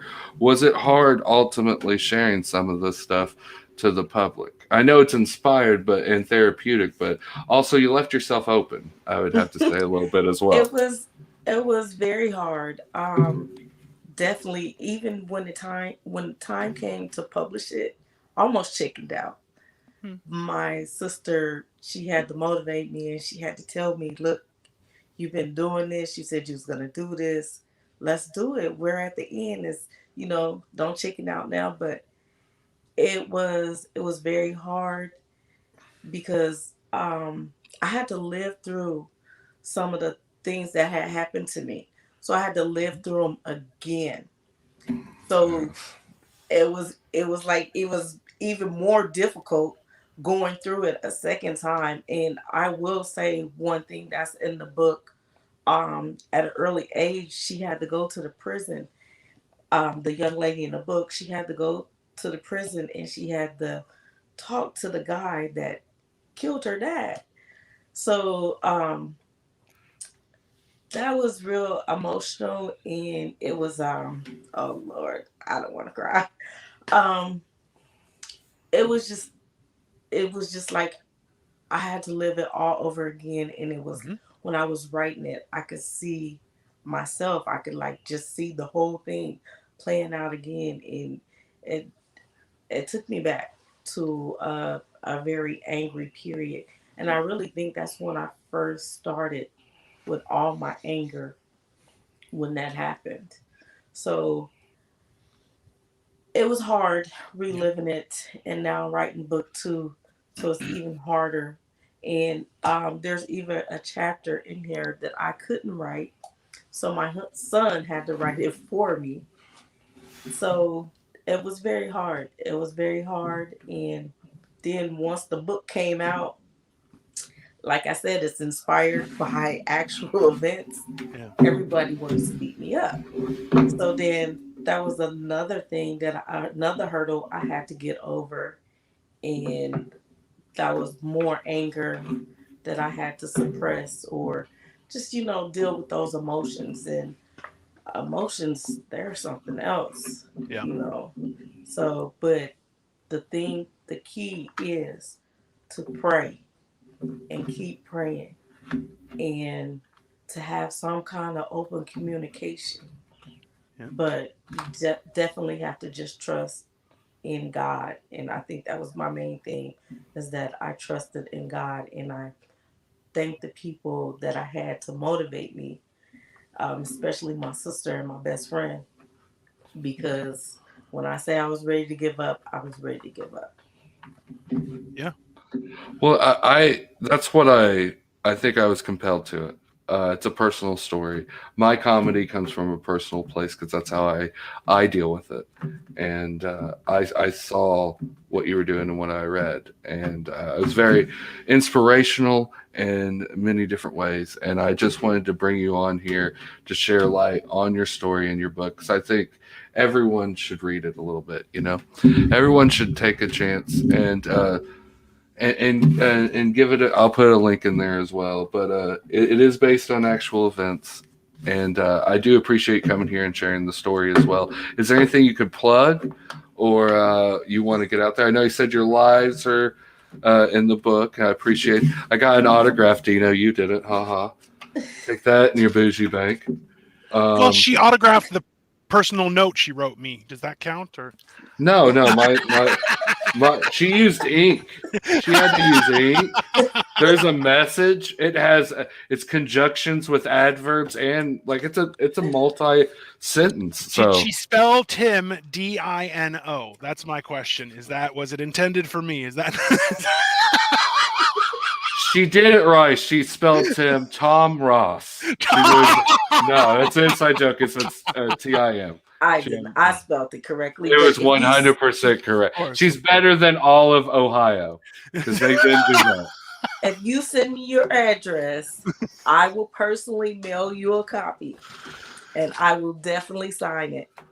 And I also want to say thank you guys for having me on the show. And yes, y'all got to come on my talk show. I have a talk show. It's on every Tuesday at 5:30. Well, it's 4:30 probably you guys' time. It's 5:30 Eastern Standard Time. Yep. And we are actually on television. So we're more radio based with these faces. But, we can. Did you hear that? We got offered to go to HD. I don't know. Let me spruce up my hair. I need that spray to fill in that line. Oh, you know what? You can get some at LaVarsh's Way. She has all that. She's actually in Mount Vernon, Illinois. Love it. She just showed me. But my main thing is to tell everyone, don't give up on your dreams. Yeah. And it's not okay for people to mentally and physically abuse you. But it is okay to get those emotions out. You just want to do it in a non-violent way, and that was something that I had to learn. Yep. So just keep your head up, keep doing you, and don't let nobody occupy your mind for free. Don't let them rent that space out for free. On that note, like, share, and subscribe to our channel, because that's well. Also, that's just great advice going into 2022. I think out of all this, we're going to make a lot of jokes, but informative wise, if you take that one piece out of all these 8 hours, it's going to lead in dividends in the next year. And thank you for coming here, and I really appreciate it. All right. Thank you, guys. I love y'all. Happy New Year's. Y'all have a fantastic rest of the evening. Thank you. That was awesome. Do you have the link? I think I have the link. It's a Family's Betrayals, right? On yes. Okay, so let me put it up there. You keep on bonging like a drum, by the way. I keep bong. Is it like that? Yeah, God that's dang. that's what's doing it. Okay. Hey, I got that figured out. Boom. I won't touch the desk anymore. There you go. That works. There we go. But that was her pen name's Monica Owens, Mo Real Monica, for her talk show on Facebook Live. You heard it there. If you go to Mo Real Monica, I'm sure you can find a link to her talk show. It appears.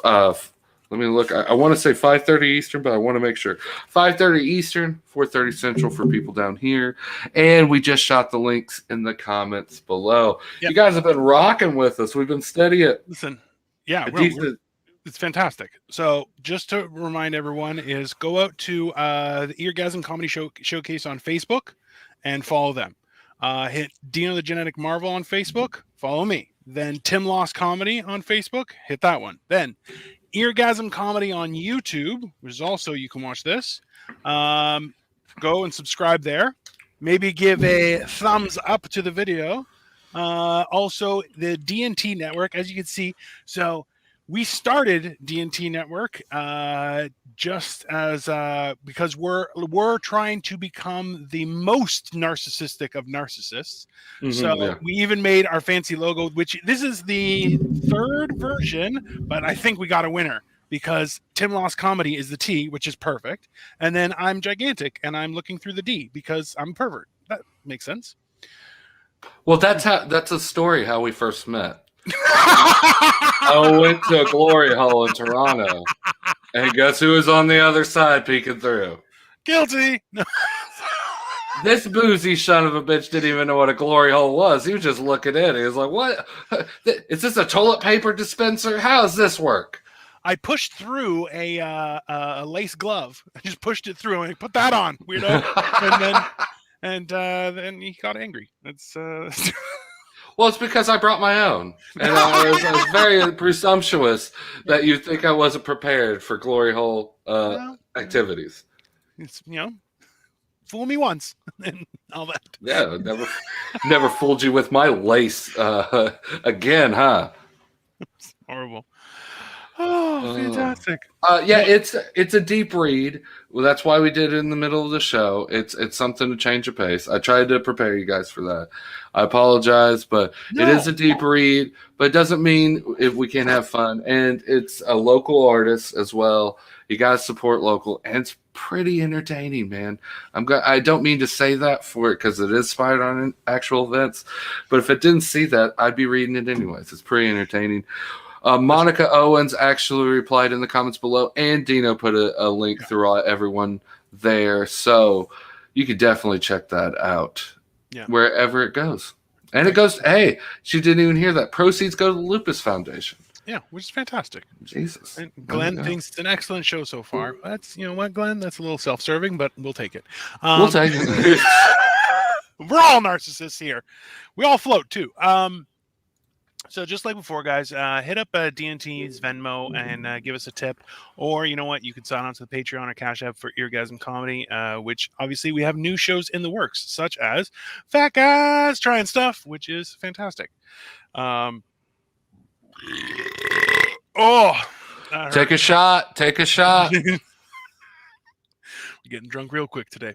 But I want to thank everyone for coming and having some good time here. You know what? So the best part is, Tim, you know what? It being a deep read, I think, is a valid thing and something that we need to do more often. And that's one of those things that has to be told as word of mouth. You know, I don't believe it until someone I know has read it. And that's what really resonates with me. But one of those things that Monica was saying was that the idea that, you know, having those boundaries and being responsible for yourself and how you treat people, how you interact with people is a great thing. And earlier this week on Idiot Says What, we had Dwayne White as a guest, and there's a whole bunch of clips coming out, guys, and check that out or check out the full episode. But it was an extra large episode. It wasn't even talking about us. Yeah, it was just 2.5 hours, and it was great. But we did miss "Am I the Asshole" this week, so I have a few things prepared that I thought I would share if we have the time. What do you want? Let's do it. I think we have a time. We got we got 12 minutes ahead of schedule. We are rocking, dude.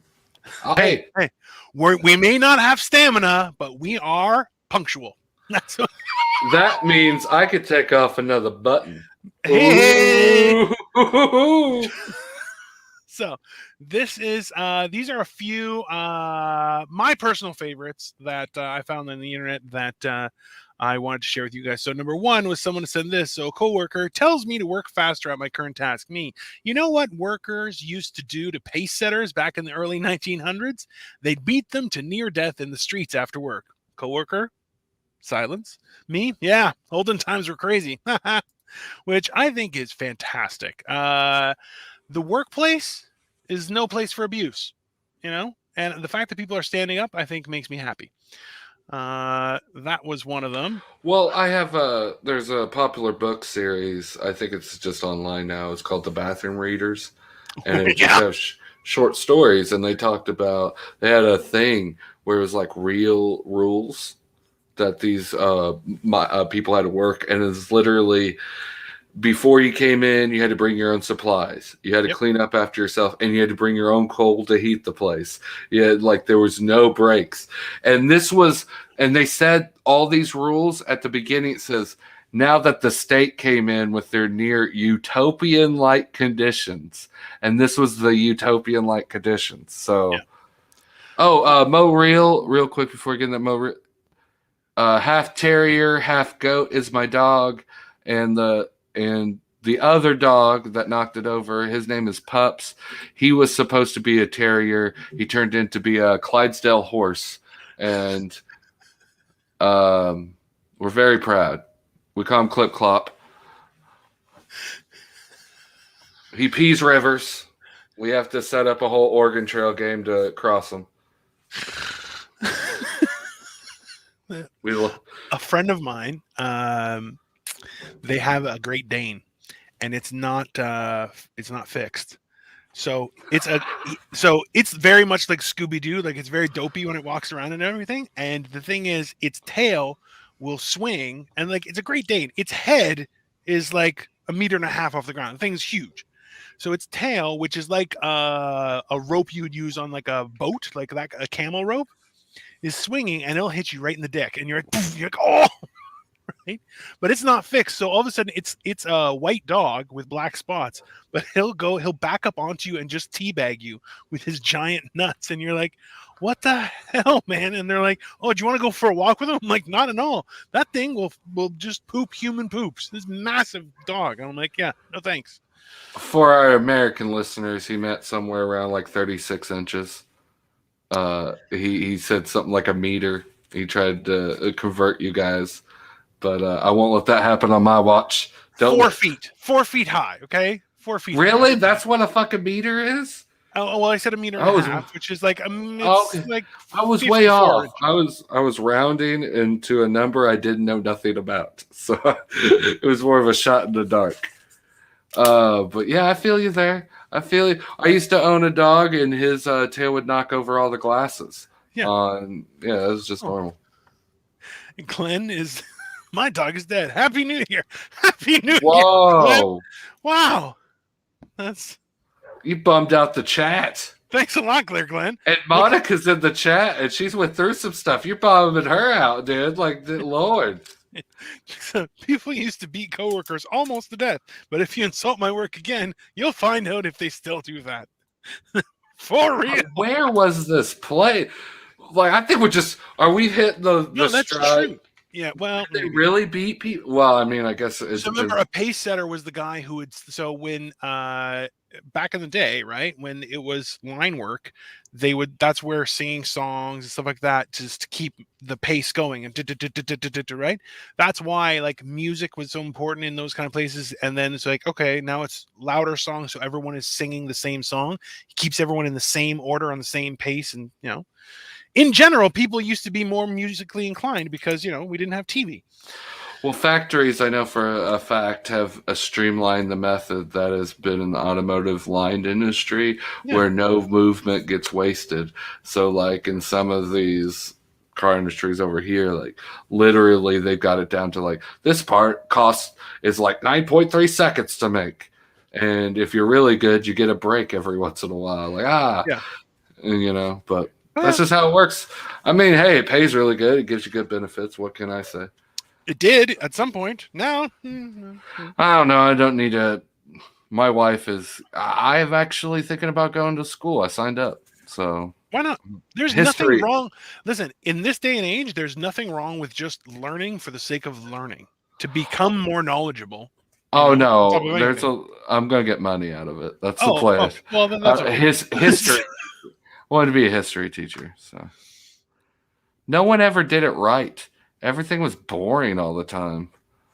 And no one ever, like, dude, around here in Southern Illinois, we stopped at 1800s. I don't even think we hit the Civil War for our American history. We just stopped. There's a reason for that, Tim. It's called history is written by the victor, and some things you don't want to share. Which is wrong. Don't get me wrong. I'm saying it is wrong, but Oh, you're saying I'm that far south? No, we're Yankee bastards. We're carpetbaggers. Illinois has always been Yankee bastards. Yes, we're however, part of the Union. The southern part of the country is not on the winning side. So this is the problem with Civil War is technically the country won. So who is being protected? It just becomes convoluted, and then they go, some bad stuff happened. Moving along. You're like, well, okay. I mean. It did make it hard to go to theaters and feel safe for a while, I'll tell you that. Kind of almost feels like our times. That's a deep cut. If you're a fan of Lincoln, you're pissed right now. Like, how dare he? It's only been 2.5 centuries. Ease up on the guy. No, history, listen, this is the problem, is history is not told in depth, and we've all heard the adage that those who forget history are bound to repeat it, and we've seen that many times in many countries in many scenarios. And right now we're seeing it in our lives with the pandemic and with markets, technology changes, workers' rights, people rights, human rights, all sorts of things. We're seeing they're very cyclical events that keep on coming back and over and over and over. It's definitely unique stuff. But that's the thing is when you go into history, you realize that, you know what? Things aren't as easy or clean or pure as a lot of people want to retell it. And it just isn't, right? Well, no. But that's the reason why all these things are having such a good thing. YouTube's and this knowledge of history. It feels like, especially for us, there's a whole world we weren't taught. And it goes in. Now, for me, I took every history class I could, like ancient civilization and shit like that. So I wasn't too, I tried, but there was a lot of stuff out there. So I think that's where the appeal goes, where you said, like, even in our American history, we have so much stuff we were never taught or half taught. It turns into almost like a fucking internet meme, and that's a problem itself. Yes. But I'm not educated enough to tell you that. I'm just saying, I still say Paul Revere is pretty cool, even though he didn't do shit really compared to everyone else. But you can't name them. You can only name Paul Revere, and his leg, and it's just because of a song or just how America is. Or I just recently found out the Boston Tea Party wasn't really had anything to do with tea, or it was just a bunch of drunken people that threw cargo in the lake or something. So the whole idea, and Monica loves history, and she's like, so the Boston Tea Party was just a gimmicky name. Because in actuality, it was a taxation without representation and the manipulation of power and certain markets and their functions, right? There's a whole. A very deep thing. Well, no, that's what we're taught. I'm sorry I simplified it that much, but I heard in simple fact, it was there's a rumor, or at least people writing, that we just got drunk and just threw it because it was a British's shit in the cargo. And then it used that story. It spun into something we could spin. Hey, they weren't drunk hooligans. They were patriots. Exactly. And when you're going, Yeah, listen, and think about it this way. Considering some of the events that have happened in recent history, it is always a question. How is that going to be remembered? Oh, they were fighting for the rights of man. You're going, no, these are a bunch of fucking jackasses, right? Monica says it's a protest on the same with the taxation and theft, and that's what side like turned into that. Yeah. Or this guy making the report could be wrong. This is where alternative history, like, I'm not going to state a claim on any one or the other, but I just know those narratives are out there and they're compelling as fuck. Oh yeah, well that's the best part about now with the internet, and it was the same thing. Think about it, when the newspaper came about and became more accessible, and information started moving faster, and the telephone, and then all these things happening, right? The idea is, if you could write it really well, that's suddenly history. People start remembering it, and that's why we have these weird facts where you're going, did these guys, like, realistically, these guys were shit-faced. They probably were in and around those events where people were going, taxation without representation. They're like, look at these fucking British guys. Let's fuck his shit up. Threw it in the water and go, fuck that guy, right? And then people were going, look, they were protesting, and they're like, yeah, otherwise we're going to get charged. If you know anything about Boston, anything about Boston, that's exactly how they party. 300. I hope people forget, like, these earbuds are fucking with my ears. So halfway through that monologue of yours, I picked it, looked at it, and then looked to see if there was gunk on my my finger, and I did that. So I hopefully no one saw that. Don't rewind about 2 minutes, because I looked at it because there's nothing there. And that was the more mystified, because it feels like something's there. And it's like, see, Monica saw it. That's the thing. I knew someone else saw it. Everyone saw it. Even you were like, is this motherfucker picking his ears right now? Well, it doesn't help that the green blobs in whichever direction you, like, as a trail. So when you're doing that, that's not good. Dude. If you're taking some sort of Tim Loss enhancing substance right now, this is really going to be rough for you if I'm moving around. Monica, that's the thing. Then look up Civil Huntington. She rode like 170 all of those miles. The credit, Paul Revere. And you know what? That's why, it goes to the other thing. That was sexism way before. They did it. Always. She had to do almost quadruple, and she didn't get credit as a man. Oh, Lord. Listen, you know what? Those are sexism. A lot of people joke about it and stuff like that, and there are times when it's funny. However, in real life, it is serious, it is horrible, and if you actually think that women can't do what men do, you're an idiot, because women can do way more than men can do. Men aren't self-aware. They're barely stupid aware. Okay, let's be very clear. Men say that who have never been pegged by a woman. I'm never, man. Well, you gotta I've never been to jail. Why you gotta put that on there? What jail did you go to? I've never been to jail. I've never been to jail or in the army. That backside is nice and puckered. I have the most puckered butthole of any Greek in the world, sir. That sounds like a very pristine Craigslist or Grindr bio right there. Like, I got a pristine butthole. No jail time. No. Well, it's like the ruins in the Amazon. They've been taken over by the Amazon, but once you remove the foliage, pristine condition. That's rarely do I get disgusted, but keep saying. Got me on that one. And on that note, you want to bring up our next guest, because you know him more personally than I, and you could probably do a better job. Well, yeah, he's a close friend. We have a podcast. He reached out quite a few months ago, and we started doing called Generation Dan, which is 3 comedians from different generations giving their perspective on a lot of the same topics. So me looking like I'm 1,000 years old and some sort of homeless wizard, I'm the old person there for Generation X, and then there's the millennial, which is our next guest, and then we have Generation Z, who mostly just complains and thinks they're important when we tell them to shut the fuck up. But it's entertaining as hell. So without further ado, I will bring in our guest. It's Atlas Novak. Hey, Atlas, what's happening? Hey, how what's are up, you guys man? doing?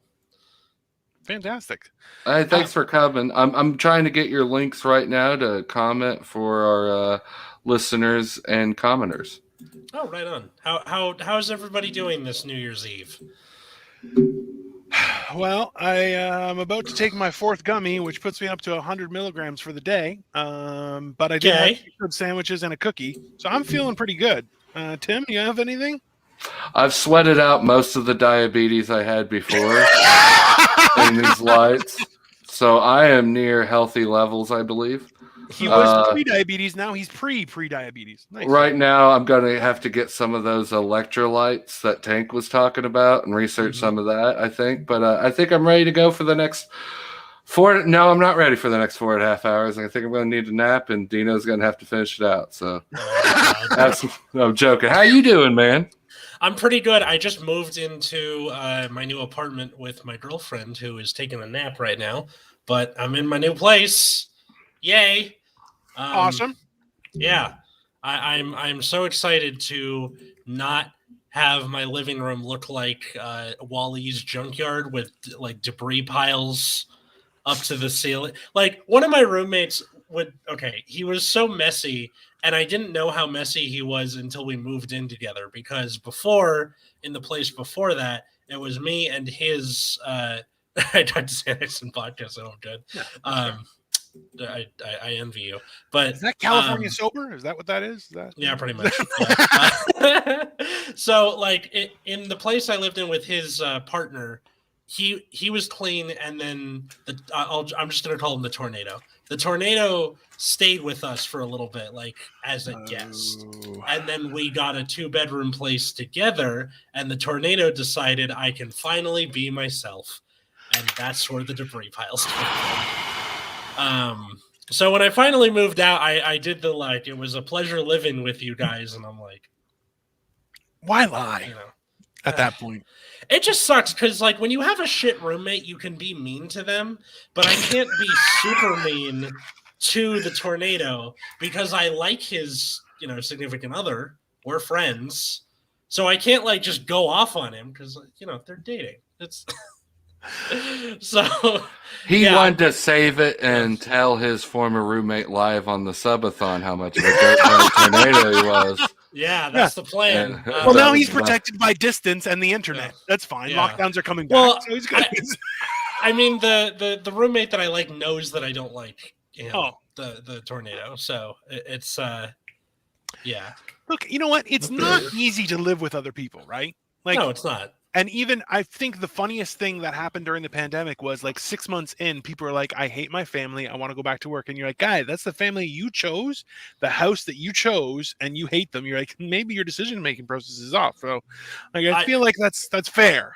It's just too expensive to live alone. I think that's yeah.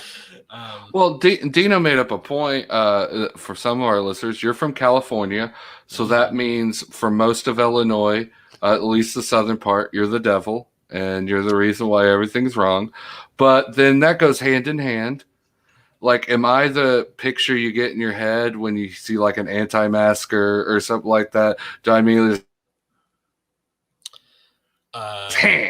version of what maybe Californians think of a Midwesterner, if that's a simpler question?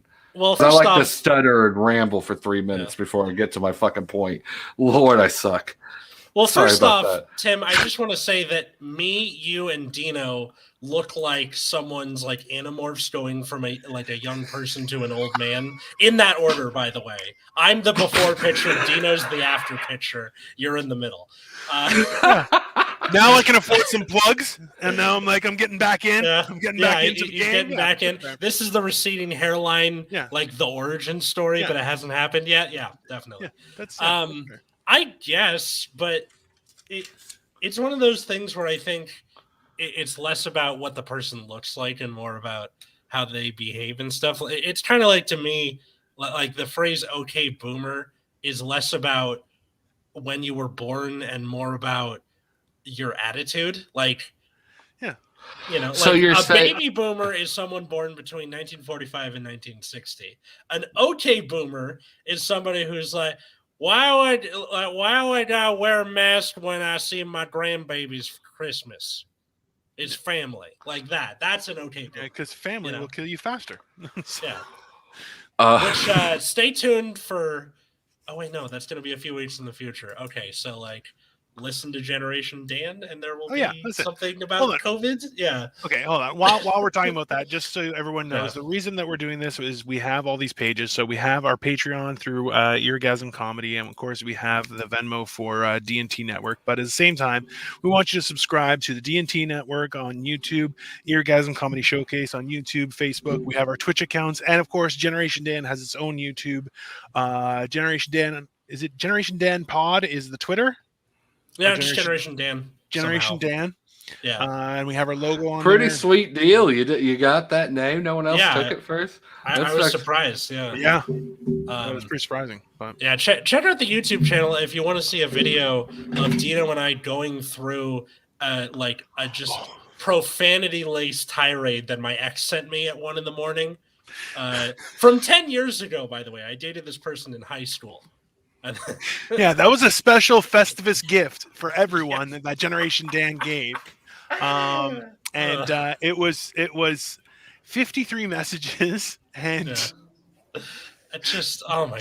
The editing is fantastic, because I'll tell you right now. Who edited that one? Atlas did. I did. Oh, get it, dude. My editing sucks.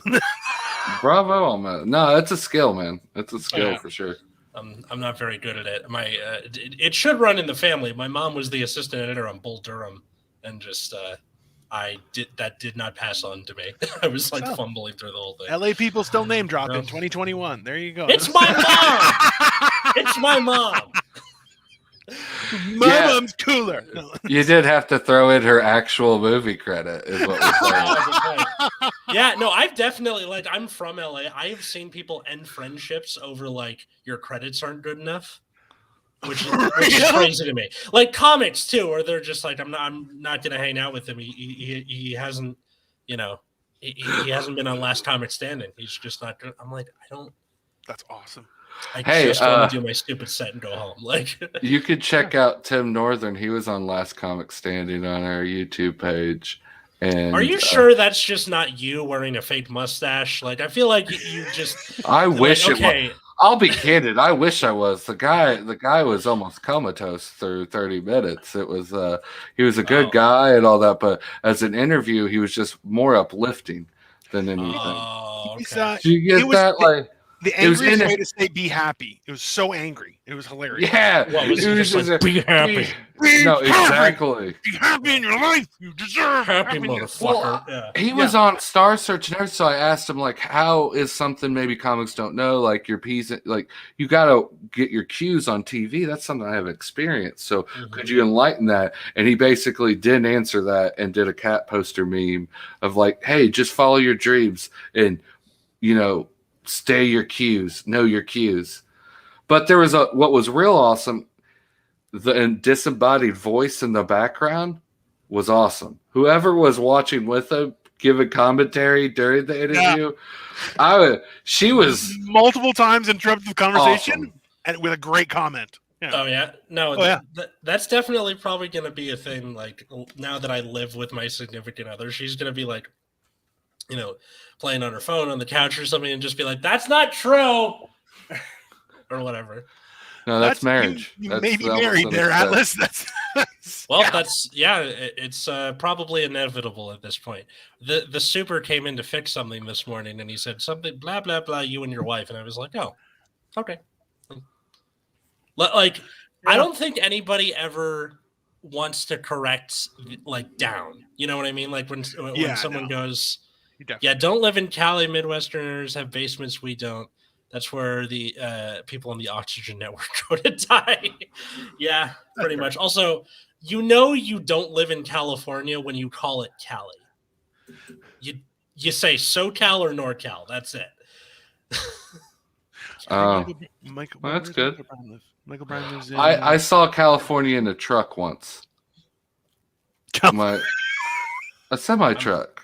Don't act like that's not possible. I was No, there. it's not. I'm just wondering when Look at this was. Dino, like, I feel it's like a respectable living, sir. You are being trafficked. Okay, I thought when he said I saw California in a truck, I thought it was like a cardboard cutout of the state of California in like a flatbed. That's what I imagined. And that's awesome, though. I would much rather see that. What I saw Bakersfield, California, so I'd rather see. No, dude. If SoCal and NorCal ever go to war, it would be over who has to keep Bakersfield. Bakersfield is the relish of California. If all cities were a condiment, it's the worst condiment. I'm the worst music person ever, so I know that's Korn's hometown. So I was pretty pumped that the band Korn. I was like, maybe I'll see Monkey around. Like they still live in that. Yeah, town. They don't. Because as you all know, when people start a band so they can tour the world, once they do that, they go back to their hometown to live in the place they escaped from. Yeah. Hey, I gotta go for a second. My son's going to his New Year's Eve party. I'll be just for 30 seconds. Head out, but dude, awesome. All right. Listen, I told you my wife she went to California a while ago, and one of the big things. Let me mute Tim because he's so loud.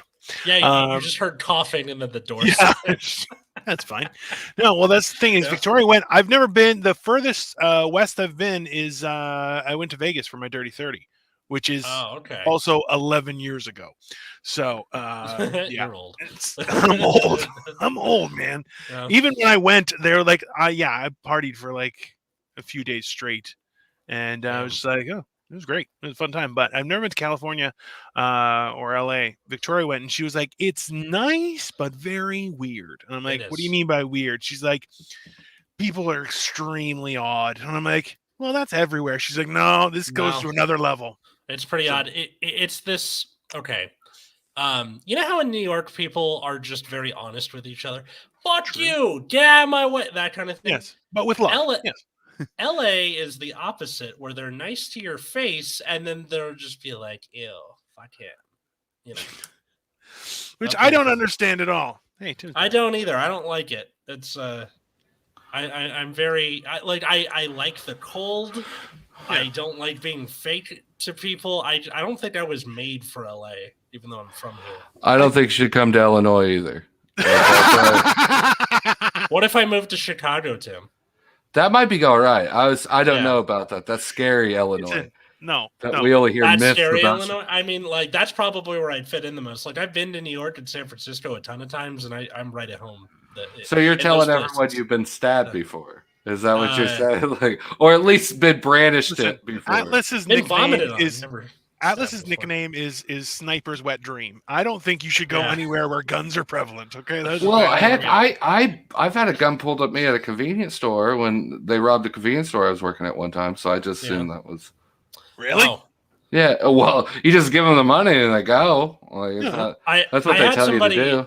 I had somebody pull a gun when I worked at a convenience store. They put my finger and thumb in the pocket. Oh, okay. And like I could tell, and I was like, "Can you show me the gun?" That's all I said, and then he just ran out. Okay, but hold on. Listen. Okay. Yeah. I feel like, look, you guys have access to guns a lot more than we do, but at the same time, like there are very few guns that the tip is only the size of a finger, right? Yeah. But it's like, what if the one time that you're like, oh, that looks like a finger, and then he pulls out a real gun? What are you going to do? Atlas has been stabbed at least once. I live in San Jose. Technically, we're NorCal, but we're right in the middle. Yeah, you're NorCal. You're above the Santa Barbara line. That's the that I'm just making. This has at least been stabbed once. Yeah, that's fair. I don't know. Dino's right about Sniper's Wet Dream. I look like someone did the big head cheat in Tony Hawk's Pro Skater 2. That's The only reference I got ages me so fucking much, so I just didn't say anything. I was going to use like maybe a Munsters reference, but that I get that. Yeah, I know we all get it. Doesn't mean it should be fucking said. I try to think of better than that, but I'm coming up with nothing, so I'm just gonna shut up. That's why I didn't say nothing. I was like, I mean, it's your show. I'm not supposed. I don't want to take over. I'm only here for. Well, no, Dino loves to take over, and I let him do it. He was loving it. Okay. Hey, I believe I covered that in the first episode where I'm like, that's horrible because then I'm like, yes, I deserve to have power and I will accept and never give it back because I'm a dick. Atlas, you're from LA, and I'm sure like you eat foods over there. I've heard LA people do that. How do you feel about cottage cheese? Yes. Cottage cheese, with or without fruit. What do you think about it? Cottage cheese is like it's on the lower tier of cheeses, along with like brie.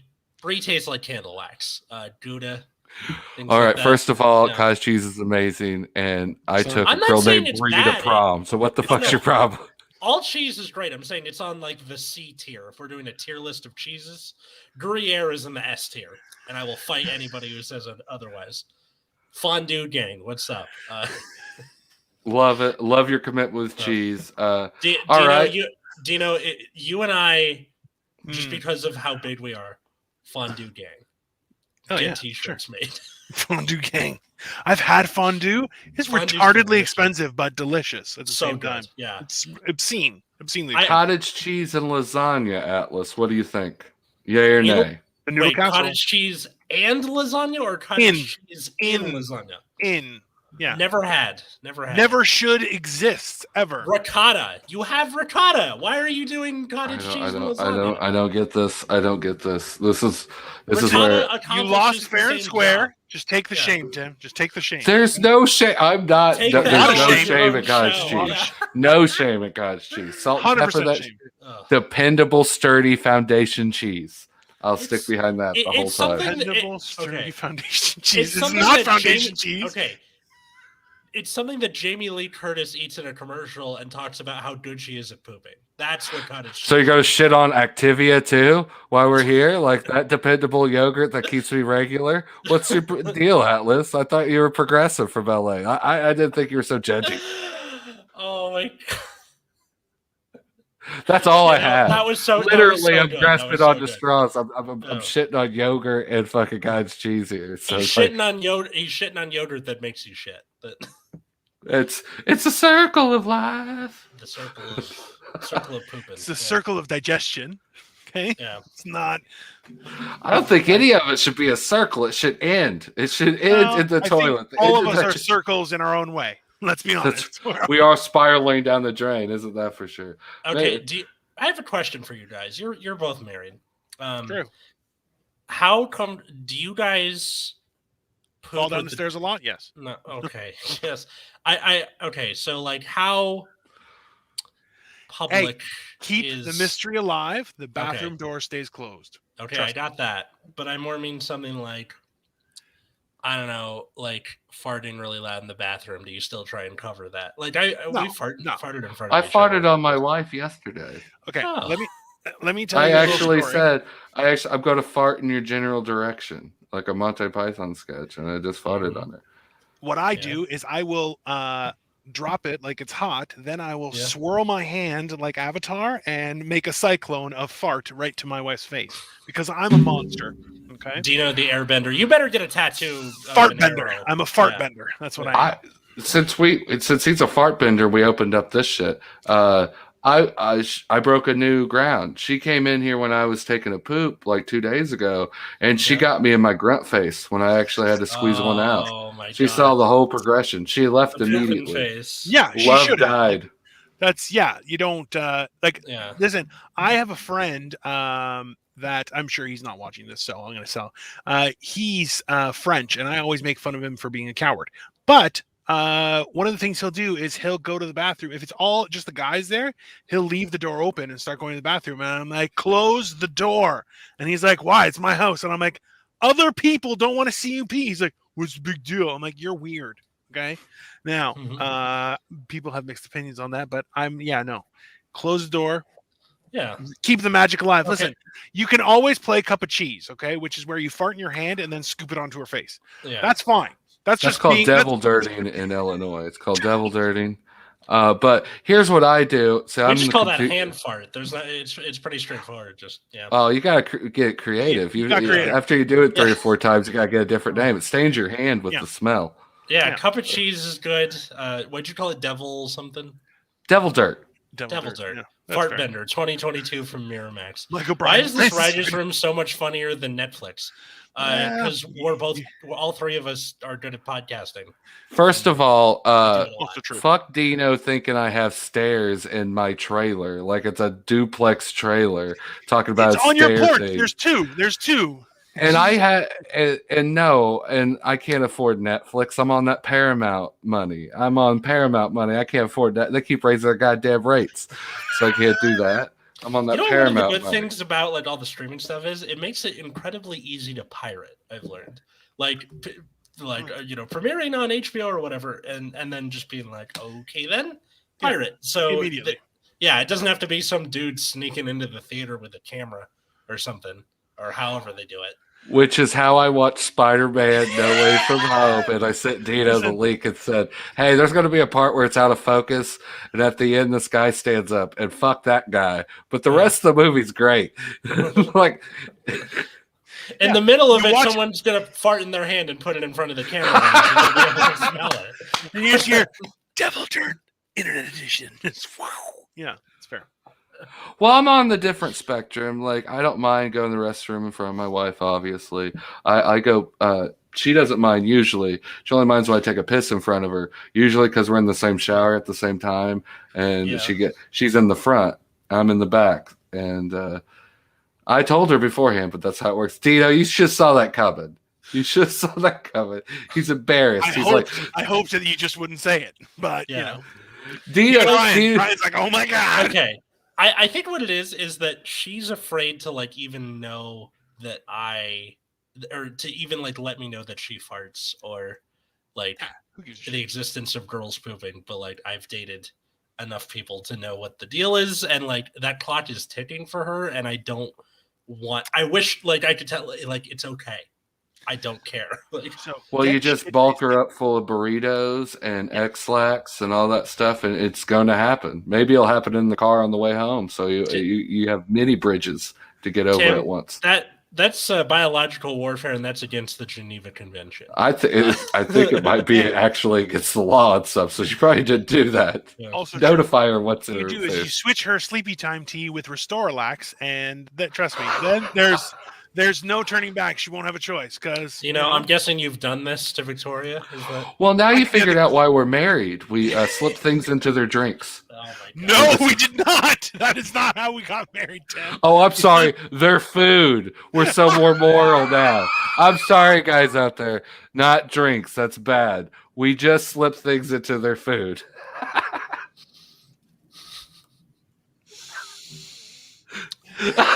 I got a fucking Dino sign halfway through. That takes 2 shots if you're playing the game. A Dino sign. What's the game? What's the game? Oh, a burp. A burp is 1 shot, and a sigh, a complete silence sigh. That's 2 shots. That's fair. Just finish your drink, like Dino wants to do. We're watching. We're working our way through How I Met Your Mother together. Right now, and our little game is anything that hasn't aged well, take a drink. Anything that hasn't aged well, take a drink. Anytime Barney says challenge accepted, take a drink.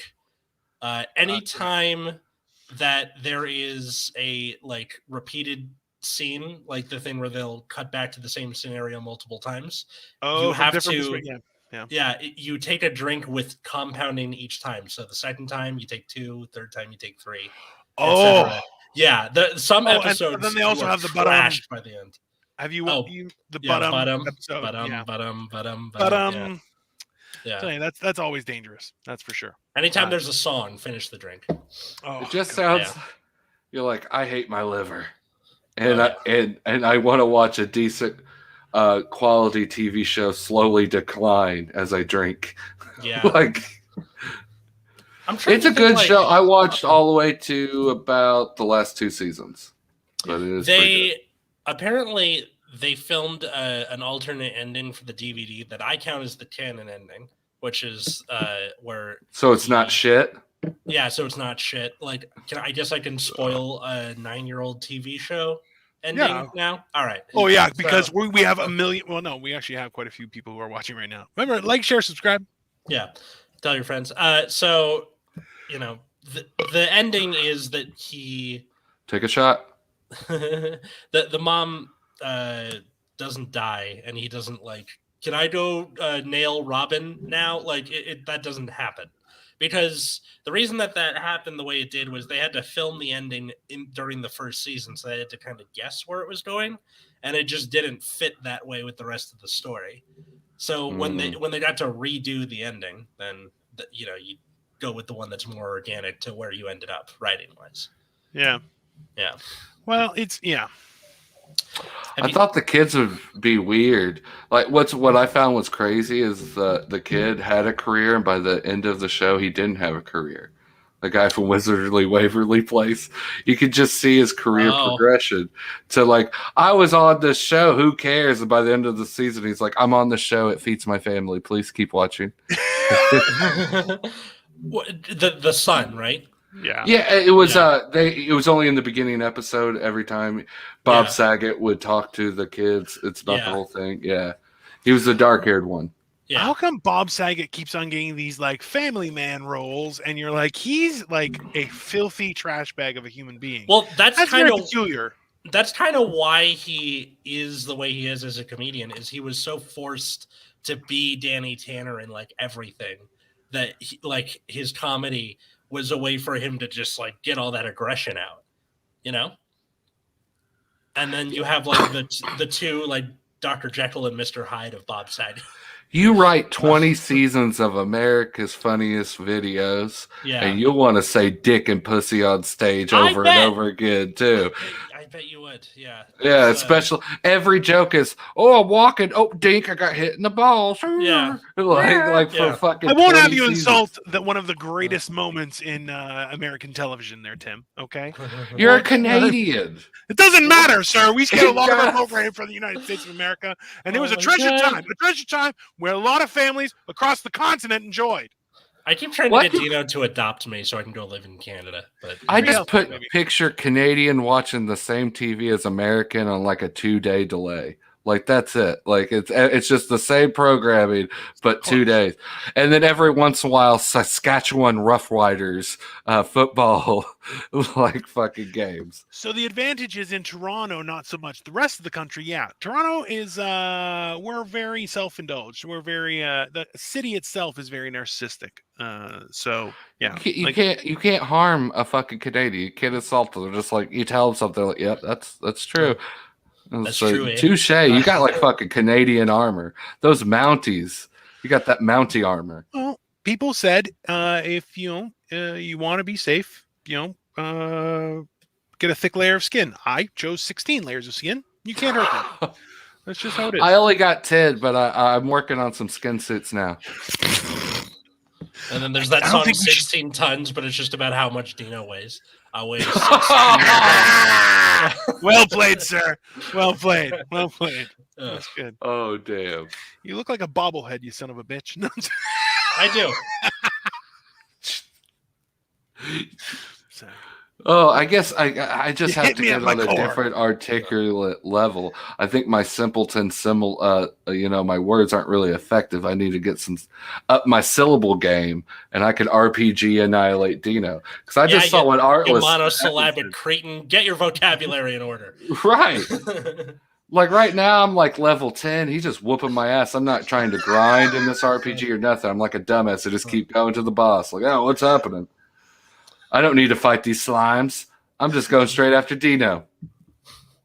Yeah, I'm getting murdered. Walking your ass to the Elite Four when you've only beaten one gym in Pokemon. Right. They have to shake your hand. It's a Canadian law that if you insult a Canadian, they have to shake your hand. I did it to Sam Losco, and he didn't shake my hand. That's why he kept. That's why I kept telling him to fuck off. So, Michael, I'm sorry. That's wrong. Because I was like, is that a Canadian thing? They just don't shake hands? What the fuck is wrong with this dude? Okay, now post-COVID, I think I'm on their side at that point. He was talking. Oh, first of all, listen to what he was saying. I think the words conspiracy and COVID would probably in his vocabulary and in the same sentence, but I don't want to put it on him. So let's just say there wasn't a lot of masks being worn at the same Lasco show. So I don't think he was really carried, especially since in every photo he's hugging people, and I didn't get a photo op. I didn't get a fucking handshake. So which is just weird. I understand. I'm I messed up his playthrough, his playback for. He had to sing "Turn the Page" by Bob Seger, and I fucked it up. So okay, that's not a you problem. That's a him problem. So his night moves.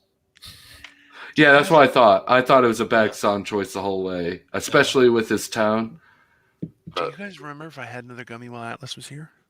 You said you had one right before I started. But you also could have been kidding. Do you know how many of these things are you gonna look? I don't.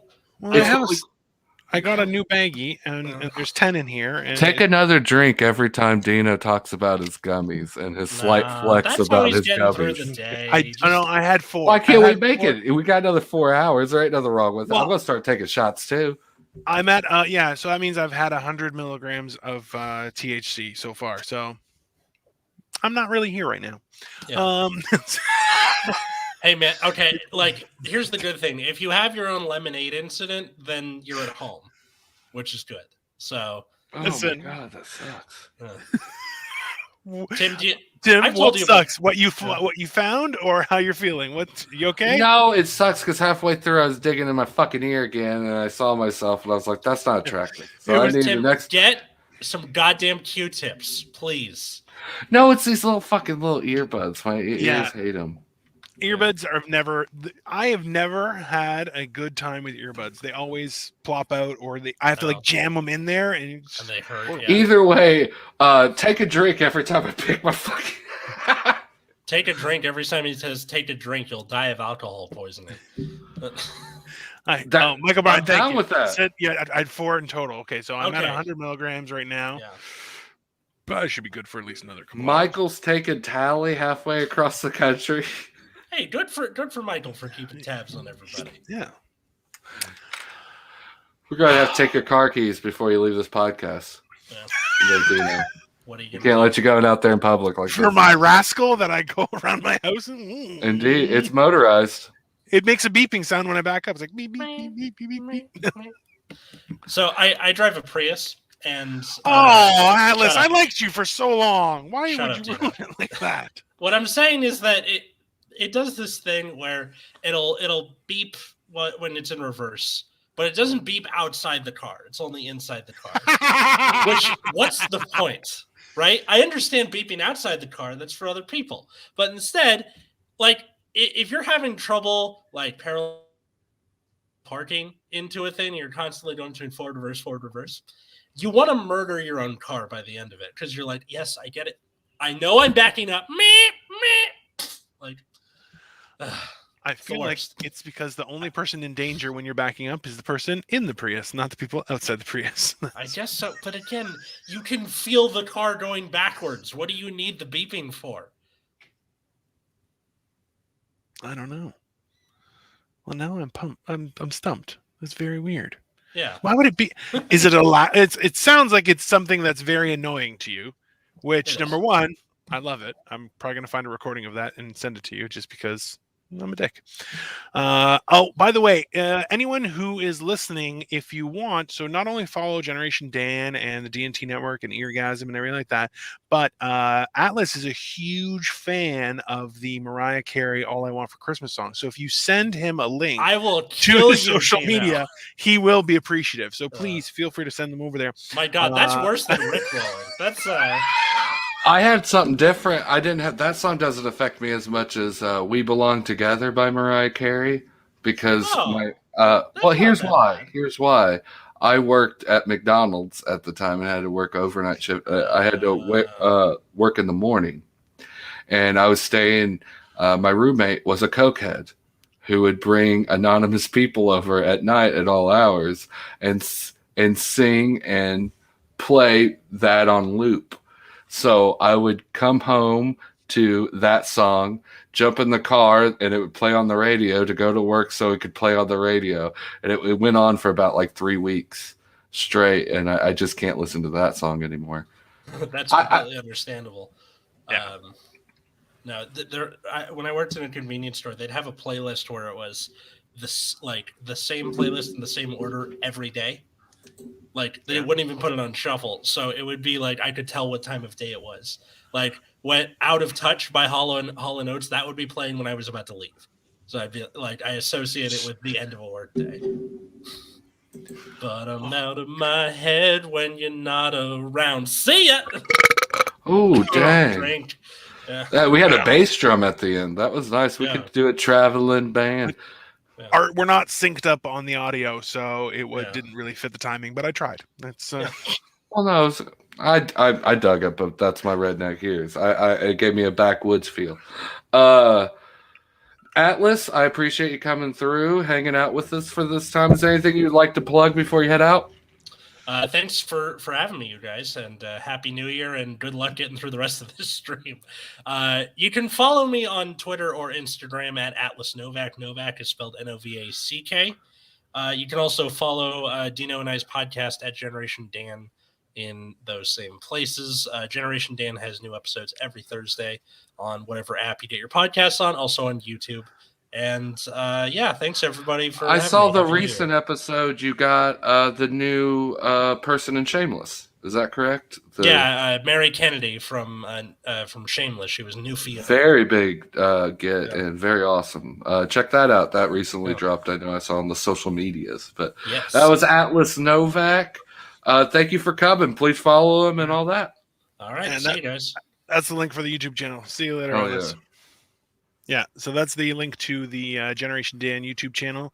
Also, as well, so with our thing, we are available on Anchor FM/Idiot-Says-What. I don't know if this will be. I'm going to try and do it. I think it's too big, but we might have to cut it probably be too big. Are we on Spotify too, or is that just we are on Spotify? Cool. So that's you one catch thing. us free everywhere. Yeah, but so we are also on Anchor.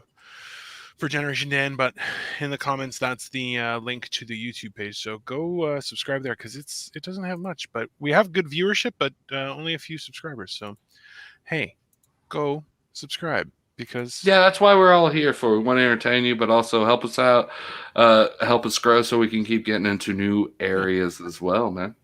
And if you like what we're doing, we got it flashes up every once in a while. The Venmo, you can see it on the scrolling thing. We are accepting tips for our hard-earned work. Yeah. Please show our wives validation for our 8-hour shift. Yes. And also while you're there, check out the Eargasm OnlyFans and Patreon. I think it's Patreon, Cash App. I'm sorry, I said OnlyFans, but it's the same thing. There are the secrets there. Don't worry, it's coming. Don't ask how we make the bread and where we get the yeast, and we'll be just fine. Yeah. And that's been really good. I think our next schedule is pretty exciting stuff. Our next one up is the legend, man. This was an interview we did. Why Dino gets up. It's the interview we did. We were very blessed to have. He was a comedy legend who's done it all, booked it all. Actually booked Letterman for a while. He's been on all types, movies, TV, it doesn't matter. In anything comedy related, he's done it. We're very privileged to bring him on the show and do an interview. And we've been sitting on this interview until this moment right here to bring with you. But this was a big moment for us all the way through, just because unless we lost it, and then I was lying to you as a joke the whole time. No, I'm just trying to find it. I wasn't ready for it, man. No, you're fine, dude. I'm sorry. That's why I'm talking more. This is a big get for the D&T network, Eargasm and everything. His name's Eddie Brill. Eddie Brill's been doing comedy for almost 40 plus years. He's worked from anyone from Rickles, Kinnison, all these people, even the greats you know now. Hey everyone, this is a special episode. There we go. And we just want to make sure and I had messaged him and didn't think he would reply, and he actually replied, had a very cordial time with us. It says episode 10.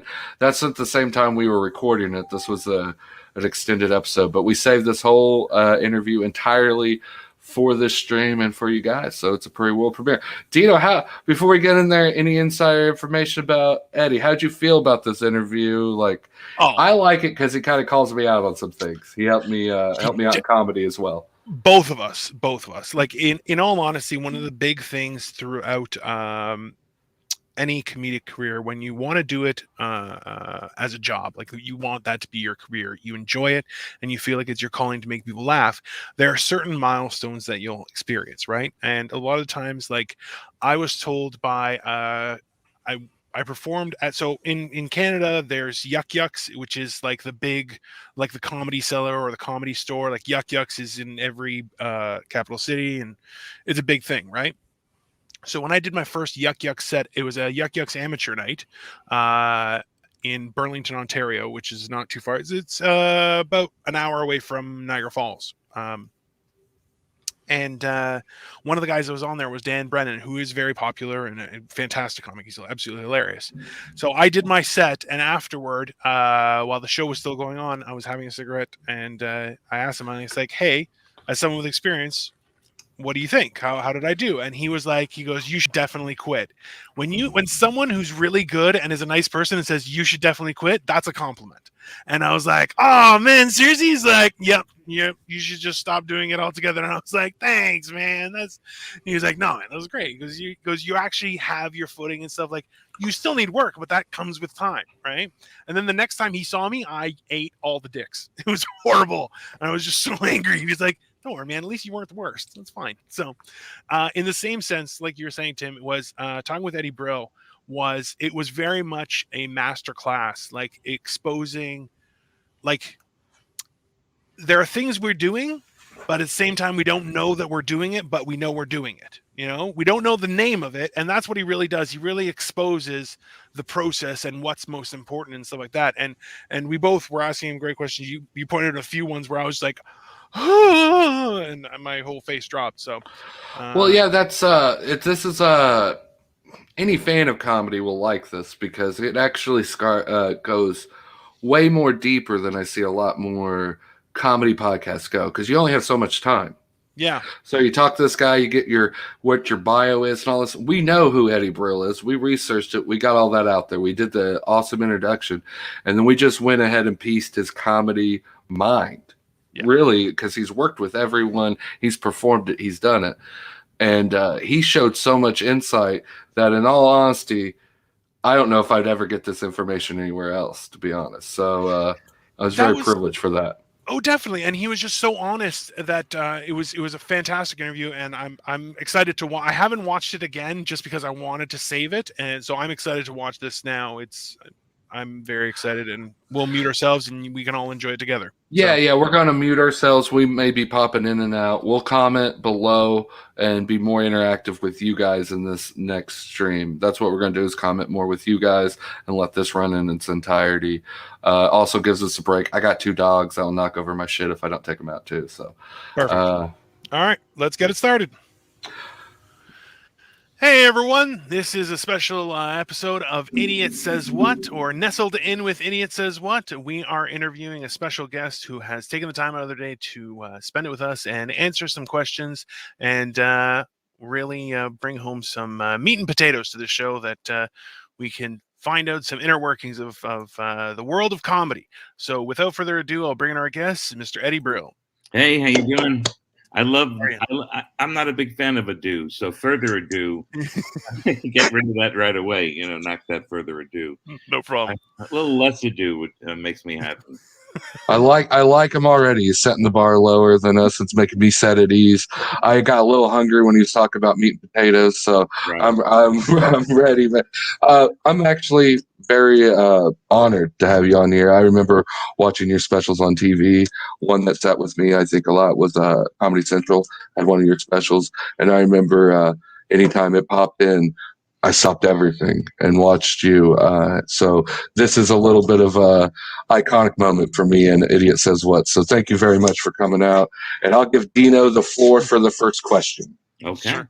So, Eddie, I have this question. I always ask it to people who have achieved a lot in their lives. So, you're obviously very talented, a smart guy, great at networking, and really intelligent and achievement in your field. But why did you choose comedy specifically? Well, it's interesting. There's always been comedy in my life, in a sense, where my parents were very young. They were only 20 when I was born. So it's like having an older brother and sister, and they love comedy. And we had comedy albums in our house. And, my parents were pretty funny. My mom was really hilarious. And it was a lot of sarcasm and fun. It was just a really, we didn't have money, but we laughed and we laughed and we laughed. And whenever we can watch something comedy wise, it was always happening. I never thought of it as a career. I just thought, this is really, comedy really solves a lot of problems, when you're. That's true. That's true. Comedy brightens you up. So anyway, when I went to college, to shorten it up a little bit, when I went to college, I met funny people right away. The beginning, your first friends, and we formed a comedy group. Right. And all of a sudden, I'm on stage doing sketch and improv comedy with these incredible friends of mine, and we were wildly successful, which you can't go wrong. And and we became very popular. And so the work we were putting in to keep it at that level, the group of people, the men and women in my comedy group, were boys and girls, and we were just working our asses off, making sure that we can each time take the comedy to the next level. So all of a sudden I'm in comedy. I didn't try it. I remember watching, the TV shows, and I remember, as a little kid, I would play with words a lot. And then I saw George Carlin on TV, and I saw that he did that, and he was successful. So along the way, there were little, ideas. But one of the most vivid memories for me is my sister and I were being babysat in Las Vegas while my parents went to go see Buddy Hackett in the hotel room. And we're on like the 10th floor or whatever it is, and my mom and dad walked through the door laughing. And I'm thinking, well, whatever was funny really was funny because they saw the show, they were paying the bill, they had to go up through the lobby of the casino, up the elevator, through the door, and they were still laughing. And I remember, as corny as this sounds, I remember how my mom seemed like the brightest light I've ever seen her, because people have that from laughing. Laughter does that to people. And I always wanted to be the person to make my mom have that thing, that shine. So my mom was a big supporter of my comedy all the way through, and she was very proud that I was doing what I love for a living, and she, so it all came full circle back to making my mom happy. And so there you go. It's just great. That makes total sense. Right, and then boom, you're on a different path. I was like, man, we almost, because I'm a narcissist anyway, so I was like, we have similar. That's how I liked it. That's how I connected with my family. I liked a lot of different stuff than they did, but comedy is what brought us together. And then you said your mom started supporting you, and that's when it all derailed. My take the prices for my show. My mom's like, I see you all the time. I don't. You should have went. We got the community college degree. You should have done a little bit better. Like that's where it is. But I think that's awesome that the connections started from there so early, man. That's amazing. Yeah, my father didn't support my comedy dreams at the beginning. He was very much against it. I remember he went to see me perform, and I was brand new at it. And I was not only was I mediocre at best, I was shitty, and I was nervous. And I hear him laugh each time I would bomb. It was just horrible. And eventually, and he wouldn't. After that, I started doing better at it, and he didn't come see me, didn't support me. And the story is has already happened, so I know what happened. But his friends came up to him and said, "Hey, I saw your son, and he's pretty funny. You should go see him." And he finally did. He snuck into a club one night, and you know, he didn't like sneak in and like get past the doorman. He snuck in for me, you know. And when I got off stage, I saw him in the, you know, back of the comedy room, like, you know, tears in his eyes because, you know, he had tears in his eyes because he thought, wow, my son is pretty good at this.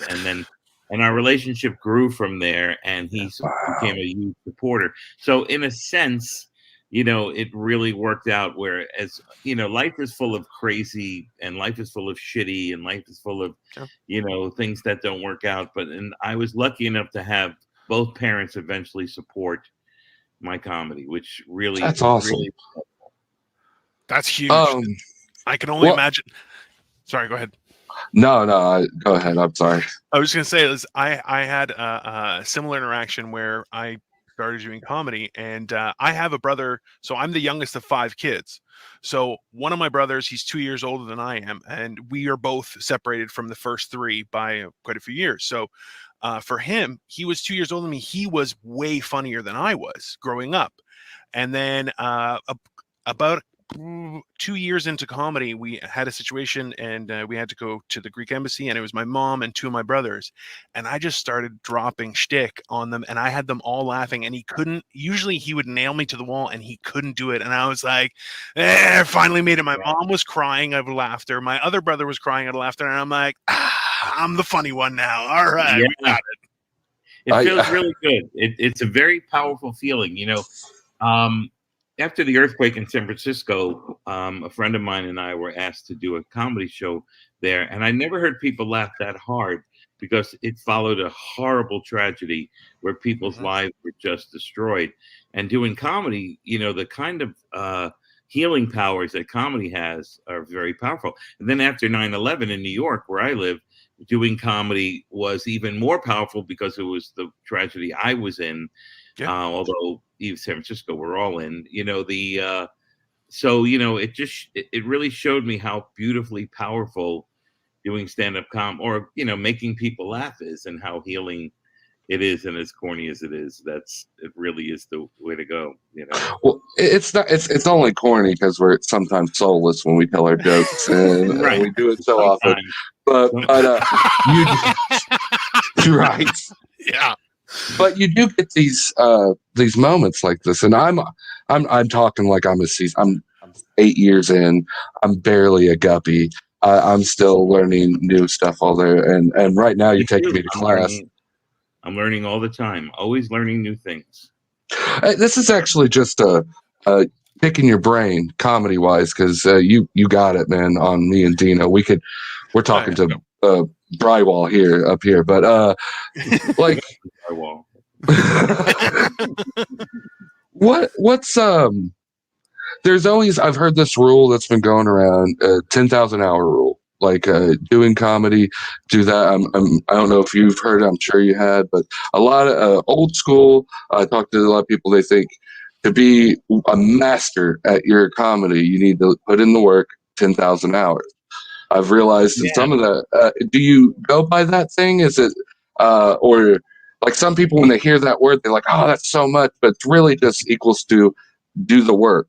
Is that still? What's the guy's name with the 10,000 hours? And I know it's Malcolm Gladwell. Yes. Malcolm Gladwell has you know, the book, and you should be doing something for 10,000 hours. And yes, it's the more hours you do something, the better it is. And he's an incredible writer and an incredible, you know, it hits home that, you need to stage time is what, you know, his comedy's version of what his 10,000 hours is. And the more you get on stage, the better you get. It's just the way there is. I don't believe you can teach someone to be funny. You're either funny or you're not. That's you can workshop it. You can workshop it. You can be each other's eyes and ears, and let people, you know, it's nice to see how, like, it's hard for us to see ourselves. So if you have people you could trust who'll give you some honest feedback, that's beautiful. But it's all part of doing it and doing it. And, you know, like I said, I'm still learning things all the time, and it gets better and better and better. You know, I mean, there's always sadness and there's always negativity, and the world has to work that way. You know, it's a give and take. It's constantly happening. So instead of worrying about rules, really, there are no rules that, if you're Andy Kaufman, you're doing stand-up differently than if you're Jonathan Winters or you're Lily Tomlin. And, there's no, you can't be wrong. If someone's laughing at your stuff, it's comedy. And even if as a comic, you're like, well, that's hacky stuff, or that's an easy premise or whatever, you're still making somebody laugh. So the key is, if you really care about it, you just put the work in. And if it's 10,000 hours, fine. Yeah. I guess I should have started out with that, but that's the thing. But I believe in the sentiment. It's true too. It's all about just working and gaining new experiences. Well, on that point specifically, one of the things that I always ask people is in finding your voice, how was that experience? Because I know for myself, like, I had always been a public speaker, and I was actually a financial planner well into my 30s. And then I lost my job, and I was like, I just wasn't happening anymore, right? So I was like, okay, what makes me happy? Comedy makes me happy. I'm going to try comedy.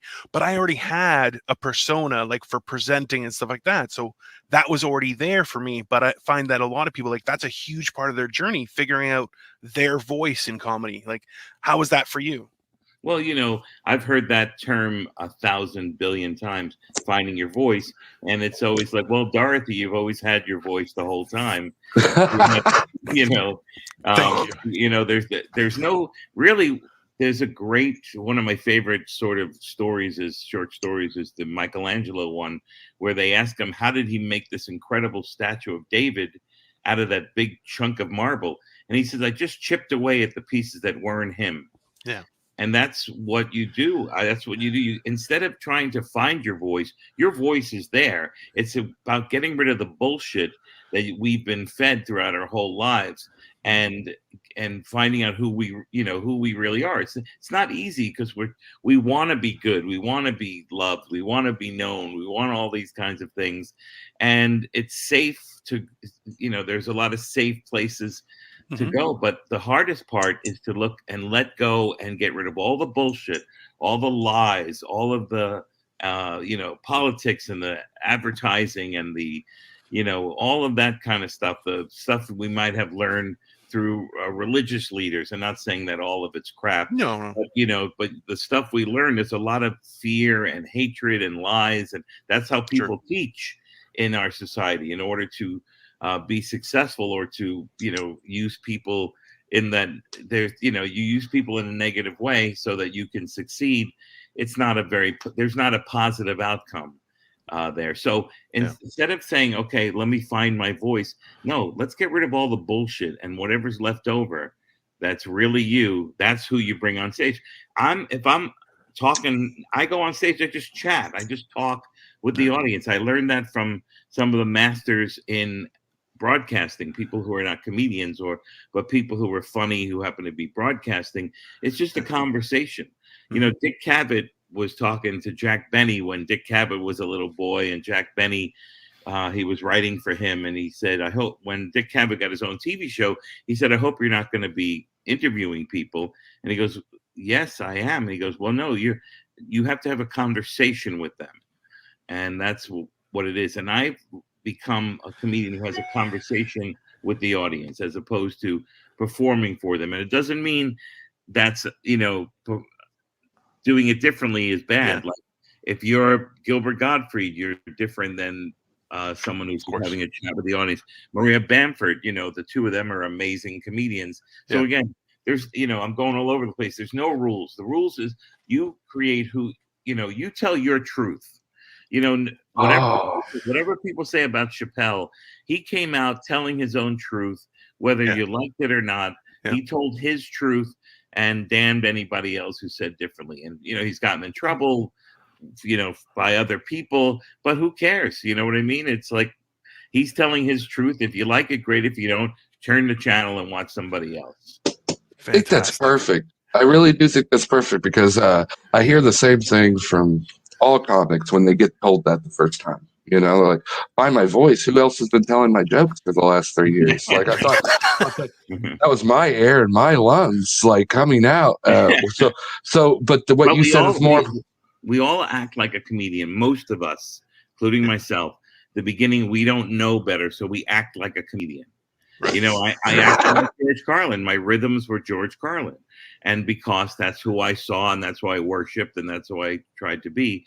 And the key is to get away from that, to not be George. There's already a George Carlin. It's being who you are. I tell you, Eddie, I'm usually the one that changes everyone's perspective with the team that we work with and with Tim as well. So right now I'm like, I need a minute. I'm like, that's the first time that one's happened to me. And I'm like, oh, wow, that's an interesting feeling. That's because, I absolutely agree with what you said. It's fantastic.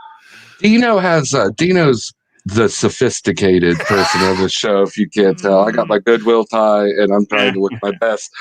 So I'm going to ask some I think we've broken the ice a little bit. I'm going to ask some different questions more than anything. Only questions that people look like me would ask you. Like, one is, you travel everywhere. A lot of people, food's important. You can tell by the chubbiness of my face that wherever I go, I try to eat wherever I go in the town. But the reality is, you usually sit with a bunch of truckers at midnight eating whatever you can get. Is there been one meal that you could remember off all your times doing comedy where, like, oh, that I got to write that one down, where you had a good open mic set of how bad or good it was?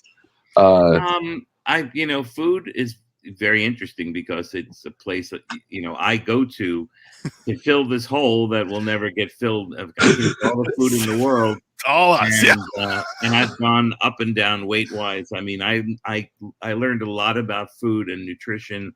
In 2010, I got this education in food and nutrition.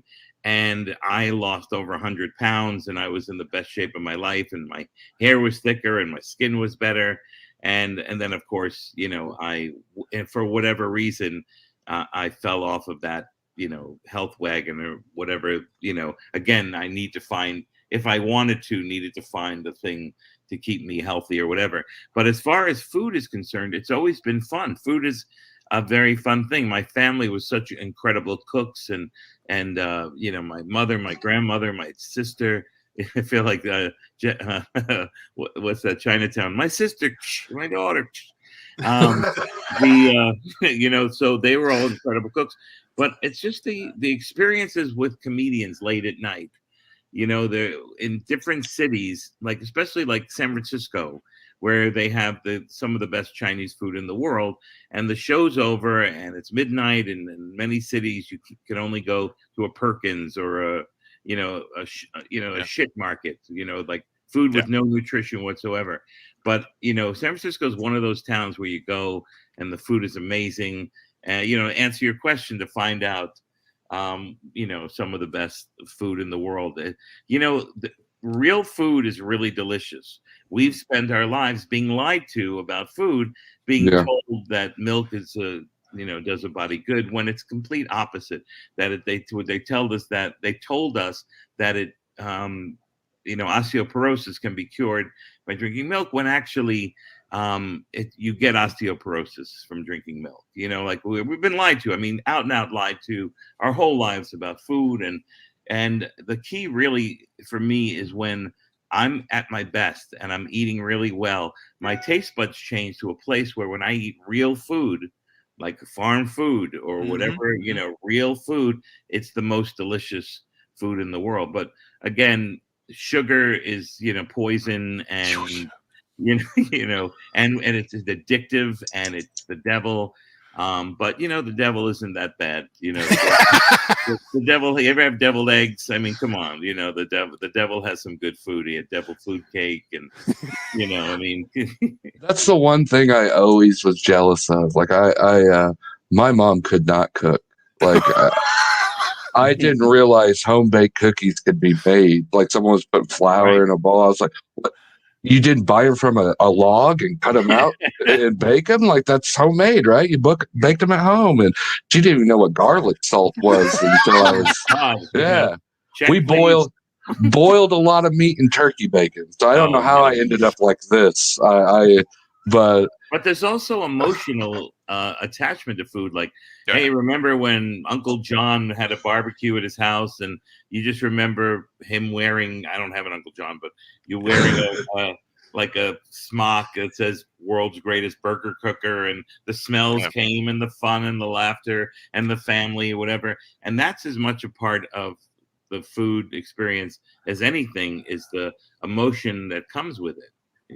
But then again, you watch advertising and you think shitty food is really delicious because they use psychology and lies to get us to buy their products.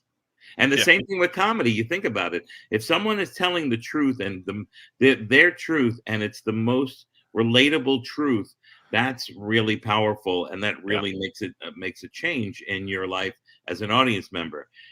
If you're just feeding the audience bullshit, then they're just, it's like having one of those fast food burgers late at night. And that's a perfect analogy. Yeah, every once in a while, it's like, I think I'll have a fast food burger. Then you eat one and go, oh, what was I thinking? to add to story of my life. That's a story of my life. To add to that analogy, that makes sense for how comedy is in where I'm at in the Midwest. They love fast food, so I can't really get into the intellectual deepness of it. Well, and so I tried to. I worked in Nebraska, and the people who would come to the shows would bring me real food from their farms. Whatever. The food was amazing, and they'd make these incredible meals for me just because, look, the Midwest has, there's a certain charm to the Midwest, and look at all the like Johnny Carson, Dick Cavett, David Letterman, they're all very funny people from the Midwest. Jake Johansson, from the Midwest. There's the Midwest, there are parts of it that will disappoint you, like everything in life. But I've always enjoyed working, some of the comedy clubs. No, that's 100% true. I tell that to anyone. Midwest, we're just so excited that you came and performed for us in so many ways, because we just want to be somewhat known. Like, hey, I live in Illinois and it's not Chicago. Thanks for recognizing us. Yeah, right. And when you come in there and you get a special feeling too, and I get it just for me being, look at this me. So when we bring bigger names in, it's just like a special energy I can't describe, and you do it better than me. Being famous doesn't mean you're good. There's a lot of famous people that aren't that talented, and they're famous for whatever reason. And it's not, look, good luck. I'm happy for that person. Sure. And if they're good people and they mean well and they found a little trick to be popular, but I'd rather be good than really be popular. That to me, that's it's always important. And, it's doing what you do and sticking to what you want to do, I think makes you happy. But then, I would be lying to you if I didn't say, if I did a whole hour and didn't get a laugh, I wouldn't, would be happy. Yeah. And that's like your forte, right? Like for mine, I'm like, the way I do humor, no one else can do, right? And same, right. What you do is what you do, and that's one of those things where even with Tim and I, we only started working together fairly recently, but it's like we've had very different lives, but come to the same conclusions each time. So we're able to bounce ideas off each other, but still keep our identity, which I think is huge.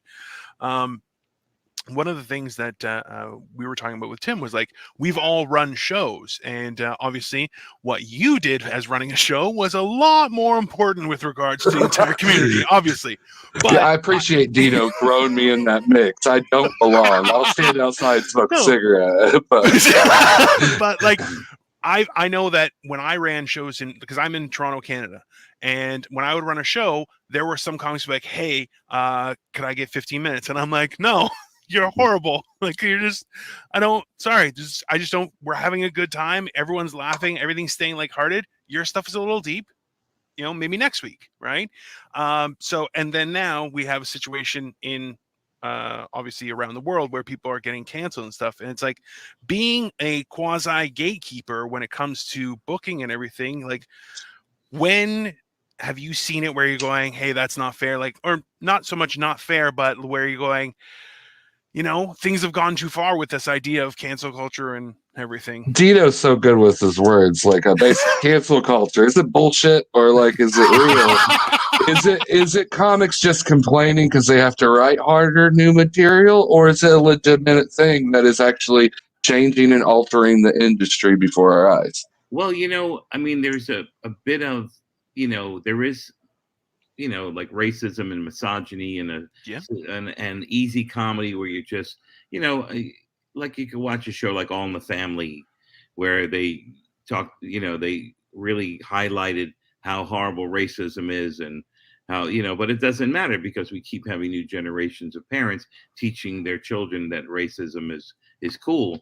So when your comedy is just racist, if it's not, poking fun at racism, then it's very sad that I remember working in a comedy club once and a guy had racist T-shirts and he wasn't that funny, but he sold all of his racist T-shirts every show because the audiences, this is how they laugh at that kind of comedy. So I think that it's better when you're getting a laugh based on, like, I had a joke years and years and years ago, and it was the sort of punchline was to the fact that how were these beautiful women hanging out with these not so beautiful men, and it was about money, and and it was these women were doing it only for the money, which was it was a it was a cheap joke and it got a laugh. But when I changed it to finding the essence of the joke was the fact that I was jealous of these men. That made the joke stronger because it was my, years and years later, I pulled that joke back out and rewrote it to the fact I would say, well, these women are only with maybe these women are with these men because of money, or maybe those guys are really nice guys and they don't want to be with judgmental assholes like me. And then so the joke got a laugh because I made it come back onto me, and I learned that for years and years and years. It's like, you can be angry at something that is not you. Like, I'm angry at this guy who leaves his garbage out every night and lets it get all over my lawn or something. I'm making this up. But the thing is it's much better when not every joke, but when it comes back to bite you in the ass. I remember Robert Schimmel, he used to do this joke about, he was so macho in this joke, and it was making fun of machismo, saying, I asked my wife if I can go in the other way. And she pulled out her vibrator and said, let me do you first. and the reason why that works is because he has all of this fake macho insecurity. Macho, most cases, is a sign of insecurity. Like, I'm so good and so powerful that I, rule the world. And in some cases, it's fine, and people like that, and that works out okay. But what Schimmel was saying in that joke was, I'm so tough, and I'm going to tell my wife how to this. And she comes back, and it literally bites him in the ass. And that's, I mean, look at Bill Burr. He's one of the greatest. Oh, my. In the world. And, what really, for me, changed in him is when the joke started coming back and biting him in the ass after. At the beginning, he was hilarious always and a phenomenal guy. But, the jokes were always everybody sucks but me. And it's not as compelling as when you go, everybody sucks, but wait a second, I suck too. Kind of thing. It's almost like the self-awareness that you have about it. That it's like it goes back to you're given a connection, because just the way from what I got from you, it shows vulnerability without doing it. Like you are still going through the beats and jokes, but you are just another person in the audience that you can relate to as you're giving these people these things. So, and also, about running and booking. I've been booking comedy since 1984 at a comedy club that was very popular in New York. It was the Paper Moon, and it eventually became the Boston Comedy Club. And this was a place where, it's only 52 weeks in a year, and we would do weekends, so you could only have 52 headliners. And eventually it became a headliner club. So you don't have that many spots open for comedians, but it was nice to give, like you were saying, well, if I give someone 15 minutes on the show, it might kill the show. But if you give someone 5 minutes at the beginning of the show, or something like that, it is nice to be able to help comics who, people gave me 5 minutes. People let me go on and maybe not be amazing at it, maybe be shitty. But if you let somebody do 3 minutes, 5 minutes, a lot of biggest mistake is people don't value how important the host of the show is. A lot of comedy clubs around the country make the mistake of booking the least talented person in the show as far as experience as the host, and they ruin the show or can really destroy the night and the future of audiences coming to the clubs. You need the most powerful comic to be the host. In Boston, I went to school in Boston. That's where I started comedy. The host was the headliner. So the headliner would come out and do 20 minutes up front and then bring up all the comics in the show and then close with 25. And that you got an amazing show because you started boom, bang, boom with one of the greatest comics, in the community. And then, you'd give some kid 5 minutes or, there was a club that in the South where this person was bragging about how they were helping young comics by, they weren't paying them, but they were putting them on as the host and let them learn from it. Well, first of all, you're an asshole for not paying them because you put them in a position to host a show. Yeah. To be paid for it. And secondly, you're ruining that comedian's chances of getting really great. Well, hosting is an incredible way to learn as well. But when you're starting out, the first thing you should get is stage time after a professional host, not to start the show from scratch. I learned that the hard way. I brought shows here, and I was like, I'll just host, and it was the roughest beginning 2 years, and I learned a lot. I have to thank the comics though, because comics, some can be not forthright, but most around here were, to me, they were just like, hey, you did this wrong, you did this wrong. Why are you doing another 15 minutes before the headliner? What are you doing? And when you make all those mistakes, but I agree, but also, I think that's where I lie in produce. I have your same idea. It's like I can't compete with no comedy clubs or anything like that. What I try to do is compel to the comics. I let you come here, see if your material can travel to different audiences of what you've been known to. Maybe build some new ones. Spread your wings a little bit, depending how much where you're at. If you've done 7, let's try to do 10. And if you don't feel comfortable, like that's where I'm at. I want a loose feeling to where comics can build, because where I'm at, we're 3 hours away from every open mic. Yeah. So I like, if you're traveling through, you're going that far, at least I can do is like, hey, here's a beer, $20, see what you could do. Yeah, it's about respect, and then that's appreciated by myself and every comic around. Is if you respect the comedian and treat them like, look, I'm a comedian like you, and let's do this together and make this work. For me, the biggest lesson was going to Europe as a comedian, because now it's not about the jokes as much as it's about, making humans laugh. And it's like, you don't look at, they didn't have the same upbringing you did, or the references like, hey, remember that show Mannix? It's like, no, you couldn't do. I don't have a joke. I don't have a joke about Mannix. What that show was, but it was, you can't give references unless. The key is really to write for human beings as audiences, and it makes you a better comic, makes you a better performer. Plus, the other thing that I learned about working in Europe was how much pandering is done in American comedy. Just the fact that we have this intro that we do for each comedian, like the audience is gonna, and we've trained audiences to expect an intro. And I've seen comedy specials that are horrible on Comedy Central or on Netflix, even, as great as a thing that Netflix is, I've seen some bad ones. So if you say you might have seen this person on Netflix, well, it doesn't mean they're good. It means, it means something else. It could mean that they're good, but it could mean something else. So we do a lot of pandering. Like we ask the audience to give yourselves a round of applause for coming out tonight. And in reality, what we're doing is going, look, we don't have the ability to get you guys going, so we're going to have you guys in this. Start yourself off. Yeah, just think about it. What audience member goes, I never thought about it, but I haven't gone out before, and I should be thankful that I've gone out tonight. That's so nice of you to acknowledge that. Thanks for coming out. They leave a show, and like not once did they ask how we were doing. Yeah. Like by a round of applause. and I had a babysitter, and they didn't even notify the audience about that either. Yeah. I will not be coming back to the Strip Mall Comedy Club in Duluth, Minnesota. I'll tell you that right now. Yeah. But I agree 100%. And sometimes I like to make a mockery of it on stage. You got to be careful because it is traditional. You are breaking some traditional values.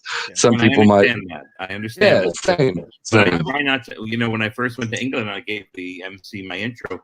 He looked at me, horrifically, and then later in the week, he admitted he thought that I was bragging to him. He didn't know what an intro was. Oh, that makes sense. Women started telling about my career. It's like, I don't give a shit. I don't know you. Why are you coming up to me and telling me about your career? And then when I told him it's an intro, he said, intro, why would you introduce yourself and set yourself up for failure by telling people how good you are? The way that they can tell is if you're funny.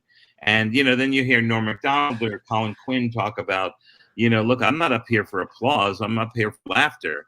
And, as a comic, a lot of times you'll give yourselves a round of applause for coming out tonight. It's like, look, I've gone out before.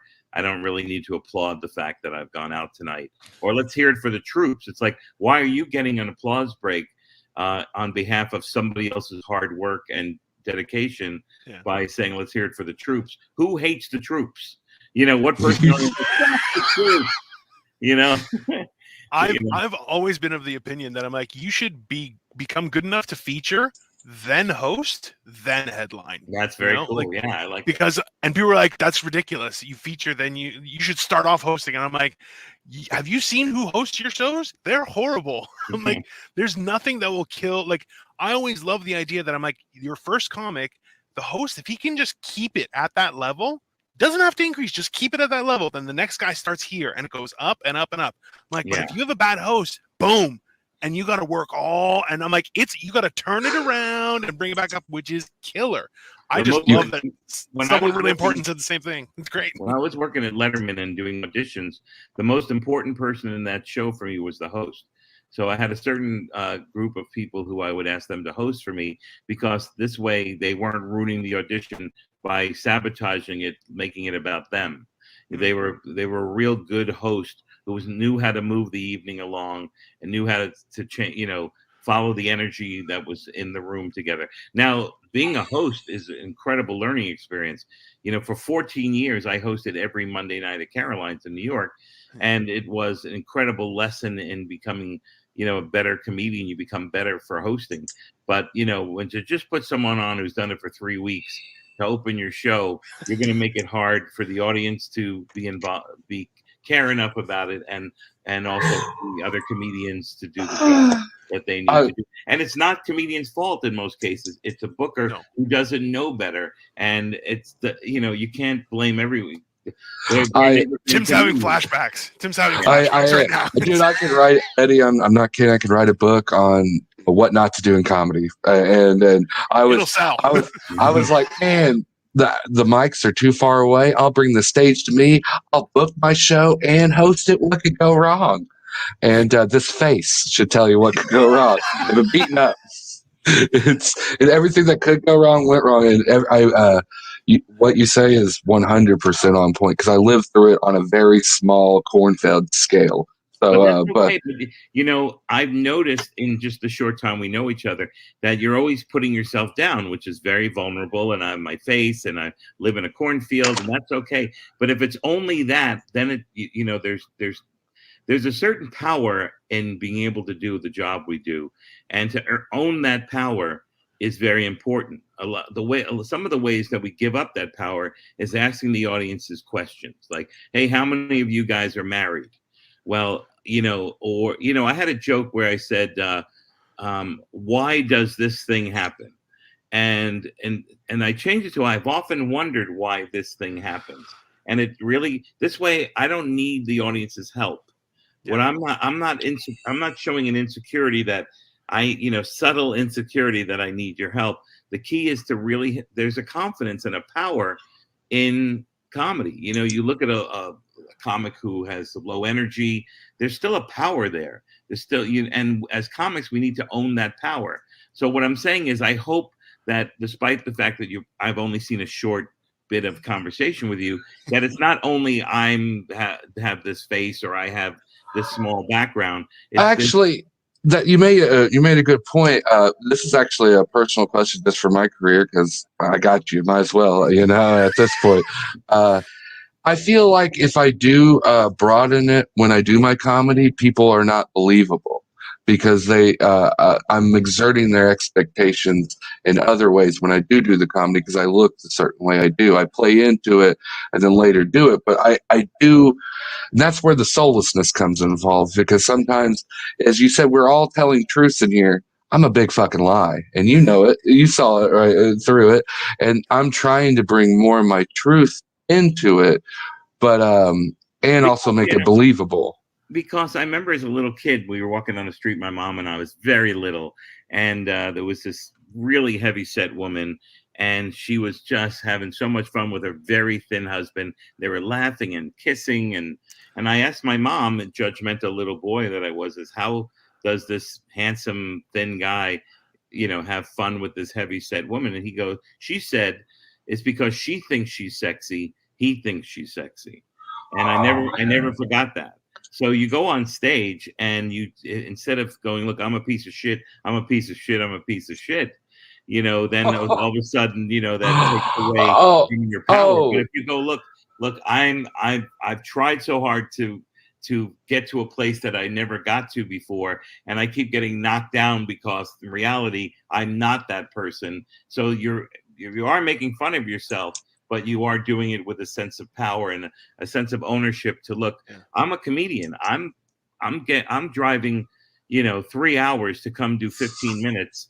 And you know what? I deserve to feel good about it. And that's what I think is important. I think what happened was I was groveling to you and I was intimidated. So I played it. And Dino's a duke. He owns land. I've been renting. You're the smart one. Yeah, I got the renter's face, but I will tell you on stage, I got way too much ego, and that's maybe I go in there and do that. I think you are 100% right. I do use my look as a crutch, though, and I knew I was going to get exposed. That's why I was like, "Oh man, he's going to get me." Listen, that's why, like, when I go on stage, I always will drop. I'm like, listen, I'm horrible because I'm fat, but you're horrible because nobody loves you. And that and people are saying, like, I'm like, so we're both horrible, very different reasons, and I'm going to tell you why. And that's what I like to do. It's interesting.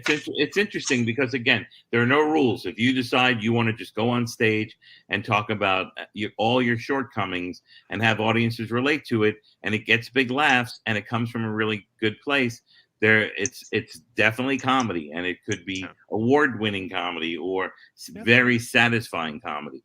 But it's like, if you're overweight like I am, and you go on stage and say I'm fat, it's like, I know.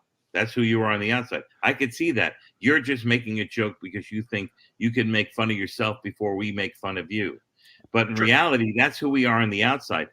As the best comics, it's who they are on the inside. Yeah. We can see you're balding. We can see you're fat. We can see that your sweater is frayed. We can see all of this stuff.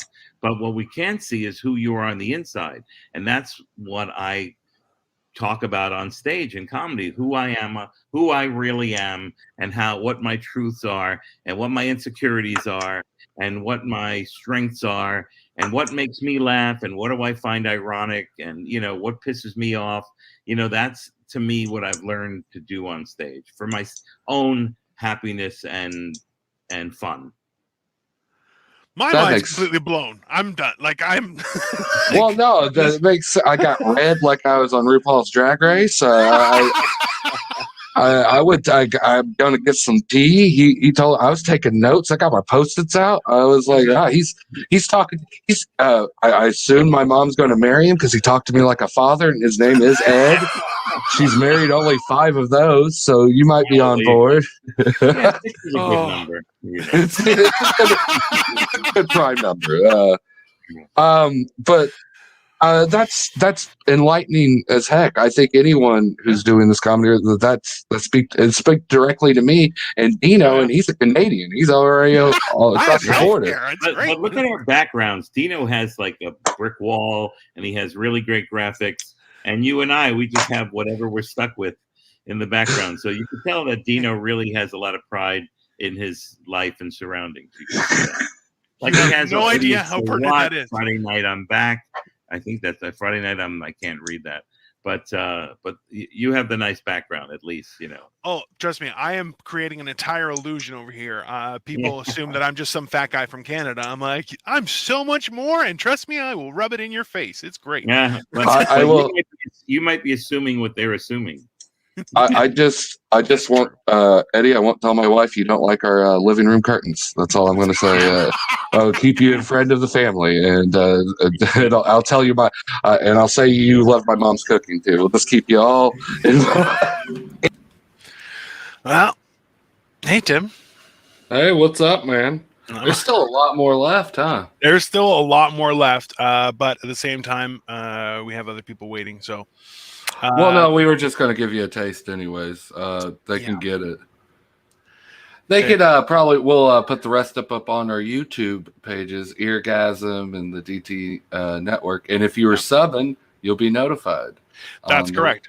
Great interview. That's correct. You know what? If you subscribe and click that bell so you're notified every time something comes out, then, ta-da, like magic, you will see when this is going to happen. And but that way you know what's going on. So is that King Tim? Yeah. What's up, guy? Well, Dino, you've been talking a lot, and I actually changed your name to Dino I Own Land Marvel in my messenger.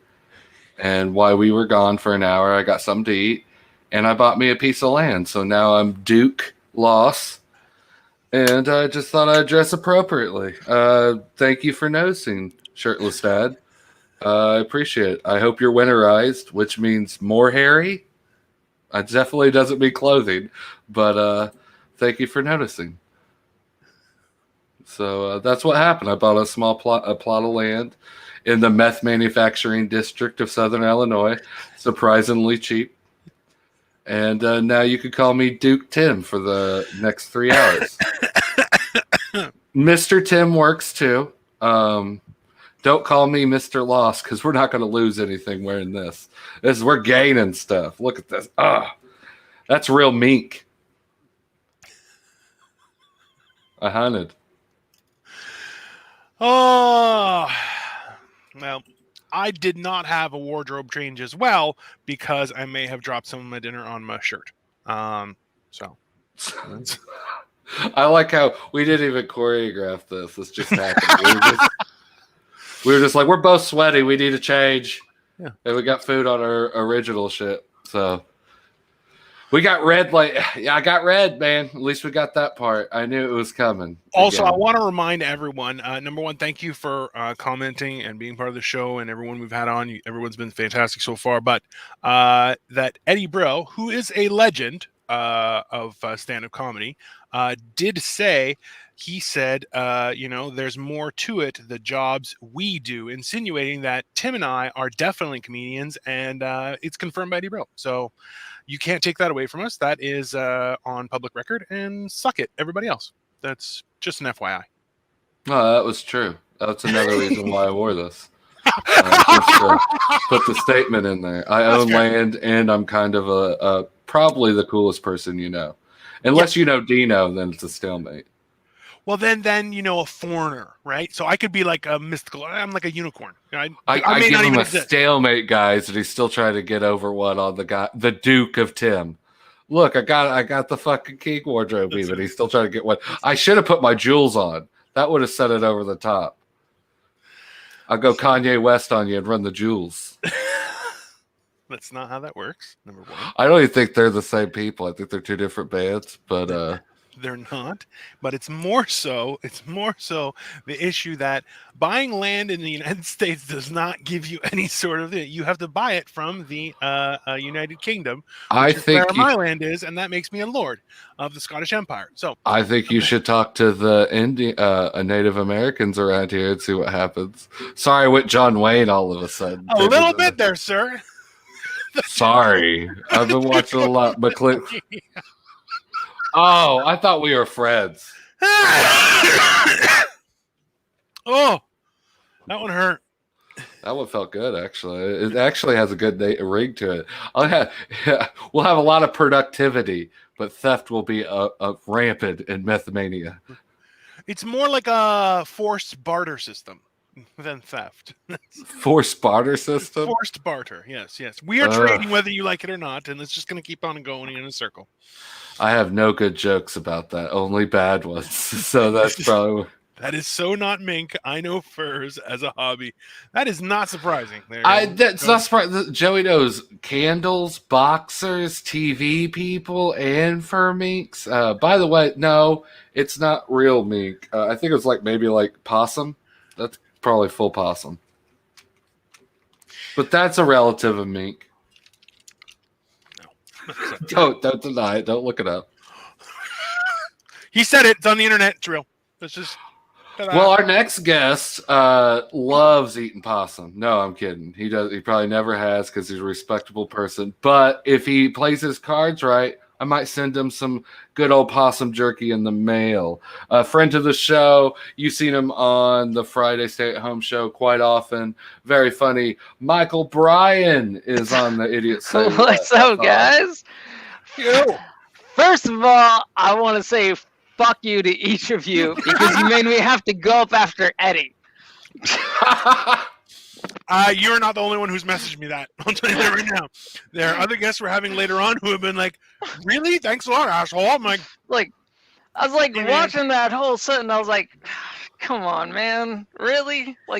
Trust I could have gone after this genius. I was like, maybe I'm getting sick now and I text Tim. I think I'm sick. Yeah. I got the digital COVID. I don't know if I want to spread it. I don't want to get you guys infected. None of you are wearing masks, and I just want to be safe. We look at risk. Let's be honest. How do you like this possum? Dude, this is 100% possum. That possum scares the shit out of me. Get it away.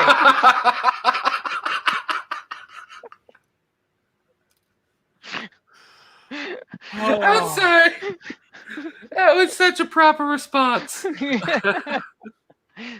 Oh, how you doing, man? How's your year? I'm doing good, dude. This year was good. I mean, you have some barn burners, and then you have some ones that just go down the pipe. But so far, it's been so good. I've done okay. I'd give me 80-20 on good and bad. Wow, it sounded like the percentages were going down the more you talked. I was thinking you started out as like more, a 90, and you talked yourself down. I gave myself a little bit more credit than it sounded like. Because me and Dino started off on the same show. I'm not going to name the show, but we started off there. And God, that show was a nightmare. And I got an email from that show yesterday asking me to be on their end of the year show. Aww. And I think you picked our show. I sorry. definitely sent them an email back saying that I definitely am not going to be on their show. So you sent them from a Hotmail account. That was some Hotmail.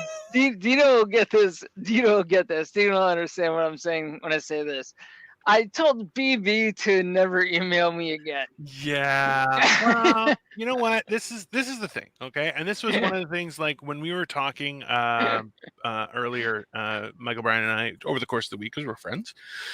I was saying we were saying like, well, we're going to talk about it. I'm like, just you know what? We just want to have a good hang, an enjoyable time where everyone can be promoted, and we enjoy each other's company, and we make some jokes, maybe burn each other, maybe Tim shows up and looks like King Henry VIII, just maybe that'll happen. Who knows? Because that is exactly what that's the same picture as Tim. Okay? That is. Dino didn't even ask how I could afford. You didn't even have to edit all that. the land. That was just perfect. Yeah, right. Tim's a catfish, but like the reverse. He's like, no, I'm poor, and he's like, gold bars to everybody.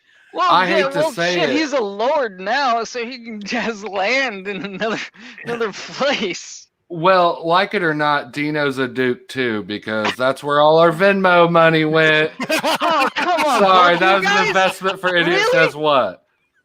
I hope you were on board. I only had enough money for one costume. Okay. How much fucking land do I have to buy to stay with you guys? It's like a metaverse, like Snoop Dogg. You have to buy the neighboring. We don't necessarily own the land, I'm not but game the for it. trailer on top of it is all ours. So if you own actual land for us to put our trailer on, we may never leave. Explain the situation to me. So, from what I understand, is that you can buy an acre in another land, and by buying that acre, you're considered a lord in another country. Technically. So I actually have my own tartan because of this. Essentially, you can buy land in Scotland, and Yeah. with King Timmy the Half, that is honestly, Glenn, you rule. That I can't. I couldn't even click on it. I'm not worthy. That was fantastic. So yeah, it's called established titles. Something about titles. It's like buying a star from like in a mall. No. Like, So it is technically land. Get him, Dino. Us Dukes need to get after these peasants like this that doesn't know. This is bullshit right here. Remember, listen, up until you should. Okay, so Michael Bryan does a story time page as well. So just to plug his stuff, right, where he's got some of the most really cool stories, and he should know this, was that the fact is that the idea of owning land wasn't possible unless you were royalty throughout history. For a while. A long while. Listen, owning land is a new thing. It Okay? was impossible, but no, you're right. Who has the more royal teeth, me or Dino? Yeah, I married into royalty. Tim was like bred all the way down. It's in my bones. It's in my club foot. Smartened up and followed your lead. I don't know what So yeah, just get in that game, brother. Listen, and that's the thing is, if you buy through that thing, because it's protected government or land owned by the crown, by owning that land or sponsoring that land, how they've allotted it, you are technically a lord. Weird. Yeah, no, dude, I have my own Scottish tartan. I have a little scarf thingy. I have a family crest now. I'm the only one out of all three of us who isn't royalty right now. Well, we don't want to step on your surf life, but Well, Michael, I do have Yes, a Lord. chamber pot Yes, position Lord. open. Now that's where I started. That's where my family started. You got to start like the Drake song that is the Canadian national anthem. I started from the bottom, and now I'm here. Listen, so that's just what you gotta. Drake, number one, grew up in a very fancy. He got shot in your schools. Do not say nothing bad about Drake.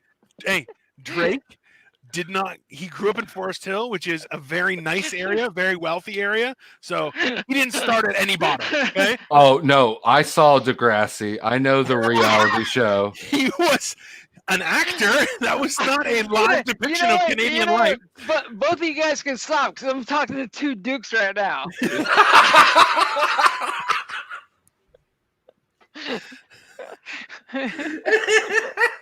So bad. Oh, so bitch. This is like seriously. King Timmy the Half. Oh, that's gonna kill me for days. Oh, King Timmy the Half. Oh, everybody Lord remembers of the half. Oh. So bad. Timmy the Half was my father. I'm Timmy 3/4. Please give me that shit. 5/8. 5/8. 5/8. You gotta go 5/8. 5/8 is next. Yeah, you gotta. I want to say 5/8 now because it's more clever, but I want to give you both the satisfaction because I'm a Duke, and that's not what Dukes do.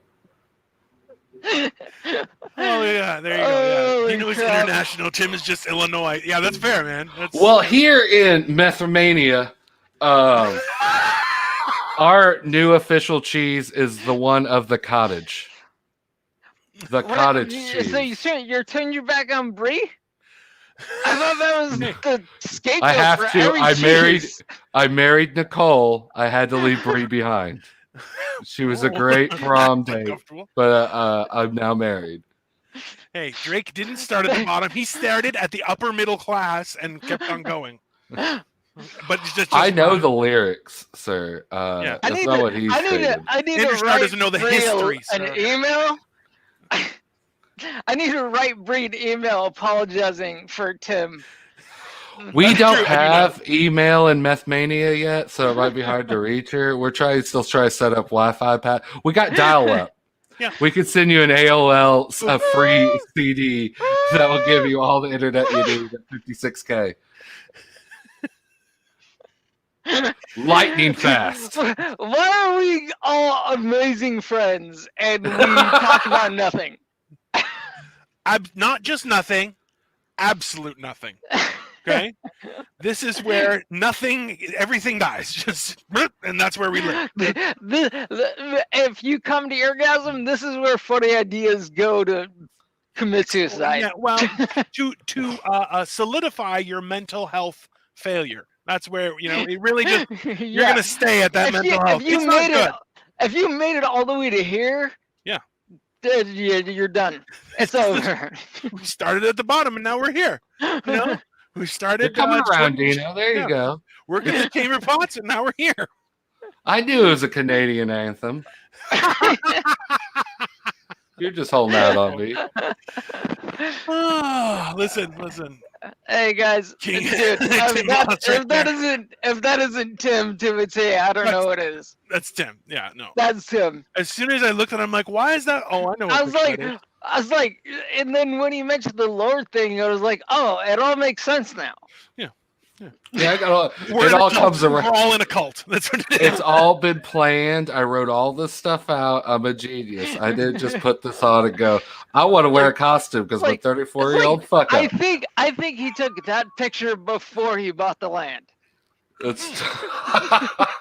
He went to Sears and they gave him the photo shoot, and he's like, he's like, do you have any hats? And they're like, we only have these 2 hats. And he was like, this is the one. This is the one. Okay, I started from the bottom, and now I'm here. I'm going to use that as my headshot for our Cracker Barrel tour. That's Facebook profile picture all day. All day. Absolutely. Oh, Lord. All right, guys. Well, let me check out. I'll let you guys bring in the new geniuses and everybody else. But, man, dude, so that's Michael Bryant. You can catch him on the Eargasm Network. Check him out on social media. He's got tons of projects coming up in 2022, so definitely check him out. Tons, dude. Very funny guy. That was a fucking blast. Yeah. Thank you. 0 degrees Kelvin, nothing. And dude, yeah, seriously, I was looking at it going, I'm like, it's not a barbarian, but what picture is it? I'm like, I know I've seen this picture. And then I was like, codpiece guy. That's the one. And it's like, bam, he's the one. Well, his suit of armor, massive codpiece. Like, massive. And I'm like, yeah, I could see Tim wearing a codpiece. Just like, I usually do. I usually do. I mean, I think they're like the fanny pack. I wear a codpiece fanny pack combo because I just don't know when trends will end. And then I strap on my Guitar Hero guitar on my back, and I play Bon Jovi on acoustic. I don't even need the game. He just clicks and sing along. I feel like it's only that one with the whoa, whoa, whoa song. That's all that you Is there any other, Dino? Of course it's that song. Yeah, that sounds about right. What are you talking about? What? Yeah, it was like it's my life. No, fuck you. It's that one. It's their one song. It's fantastic. Here's another. It's before they dated Pamela Anderson. Like Pamela Anderson ruined '80s music single-handedly. It's like I want to get in pretty. I don't want to get too blue with it, but you can fill in the blanks. It's fantastic. I'm just saying, I'm just so glad that you finally, told everyone your secret that you're actually King Henry VIII and you're a time traveler. Well, the reason I got this, it's really hard to be a fat guy and buy costumes that fit. So I just bought a historical figure that's already been notoriously fat. It was between this or our President Taft or Jabba the Hutt. Yeah, you don't go Jabba. Don't. You know, no one likes him. No, like Jabba is when you are. Yeah, no, you never go Jabba. It's just not healthy. And Taft is just a guy that got stuck in a bathtub, so that doesn't work too well. That now you're just fat shaming. It's not. Yeah. So you're just fat shaming. It's horrible. I decided to be the guy that cut his heads, like murdered his wife for some reason, and had a smelly leg. That's fine. I do have a smelly leg, though. I mean, that just happens. Oh, that's scary, Tim. Don't say that. Well, that's what the doctor said too. This is why we're. But I got the ointment. That's not funny. Don't make me laugh at stuff that's not funny. This is a serious thing. Okay? No, I don't have a rotting King Henry flesh wound that you have to shove with potpourri and flour in. It's a joke, obviously. I know, but you know what, Tim? I have relatives who had diabetes and lost their feet, and you know what? It's very scary. Anyways, by the way, so Ryan, it was traumatic. You can't joke about not having. No, man, that's scary. I'm fat and I have diabetes. That is a scary thing. What? Oh, Jesus. I've had a lot of gummies, man. I'll never make that mistake. I don't like when other dukes chastise me in front of the peasants. It sends the wrong message of royalty. Yeah, we're a united front, Tim. We should say this behind doors or in the Garden of Betrayal like they do in Game of Thrones. In a secret language, because, Of course. Read. It's the written word is how we do it. So, yeah, Ryan, okay, our fearless leader, Ryan at Eargasm, does comedy as well. And I make fun of him because I'm like, hey, you're not funny when you do that. And he's like, fuck you, man. I am funny. And I'm like, that's the thing is, as soon as I challenge him, actually multiple people have challenged him and said, you're not funny. And then he like hits it out of the park. But he just put that one up where he's like, Henry the 42nd Lord of Nuggets. And I was like, shit. Duke of Sauce of Sour.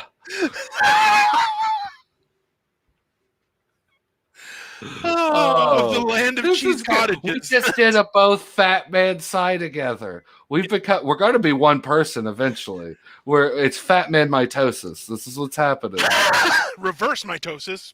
We turn into. Don't use big words on me. I feel like we would be like one of those many-faced judges, like the Living Tribunal, except that it would be fat, so our heads wouldn't necessarily be all on the head. And just be like, so they couldn't tell if it was a head or a neck roll, is what you're saying. Yeah, it could be like just a very eyeball-looking wart or something. Who knows? A skin tag. That's the word I was looking for. That might just be a unilateral movement for me. I'm just saying, like at this point, because I'm thinking in the long term, they probably got decent teeth, and they could probably help me out. Like at least it'd be a photograph I could be proud of, and that's something like I could show to my other blob friends. Duke of Corn Dogs. Duke of Corn. I mean, I like it, but you're definitely running out of steam. You're just trying to start saying Duke of Food, Protector of the Golden Corral. There. Okay, you've redeemed yourself. You've redeemed yourself, Ryan. That one worked. Because Duke of Corn Dogs, I had to call out. That was a little, yeah. That was good. Protector of the Golden Corral, top notch. Before we bring on our next comic and guest, please sub, like, sharing a message to one friend. Anyone who said shared in these comics, I will scum through and give you a free digital copy of our Valentine's Day set of 12 that you can send out to people. It's me and Dino, our beautiful face, telling your loved ones, have a great Valentine's Day, only the way we know how. And it's a gift for me and you for just sharing it and being part of this glorious event. Yeah. Because, we're all perverts in our own way, and we want to share that with you. So what better way than to do it for Valentine's Day? That's fair. Yeah, it really works. We got some we don't want to show them online. We showed a copy earlier, but mostly just for screenshots. These are going to be personalized, one of a kind, just to you guys, and that's it. So have your fun here and all that. We'll probably expand on it later, but definitely an introductory for you guys helping out and subbing for us. Subscribe, share it, send a screenshot. Let us know. If you have an aunt that's slowly slipping in senility, get her a Facebook account. Tell us to like it. That's a perfect account to have. The comments are only going to get better, and then they're going to get a little crazy and disheartening. But that we're going to have a good 3 months of good stuff. Listen, come on, Henry the 42nd, Lord of the Nuggets, okay, Protector of the Golden Corral. We have some top tier stuff here.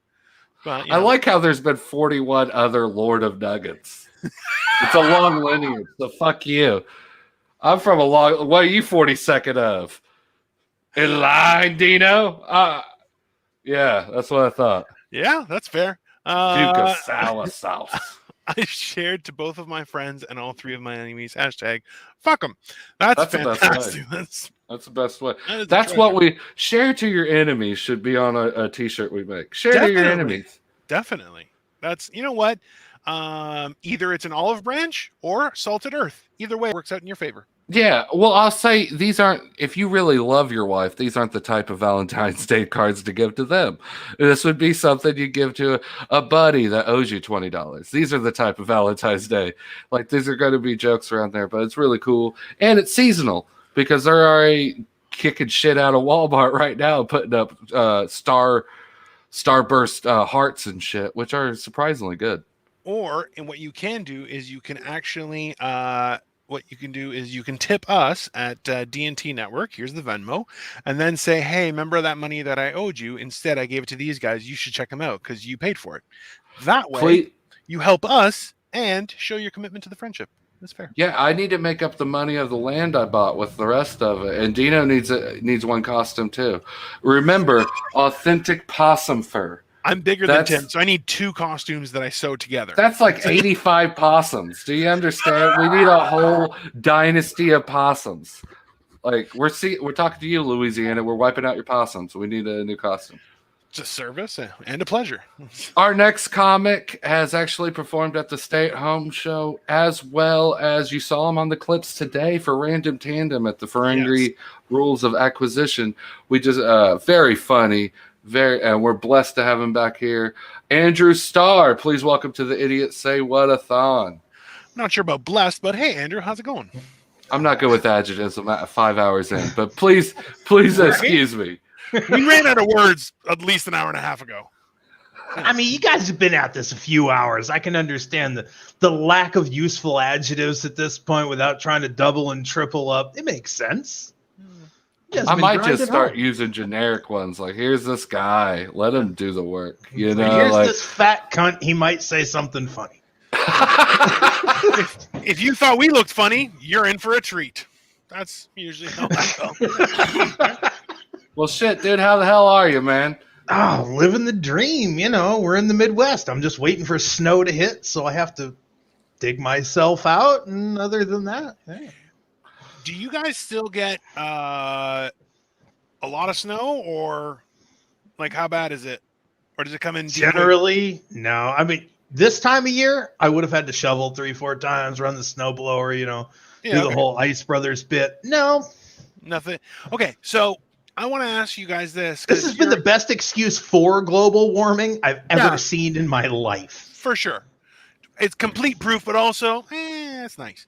So it's glorious. Yeah. It's like, I don't have to shovel. Fucking A, let's do it. I don't need to buy new boots every year. It's, you're just like, that's fine. So when I was a kid, I remember it wasn't that necessarily that cold. Like we would get negative 10 degrees Celsius around there, but we always had snow from like probably late November, early December. I'm in Toronto, Canada. He's Canadian. He's going to use Canadian references. So those are igloo blocks in the background. I get it. Number one, like I would build a house. That's a good one. Negative 10 degrees. I feel a little bit bad. I never leave the house.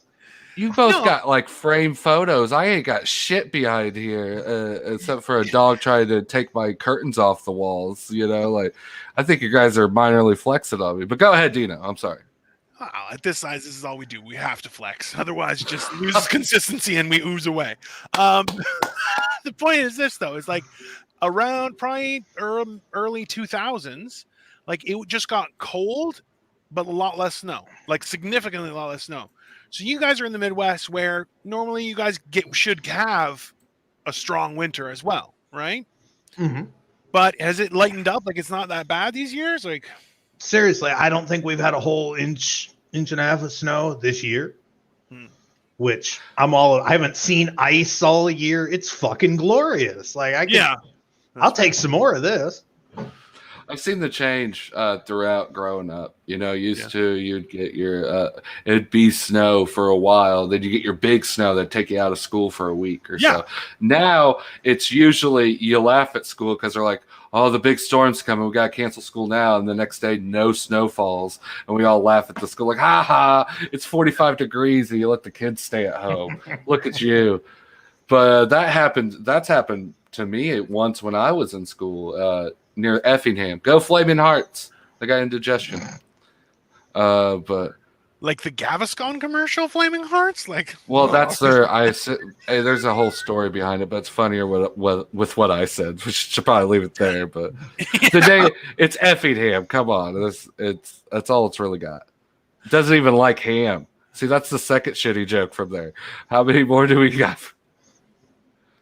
Andrew, man, what was some of the best and worst experiences you've had in 2021?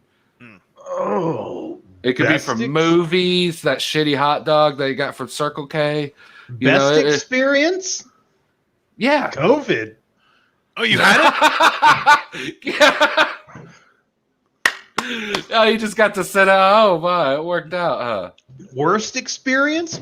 How fucking bad of a year is 2021 where we had to sacrifice 2 elder comedy gods just to see 2022? Yeah. Yeah. We didn't even really talk about that, but Betty White passed away today. That's what I while mean. We were streaming. It was bad enough to lose Norm, and now Betty? Fuck, man. Well, Norm is fine. But Betty, come on. She was a trooper. It's poetic because I think Norman. No, it was Stanhope. I apologize. Maybe not so poetic, but I think Stanhope has that joke where, "Oh man, I feel sorry for your grandma. What happened? What do you mean? She didn't flip her bike in like Hell's Week. She was 100 years old. You know, she lived a life." Yeah, that sounds like Stanhope. To be fair. Yeah, dude, it was a bummer, but yeah, that's definitely a worst. It's Golden Girls is gonna hit real hard now. Oh man, yeah. I'm gonna need a box of tissues for a different reason now. I'm not gonna be able to jerk off into my Golden Girls socks anymore out of respect. Maybe you should. For like a week? Maybe a week. Show them a little dose of life. Yeah. After I'm done with that one, I go, and then there was Maude, and I grab the other. That's horrifically bad. Oh, come. Oh, it's only bad if you spit on the sock and call it names first. You get one of those toe socks for extra movability. Oh, totally. Come on, you got to Dino, get 2 of them because you put the other one on your fap hand. You know what I'm saying? You pretend it's a foot. Oh. Have you ever had a foot stranger, Dino? What do they call that? A phantom walker? Standardless is what you're looking for. That's the word you're looking for, sir. Yeah, and no, I have them. Okay, I don't. A foot stranger? No, it's a phantom walker. I kudos to your creativity, but you're disgusting. I used the thesaurus you mailed me, and that's what helped me. I got callbacks from like hour 1 out the ass right now. Someone who's watching this would love it if they weren't senile and could remember. So like half of them. Remember, half-ish, around there. Oh man, that was fucking a good one. Do you have any, Andrew? You have any plans coming up in 2022 and just riding out, being cool, being a POD lookalike? Like maybe Sonny needs to call in and get if a new I'm suit. literally a POD lookalike, I think my goal for 2022 is a Nazi 2023. Oh, you twisted it on. Bravo. If you're not giving a like on that one, I don't understand. That was awesome. Like, wow, man. That I'm hurts sorry a to little. offend. I actually was a fan, so I didn't think it was that offensive. But Oh, after my saying soul's it, I was butthole itches a little bit after that. I'm so sorry. It took me 5.5 hours, but I finally offended one of them. Oh, I knew it was going to happen. One comic or one of his buttholes? What's Ooh, see, are double they rosebud? Is there a double rosebud? You know, if you're gonna be unique, be unique. Right? You know, at that point, it just helps moving product. What are you gonna do? Oh man, It's like an over/under. You just got to eat a little more. Yeah, it's Well, I'll talk about. I was pumped about this week this year because I hate awful music, and Limp Bizkit came out with a new one. I've been jamming Dad Vibes and making Andrew nauseous back there. It's like, I thought I had a little bit of respect for you, but now he's reconsidering everything. But I was thinking the exact same thing.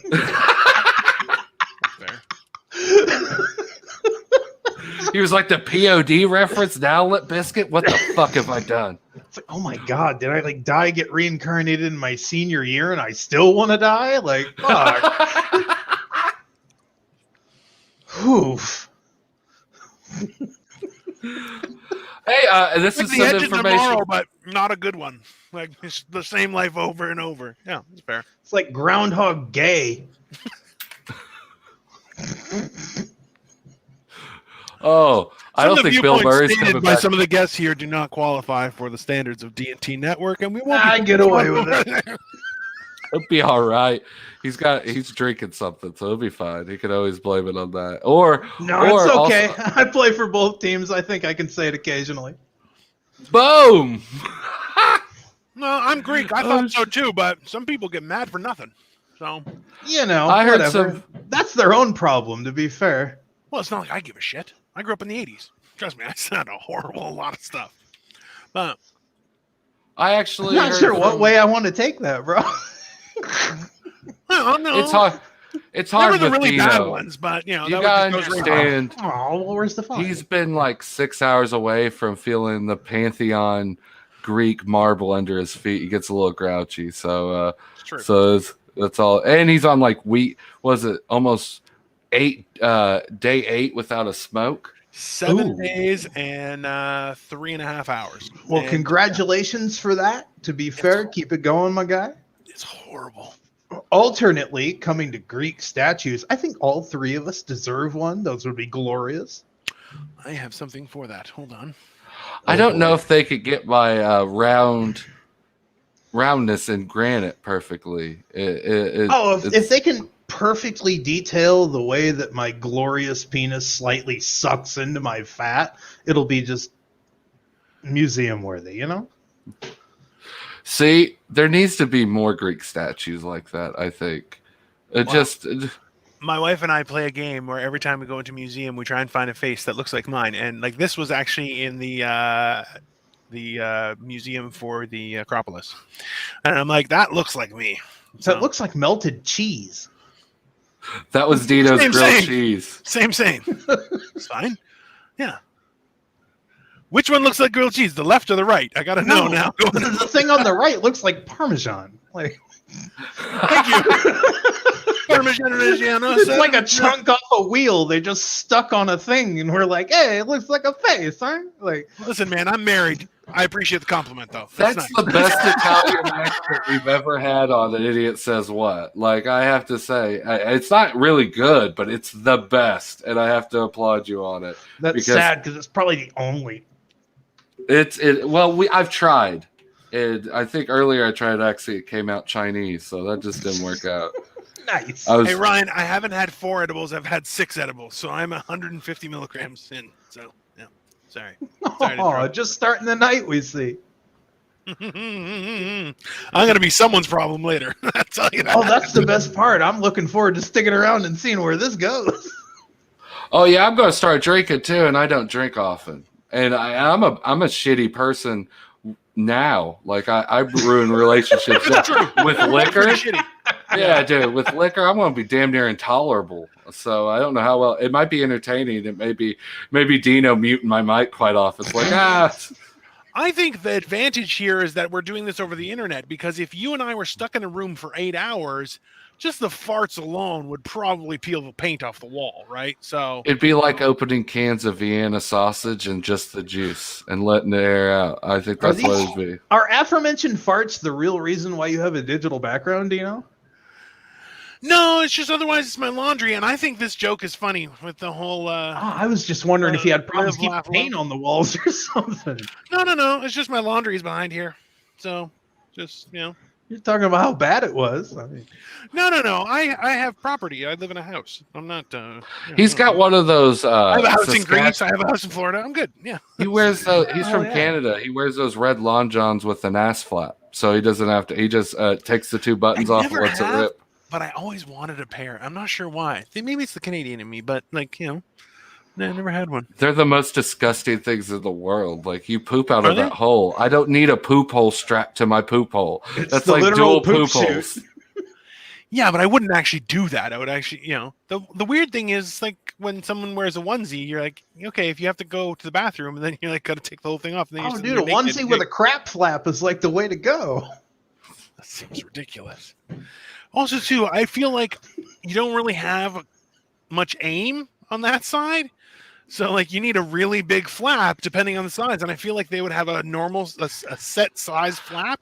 Okay, I'll tell you why you don't wear butt flaps. Because the butt flap is it's still going to be fabric over your the area where your junkajaweas are, all that male anatomy. Now, the problem with that is that also hovers over a part of the toilet I like to call the piss reservoir, where piss and pubic hairs in the public restroom seem to form and make a dam of bacteria and disgust. Who said anything about flapping the back in a public restroom?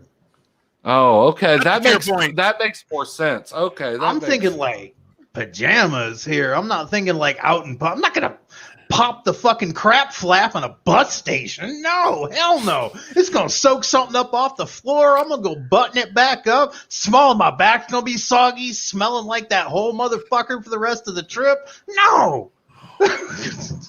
You made me reevaluate my whole family's decisions. But at the house, how we dress it's at all Walmart. right because I'm clean. I don't piss on the floor. I don't That's true. fucking all the time. Not drug all the time. blood on the fucking right next to the puddle of urine that the shit's gonna end up soaking up. Like that's the best. That's the goddamn.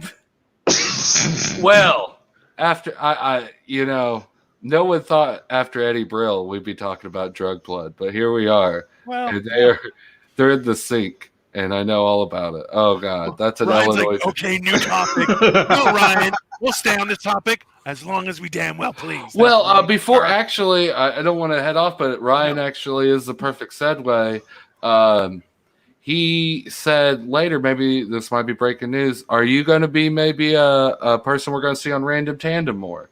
He said something about that in the comments. I think that would be a good time. All right, there we go. Well, that's something to look out for. I had a great time. We're kind of short on schedule. We're already a little bit No behind. worries. It's been an absolute blast. I hope everybody enjoys their New Year's Eve here. Dude, same to you, man. Thank you guys for having me.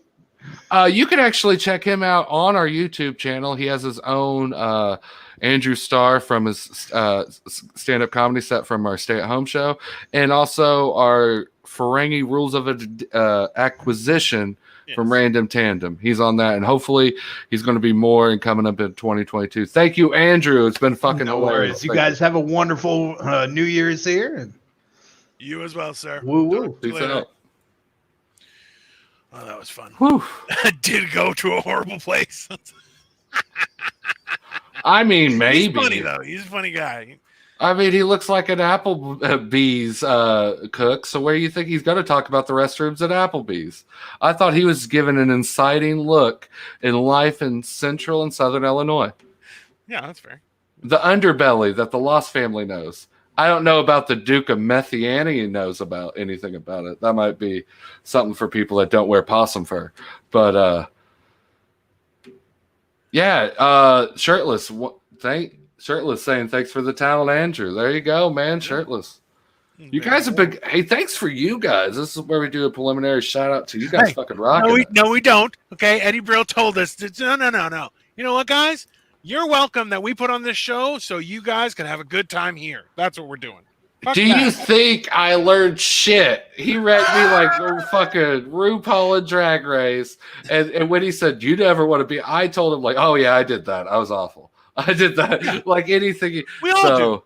We all do. And you know what? We got it. No. Because that's the thing is, in all honesty, we've been doing this for 5 hours and 46, almost 47 minutes. I'm fucking exhausted, but I'm having a great fucking time. And I hope you guys are having a great fucking time. It's that simple. Update from hour one. Yeah, like and share update from hour one. I've grown 1.5 inches from the boil on my ass from sitting here entertaining you guys. You need a Batman chair. That's what you need. That's what I do. Fuck you too. Exactly, Ryan. You know what? Fuck everybody, and let's have a good time.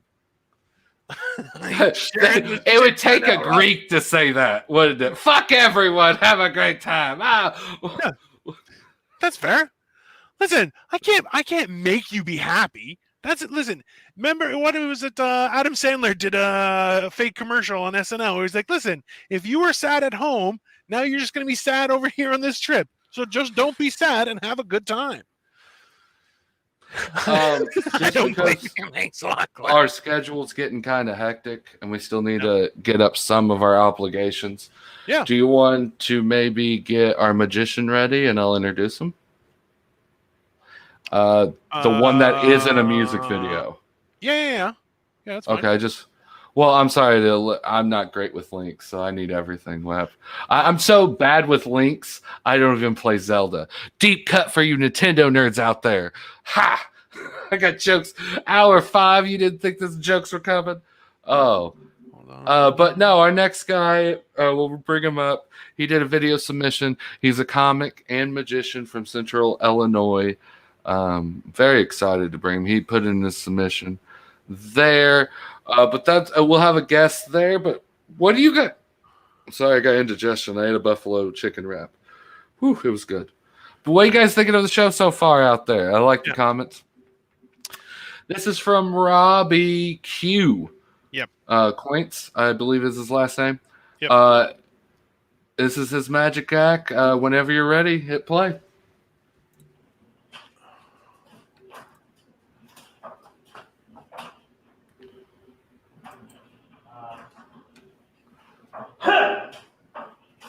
We're doing this tonight. Welcome to the Robbie Show. All right. Hello. So do you know what happened tonight? No. I am not using proper grammar. This is my assistant. Hi. Hi. Yes. So the first thing I want to do for you tonight is something special. This is a classic. This is called the coin from behind the ear trick. Oh. Yes. Do you know why magicians love pulling out of things? Because if you don't, you get mean. So you've seen the coin being pulled out of the ear. But have you seen the ear being pulled out of the coin? Never. You've never seen the ear? Well, I tell you, this is a good piece of magic. I have something to say. I was born in Chernobyl. Romans, lend me your ears. This is actually a shot glass. The measurement is called an earful. If you don't want to listen, just go, la, la, la, la, la. That's okay. I hate these jokes, too. That's why I want to do a different trick for you tonight. A different trick. It's actually my last rope trick that I'm ever going to do. My last rope trick. Don't worry about that. Don't worry about that. Okay. So, as you can see, this is a rope, right?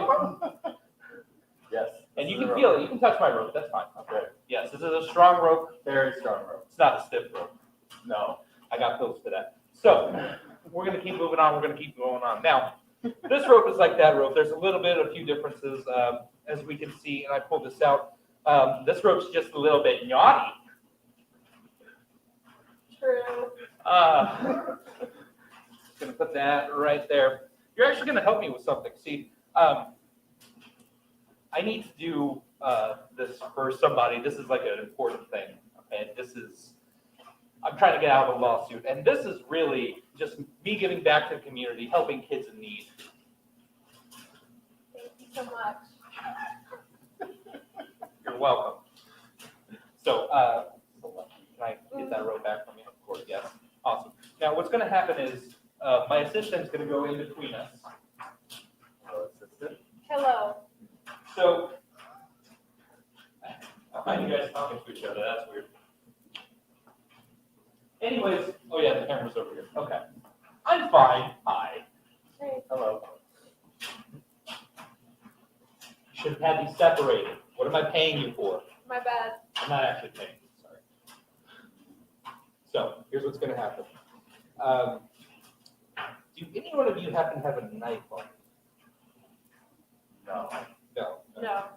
Neither of you have a knife on you? I usually don't. It's fine. We can do this without. So, here's what's going to happen. All right?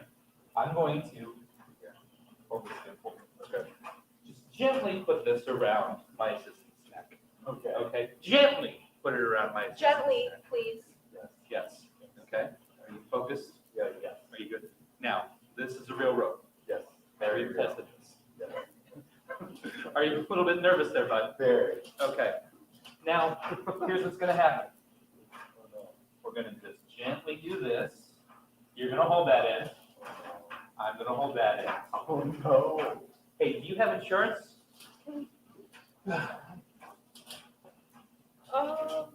Yes, I do. See, it's amazing. But we're going to take it one step farther, folks. Just need to get this off the ground. Yes, her nut's still there. You can't pre-plan those. So, do you think that was impressive? One neck, one rope going for one neck? Yes. One rope, one neck, yeah. Two ropes, two necks now, everybody. No.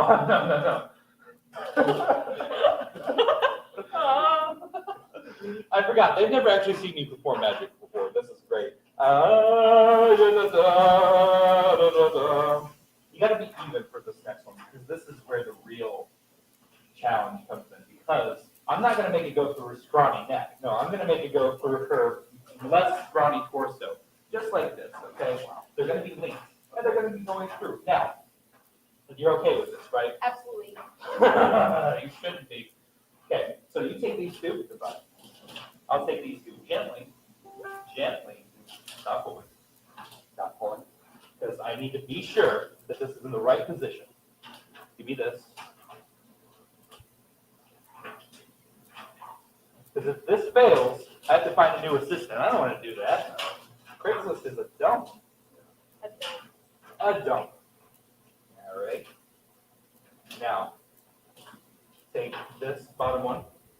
I'm going to take this top one. You hold this for me. Take that one. I take this one. All right. Now I need you to brace yourself. I'm super braced right now. All right. Okay. On three, we're going to pull. 1, 2, 3. Oh! Blessed be. And as you can see, the ropes went through.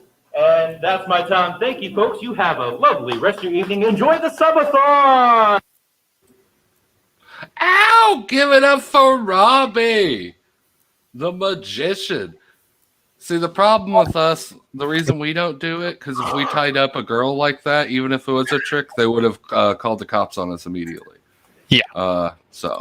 But very fast. That's the biggest trick. He got 2 people to go to his murder basement with him and tied him up. I'm sorry, why was the dryer on? That's what I don't understand. Well, magicians wear clothes too. Like, he can't wash his linens and send a video to the subathon at the same time. He's a busy man. I thought something was going to come out of the dryer. That's what I was waiting for. And then he was like, okay, we're done. And I'm like, put him in the dryer. That's probably what the original joke was. He had to improvise. It's like, it's the rope. And then he opened up the dryer, and the person in the dryer is just like all like, it's and he shuts it closely. It's like, we didn't put it on gentle. We put it on rough tumble. Yeah. For dark. Yeah. Now give it up for Robbie. I'll put the link in the video stream at the end of the stream. I'll put the links of everyone that performed here at the end of the show in the streams. It's getting. He didn't provide one, but it's a YouTube video. If you actually put that link in, you'll find it. So you know what? I don't think it's actually. Hold on, I don't think it's shareable. I think that was just for us. Oh, was to it? be honest, I think it was unlisted just for us. So. Thanks, Robbie. If you missed it, you missed it. Actually, you need to check him out live. He's a performing comedian and magician who travels all across the United States. I think we got him in between his trips from California and Florida. Yeah. So, how you doing, Dino? I'm good. I'm just trying to respond to people who are messaging as well, and just trying to. They're distracting me from a job there, Tim. You know how friends are distracting when you're trying to work. Well, I do know that because a lot of people didn't think we'd make it this far. The over/under on Vegas was 5.5 hours. So now we're out $25, Tim. I'm out $25. That's. Don't worry. I'm getting ready to pull a hammy and be out by hour 7. If you know what I'm saying, we're gonna get all that Jake Paul money before we get out of here. I bought land. You're going to get a suit. We're all dukes. Well, we all float down here. There we go. That's true. That's true. You know kudos to that guy with regards to the rope. Like those tricks, there's a very specific way you have to tie those ropes for that trick to work. And if you don't do it right, there's a few TikToks that you can watch and go, oh, that's just choking that person. That's all you're doing. Right. It's and the thing is, to make it work, you got to pull hard. So if you did something bad, you're like, this is not going to go well. Someone is going to get hurt. I saw him live. I don't know if it was still up. He came to one of my open mics, and I showed it on Tim Lost Comedy on my page. But he does an extensive card joke that reminds me of The Amazing Jonathan, but is his own thing. It's his own transformative. I mean, anything comedy magician's going to remind you of the one that kind of stood out and did it first. Yeah. But he has his own style. Yeah. And very appreciative. I'm done sucking his dick now. He's just a magician. It's not like he's Eddie Brill. Look at Eddie fucking Brill came and said shit. He booked Letterman. Cool. So I've been through the moon the whole time, man. It's been badass. Listen, man, like that conversation also too, it changed how we approach the show. It changed how we write comedy. It changed, like, that wasn't that long ago. We're on episode 14 for Idiot Says What. So it was a month ago when we did that. And we've been waiting for an opportunity to share that with everybody because, like, honestly, it was kick ass. It was really, but like, dude, like, just fucking be you. That's the one of the best. Like, it's the hardest pill to swallow, but at the same time, you're like, it's actually delicious. You know, when you're like, wait, this is going to be me? You're like, yeah, be you. That's the job, you know? We actually used some of that shit on our last Idiot Says What with Dwayne when we were talking about him. We used some of the information we got from Eddie on that episode alone. So you can actually see the progression of everything. So you guys have been kicking ass. And, oh, it's been cool, man. I ate a buffalo chicken wrap because I didn't want to go full carbs because I didn't want a carb low down. And I'll tell you, I'm going to nap.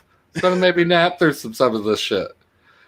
Like, no offense to anyone coming up, but this is my hibernation time.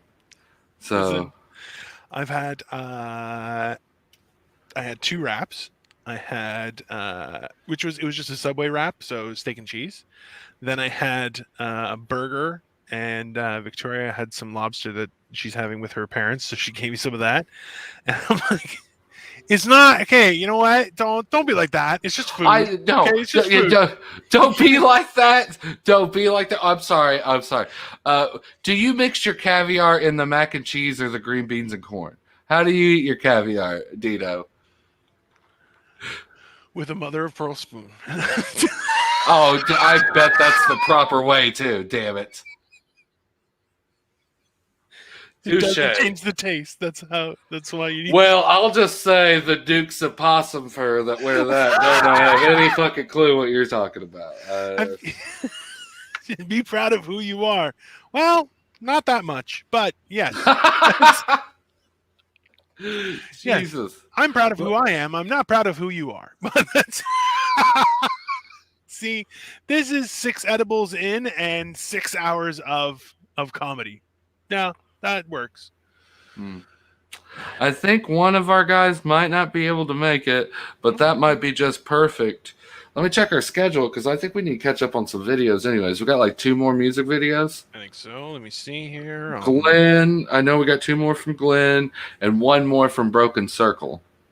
Yeah, I got All Around from Oh, we got 4. We got 4. So I have that. Then I have Broken Circles, Pitch That Metal, and then I have 2 from Glenn. Well, let's is Glenn coming on, or what's happening? Or are we just sharing that stuff? Oh, we shouldn't even say we're busting out his alias. We're fucking kayfabe idiots. I mean, the shirtless dad, and no, the shirtless dad's very exclusive. He doesn't show up unless for places where you have to wear a t-shirt. I don't know if we should tell them they're the same people or not. I guess you could see it for yourself. They're there not. You go. He's actually one of 6 triplets. That makes sense about his Facebook profile. Stop drumming your damn mic, you bastard. I'm not drumming, I'm moving it.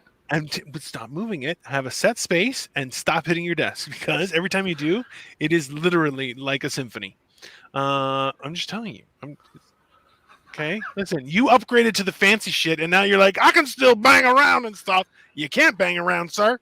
It's not how you got to be careful. I can't even touch my goddamn desk. I'm sitting here on a holy island. I can't even touch it. That's why my camera starts shaking when I hit my desk. I know what you're talking about, but you know, I have you just got. Hey, thank you for letting me know. I'll keep it on. Has it been really aggressive here lately? I apologize. No, only you know what it was when Monica was on.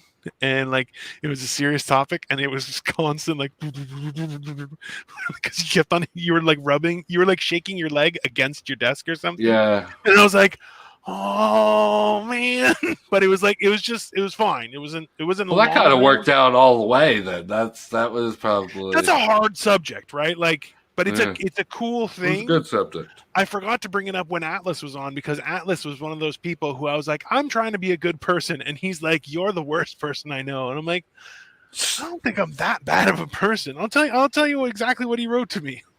It was the other day.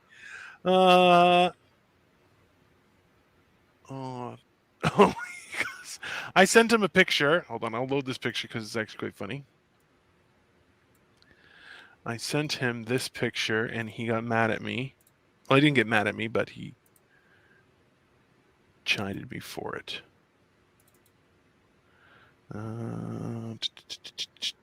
Dude, I'm looking at the schedule. We're about done with this thing. Are we? Yeah, well, I mean, we got this next hour since one of our guests didn't come in.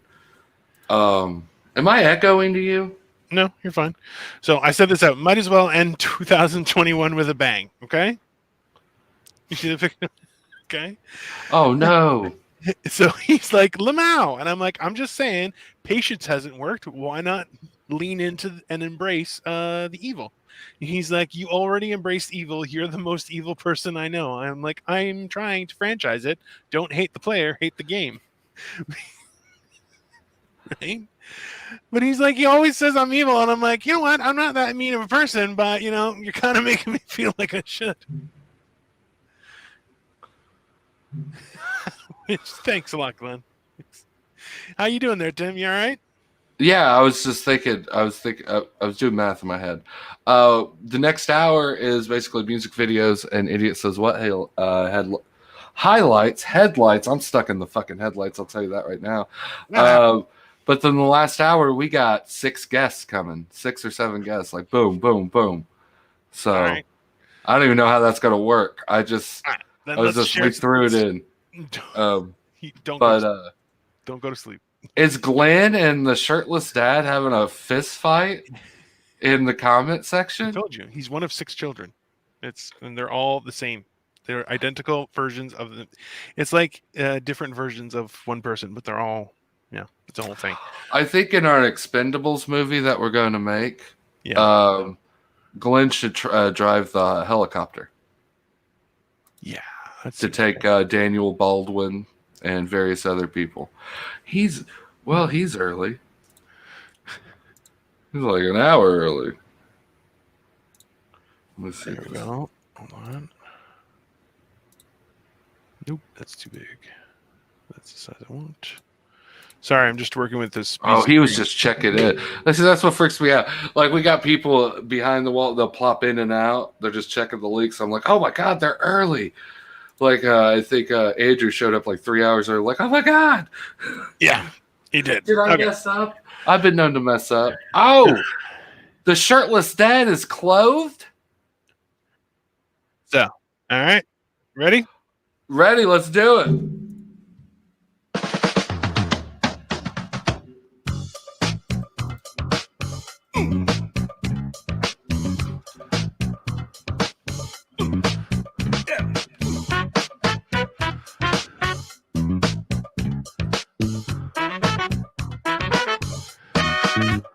She's a brick house. She mighty just letting it all hang out. Oh, she's a brick house. And that lady stack, that's a fact. She ain't holding nothing back. Oh, she's a brick house. We're together, everybody knows. This is how the story goes. She knows she's got everything that a woman needs to get a man. Yeah. How can she lose the stuff she used? It's 36 and 24, 36. What a winning hand. She's a brick house. She's mighty, just letting it all hang out. Oh, she's a brick house. And then the lady stack, that's a fact. She ain't holding nothing back. Oh, she's a brick house. Yeah, she's the one, only one who feels like an Amazon. So she wears sexy wigs, makes an old man wish for younger days. Yeah. She knows she's built, she knows how to please. Show enough can knock a strong man to his knees, 'cause she's a brick house. Yeah, she's mighty, just letting it all hang out. Oh, she's a brick house. That lady stack, that's a fact. She ain't holding nothing back. Shake it down, shake it down, down. Shake it down, shake it down, down. Shake it down, shake it down, down. Shake it down, down, down. Shake it down, shake it down, down. Shake it down, shake it down, down. Shake it down, shake it down, down. Shake it down, shake it down. Brick house, motherfucking brick house. She's mighty, just letting it all hang out. Oh, brick house. Yeah, she's the one, only one, feeling like an Amazon. Shake it down, shake it down, down. Shake it down, shake it down, down. Shake it down, shake it down, down. Shake it down, shake it down, down. Shake it down, shake it down, down. Shake it down, shake it down, down. He nails those shika bow wows. Yeah. Really does. Shake it down, shake it down. Too funky for himself.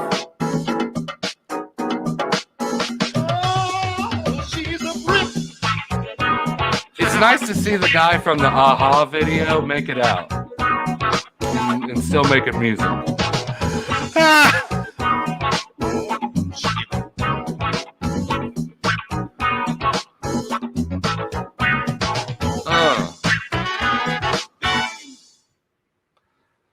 Damn. All right. We need a little funk in here. We need a little funk. I think that's reasonable. Actually, our guest that was supposed to is here, so we're going to just asked. Is he okay now? Yeah, we're going to bring him up if it's okay. No. It's just go into private chat. Oh, okay. All right. Cool. Okay, no problem. We just wanted to make everyone's comfortable, make sure the audio's all good on his end. This next person's a very funny comic. I've been on many shows with him.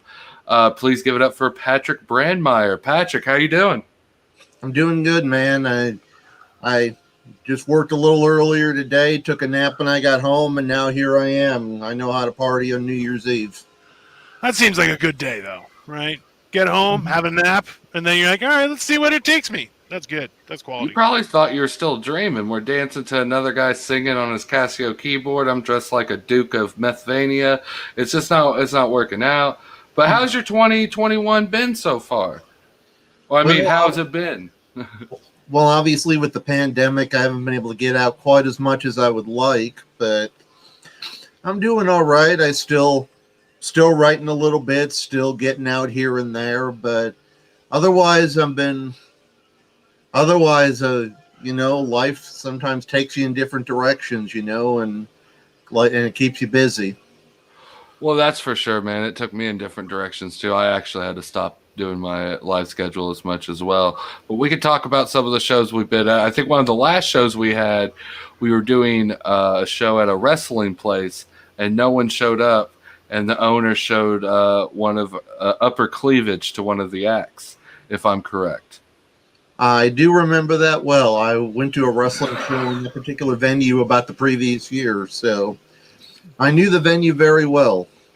So yeah, they're still doing. I think they're still doing good shows there. Still doing wrestling. Not so much on comedy, but hey, that works. We had an opportunity. It was a good time. We put on a good show. Another one I remember is Centrelli. When I brought you here, you had a funny story about how the last time you attended a wrestling show here in Centrelli. How'd that go? Well, I do remember going to the show in Centralia and how in the main event, the wrestlers fought all over the building and made such a mess of the building that the owner of the venue called the cops. So what? And all I remember is that was the fastest I had ever seen the wrestlers break down the ring after a show in my entire life, because they were wanting to get the hell out of there as fast as possible. And I just remember one of the wrestlers kind of nudging me after the show and being like, can I get a ride home and can we leave right now? It almost sounds like a Tim Lost comedy show at first. But we didn't have a ring to set up and put down, so that's a little bit different. But yeah, I love that story. I know you're a big wrestling fan like myself. Is there anything you're looking forward to in 2022 with wrestling?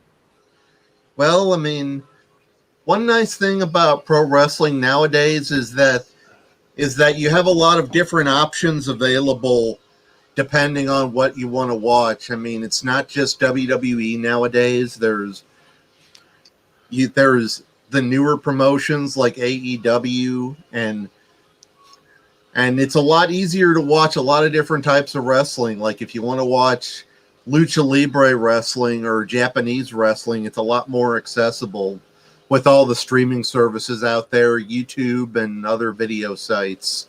So you're not just stuck with whatever happens to be on television for you. It was like that for a while. WWE was really the only player in house. You had some alternatives, unless you went on the independent circuit, which I always suggest if you haven't went to an independent show, please do. They're very fun. You get to experience things on a whole new level. Now, as being a fan, I'll get you one last question. I know you're very busy tonight. We'll let you go. You have done some announcing, if I'm correct, for wrestling. Yes, I've been fortunate enough to ring announce at wrestling shows a couple of times, and I was going to expand. As a wrestling fan, we all think we could do it, but then you're actually put in that situation. Was it an experience like stand-up comedy or something completely different? Well, strangely enough, at one show I didn't ring announce, but they did ask me to do a comedy set in the ring during the intermission. So that was a unique experience. I mean, it was a little hard to hear the audience reaction in the building that night, but people told me afterwards they thought I did a good job. That that was an odd little part of the whole comedy resume that I had done a comedy show inside a wrestling ring. See, I immediately get goosebumps because that means you got to go against the ropes and like step in. I'm like, oh, you son of a bitch. That is so cool. Like, oh man.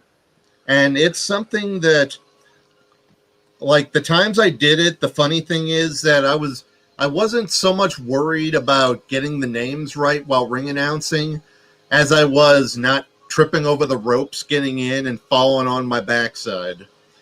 Because it's tricky. Those are steel cables, as they always tell you if you haven't been in there. And as much fun as it is as it looks to bounce back and forth on the ropes, you got to do it a certain way, otherwise you're going to end up with a sore back. So that was an interesting experience for me.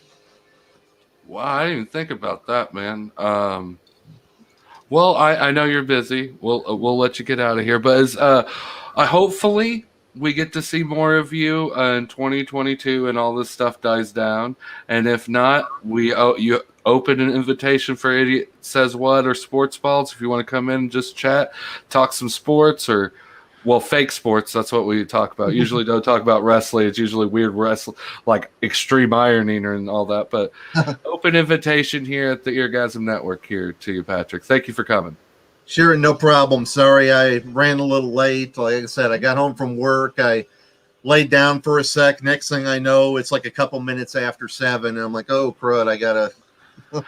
I thought I scared you away with this. Like, give you balls to coming in looking like what the hell did I sign up?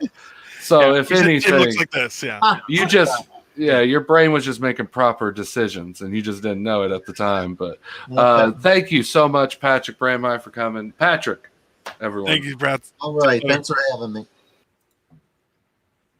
That's awesome.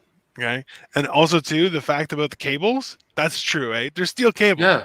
That hurts. Like, you got to be careful with that kind of stuff. Right? They use actual ropes. It's like real backdoor wrestling style. They use cables. I think. That's an old story. Dino, you get me caught up on this. But Mick Foley lost his ear because the cables were so tight in overseas. At least that's what his book says. I could get it wrong. I'm not a historian. But in his book, when he does a spot, he had his neck pinned between the ropes. Well, it was so tight because the cables were set so tight.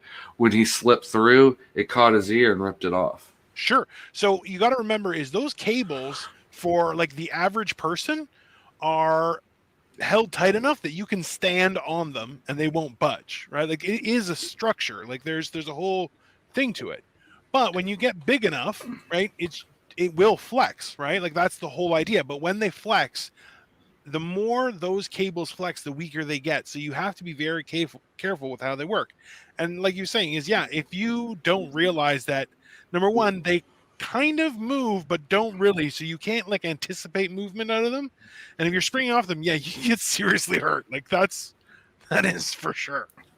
And man, Patrick, that will make you bleed. Patrick's an old ride and die for Tim Lost Comedy as well. I think he's been helping me do shows and performing for me for a while. He's opened up for everyone. He used to be an open regular at a comedy club here in town, in St. Louis area called Hey Guys. And very funny, very nice guy, very knowledgeable about wrestling. The dude has a story, but that's also why I wanted to talk to him about. Because it's weird. I look at me. I got possum skin on me, so I had to calm his nerves a little bit. But he is knowledgeable and all that, and it was nice to get a different side of announcing. Because if you ever watch anything like even marble runs, remember when we watched the marble, the announcing? Those are awesome. Okay. So, that was it, and we are clear on the schedule till 8:00. So we can pick up on our music videos, finish our music video, because this is the only time we have to do it. Yep. And any highlights for Idiot Says What we want to show and talk about. You know what? the highlights. We guys, could just talk about it let's if you do this want. first. Hold on. Let's do this. Let's do this first. Is number one. We want to throw this up here, guys. We appreciate any support you can give us. So hit us up on Venmo to the DNT network as well. If you want to be a sponsor for the show, check out our Patreon. That's the QR code, or you can hit up the Cash App just to give a lump sum. Eargasm is producing tons of shows. We've premiered some of them. Obviously, we're doing some awesome interviews with some awesome people, and we're working with a whole bunch of people that are, you know what, we're trying to meet success together. And we all do things differently. We all are individuals, but at the same time, we are all looking towards two things. Is number one, I don't want to have a shit time. Okay, I've had shit times. I don't want that. I want to have a good time, and you know what, I want to make people laugh. That's what we're here to do, and that's what we're trying to do. And I think that we've really done that, just considering the support that we've gotten today. And I really appreciate everyone that's been doing that. But we are looking for as much support as possible. We do have more videos coming, and we have tons of things. Like if you guys didn't know, Tim also doubles as a superhero right here. This is what he looks like in his time off. And he has an evil twin brother right here. Okay, bring the first one up. All right, bring the first one up. First one up, he showed me, and my wife immediately looked at it and said, accurate. And I'm here to say nay. As a fat man, you can't wear tidy whities. The chafeness down there between your thighs is ridiculous. Oh, yeah. I'll start now, if you could bring up the doppelganger, this is where it gets offensive. Check out the teeth, motherfuckers. Check out those grimy ass gingivitis. I don't even know how he photoshopped that in there, but give it up for him. He speckled every one of those teeth with Kentucky gold. Like those. Oh man. It was not my know-how. It was a little a happy surprise. It was a happy what do you say? What do you say was a miracle? It was a happy accident. And yeah. It just Santa came a little late in the Dino household, but when he did, it was a lot, and he loved it. Wow, just right through. That's okay. Listen, hey, we're all on that end of things. I did up a graph for one of the comments earlier.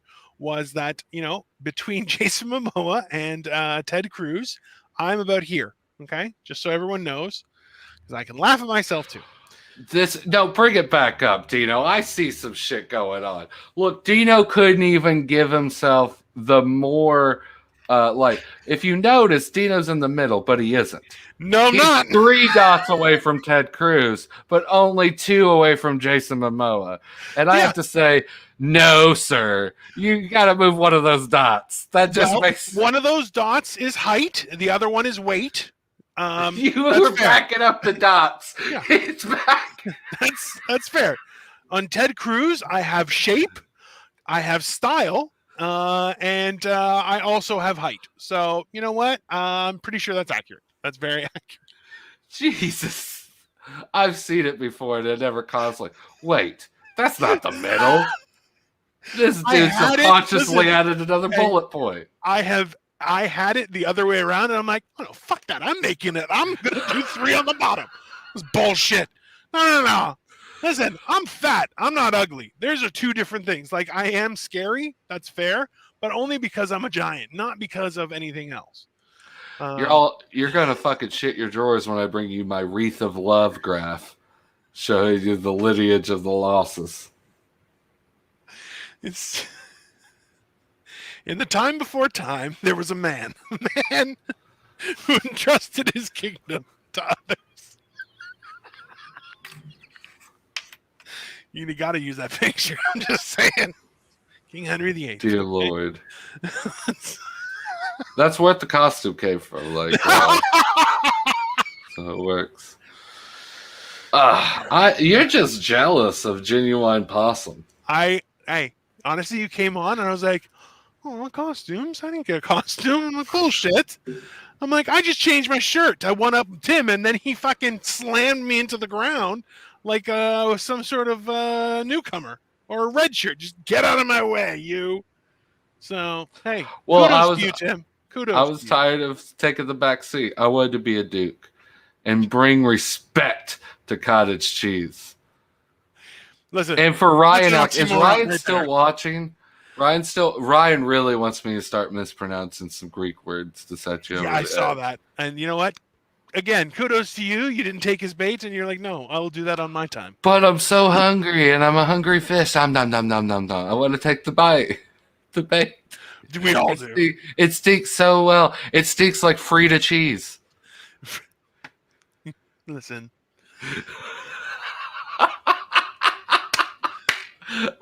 I can make the argument that I'm still under anesthesia because now I have about 150 milligrams of THC going through my system, and I'll tell you, Tim, without the balance of a cigarette, I am primed for murder, and I can do that over the internet. There were a lot of movies in the 90s that were based on killing through the internet, so I've learned their ways. I get it. There's no need to spray cucumber sauce all over your camera. Shut your mouth. Because I love you guys. Hey, Ryan, we're both taken, buddy. But, kudos to you for shooting your shot. Hey, maybe he was... I picture Ryan not shooting with a real basketball, but one of those mini basketballs. You know what I'm saying? Like the half baskies. He's got his own little... Like an extra low, like a Nerf... Yeah, it's high, but it's not regulation. It's off to the side of the court where you play alone, maybe with one other friend. Yeah, no, that makes sense. It's, not the highest one, but everyone can dunk on it. It's okay. You could tell it's like Dino's even like, this motherfucker's still kissing ass. He knows it'd be a low motherfucking goal, and he's still trying to save face. The best part is, if you guys didn't see this, so a couple weeks ago, Tim and I started running a Twitch stream, which we're broadcasting to right now. So mine's Dino the Genetic Marvel on Twitch, and Tim is Tim Loss Comic on Twitch. And one of the things that we did was, in talking, someone asked if I was available. And you can watch that on the DNT network. It was the first time it was called multiple times. Multiple times people were shooting their shot. It was right over my ass. I was closer to the comments at that point. Yeah, like that. Now it makes sense why I'm bringing the possum fur back. I got to show my worth to these fucking comment goers. Yeah, you got to show them what they're missing. So that happened. Then I'm like, hey, what if that was Ryan trolling me? It's very possible. He is that kind of guy. I don't know. It happened oh man, that makes it. I'm still.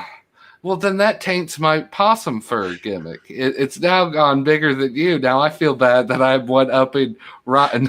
Ryan's just like, nah. Well, it's like, no, it wasn't me. It was the one-armed man. Yeah, whatever. That's me. Ryan's shooting a shot at every platform. His cucumber sauce is everywhere. Well, it's just chunky and spoiled. It's called pickle sauce. It's tartar sauce. It's not pickle sauce. It's not tartar sauce, sir. It is called tzatziki, and it is great. Even when it goes bad, it's called still tzatziki. Listen, the amount of garlic I put in my tzatziki, it will never go bad. Okay, as long as you keep it refrigerated, it will last. Okay, that thing. Listen, and it only gets more garlicky the longer you keep it. And everyone's like, oh, it's supposed to keep for like 1 to 2 weeks. That's how long. No, dude. I keep mine for like a month and a half, and you eat it, and you're like, it burns. It's fantastic. Ryan's asking why it got so gross. It got so gross because I'm running out of puns for Greeks. Like when he was talking, I was trying to think of a way to mispronounce olive that would fit. It just didn't work. And now Ryan wants a hero. Yeah. I want one of those gyroscopes too. It's very therapeutic when they're in the background. A gyroscope was technology that changed the world, sir. Okay, so you pay it the respect it deserves. Do you know? I don't see how lamb could change the world. I think you're over exaggerating a little bit. That's just your inexperience showing. Oh, live! I just said "oh, live" for some. I read it. I was like, I acted. That was my shitty Austin Powers. I was like, oh, behave. Oh, live. I'm done. I'm done. And Ryan? Yeah. No. When Here's I meet what the problem is. I don't feel good about what I just said, and I am welcoming Dino's defeat at his hands because someone who said that should be defeated that way. I am. It's just like I am no hero in this subathon. I am the villain. Glenn, they're definitely not gyno sandwiches. If you eat a gyno sandwich, You might get a You wife. win New Year's Eve. New Year's Eve is yours. All right, that's good for you. Just make sure there's no ketchup on that sandwich there, Glenn. Oh, it took a second for Dino. It took a second. I am such. You know why? Because I was asshole. like, you don't put ketchup on a gyro. What are you? Oh, perfect, perfect. Every time with your perfect. I brought the Greek out of him. I brought the Greek. Pita bread. You shut up, Ryan. You shut up, bastards. I'm not going to say any Greek puns or anything. I'm going to leave it up to the comments below. To give me your very Greek puns about Greek food, and tell me how much you love cottage cheese. Glenn, if you could do me a favor and find any groups that are Greek people supporting Greek businesses and send this out to them. Share it with them. Like Greeks for podcasts or something. I'm sure you could find a good one. That seems reasonable. That's it. You're sending him out. We're going to get like. Well, you can't get mad at Glenn. Glenn's a nice guy. He's a gentleman. All right? He's going to share it to Need some biker clothes. nuns from Greece. Yeah, biker nuns that hunt Greek men. Yeah, like that's right. Yeah. Well, that's probably where it all started with your stalker. There was a on our Twitch stream. I'm okay with I don't know. I'm just jealous. That's all I am. I've had a very nice conversation with her. I assume she's a her. I don't know, but you know. When you get a castle and it's full of possum furs, it's very lonely. No one wants to. You know what the problem is? The more you say a castle and the possum furs, I'm thinking of Danny McBride from that Will Ferrell movie where he's like, I will mate with her in this tower. And then when she angers me, I will send her to this tower. And that's the image I get. So I'm a shitty Will Ferrell movie right now. Oh no. I don't know. He got to say "suck it," Anderson Cooper. That's pretty fair, or whoever it was. Oh, it was that one, Land of the Lost. Land of the Lost. That was the movie. Yeah, where he wanted to make the casino, and he was like, "I'll banish her if she angers me." Do you hate bad puns? My cat's name is Apollo too, Glenn. You've hurt me. You've wounded me in my cold, dead heart. What's the other? Like, there's Apollo and the other one. Well, Apollo's the moon, right? So what's the sun? Apollo's the sun. Really? I'm questioning the Greek about Greek mythology. All right, I'll take your word for it. I just gotta get a bowl. I'll be back. No, are you serious? That's what happened. You're gonna go get cottage cheese during the live stream and leave me hanging. That's what's happening. I hope you're happy, Ryan. I hope you're happy. Water your tree back there. It looks like crap. There's no. I see the digital leaves falling off. Oh my lord, sir! He's bringing me leftovers.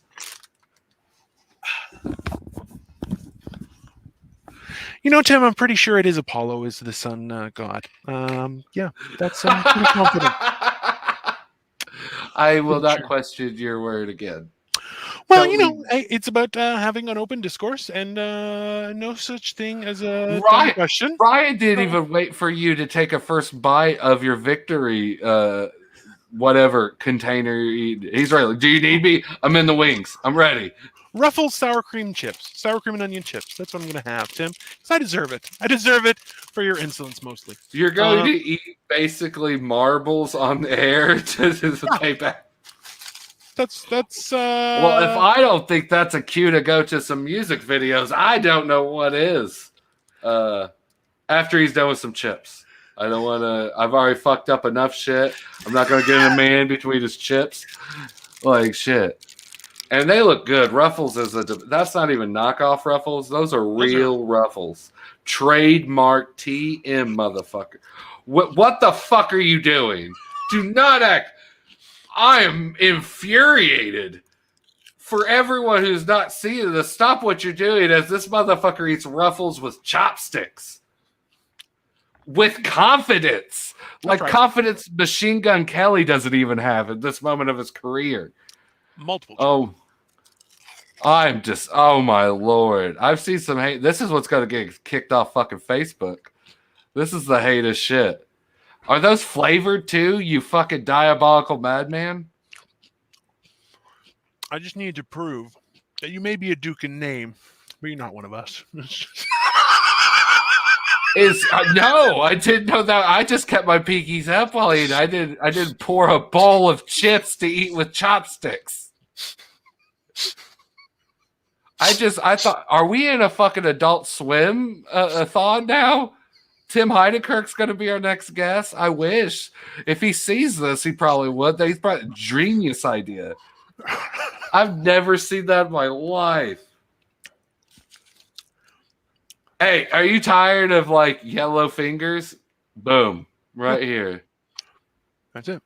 Only a man who fucking uses forks with Oreos would do something like this. And I know you do. I know you do. I die inside when I do it, but it's worth it. I'm immortal. I ain't got fucking chips or anything. I have a fucking diet green water. I can't even show you because it's green. And I got a green screen behind me. I'm drinking nothing. That's what it feels like. I'll look for great shows like this. See what you started? I hold you accountable for all these comments. You know that, Tim. I know, but it's kind of the plan. It's worth it. It's worth it. Because that led me to eat the chips. And I won. Like that. I was... You sacrificed yourself for it, and I applaud you, sir. I died a little inside. I die a little inside every time I see that. Now, all right, we're gonna go to the music here in a second, and I'm gonna get you some fucking dips, and I want you start dipping that shit. I have some. Hold on. You don't have dip nearby. There's no way. He didn't even reach off camera that far. He's like, oh, I got dip. It's right here. Do you have some sweet and sour sauce right here? Oh no!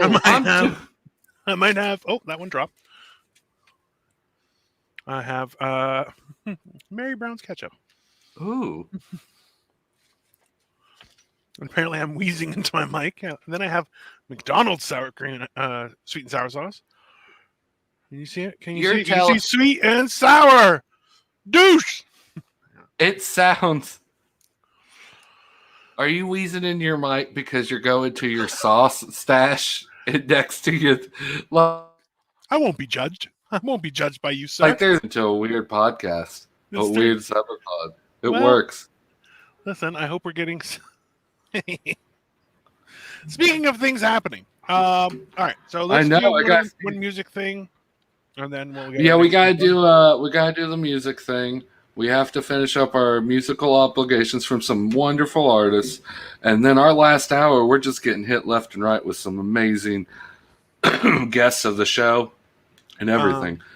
So let me do this quick. What dealer's choice, whatever you bring up, I can give a good introduction to. Let's go. Nope, that one. Bada boom. Realest guys in the room. Oh man, Shirtless Dad coming back. Yeah, here comes Amos. Now Amos Moses was a Cajun. He lived by himself in the swamp. 300 alligators for living. He just knock them in the head with a stump. Louisiana law gonna get you, Amos. It ain't illegal hunting alligator down in the swamp, boy.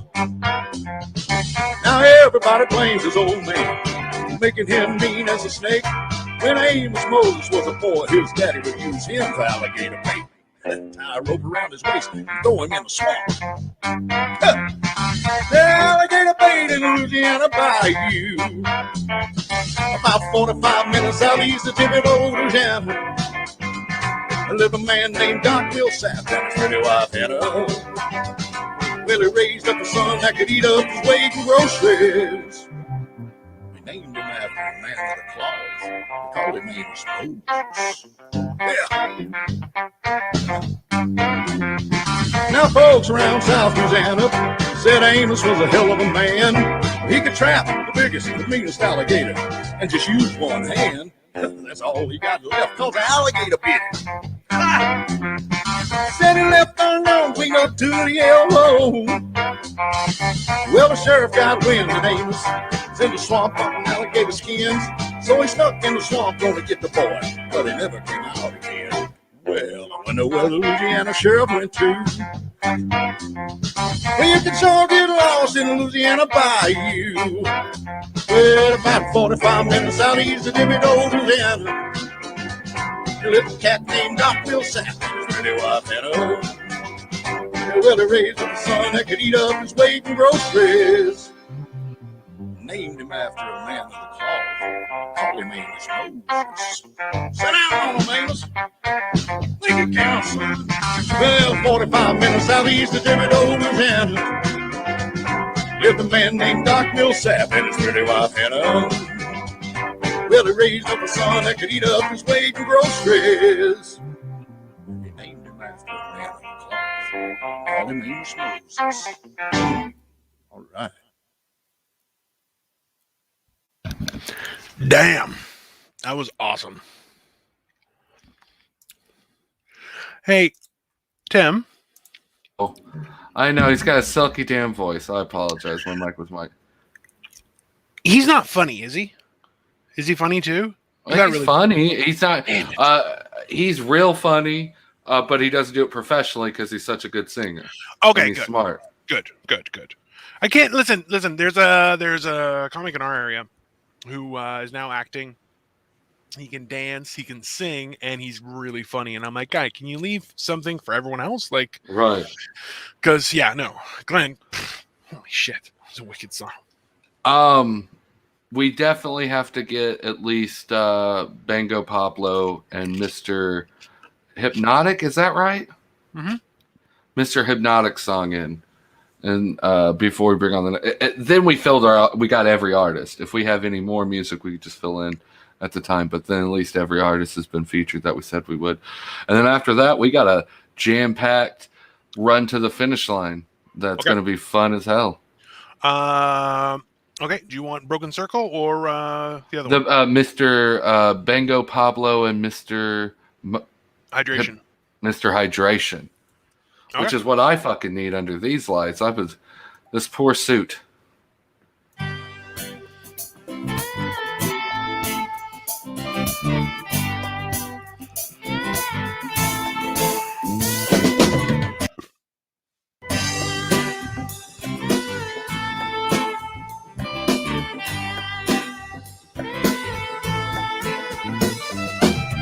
Got here on Wednesday, setting up, just barely got here in my pickup truck. All my worries gone, my friends around.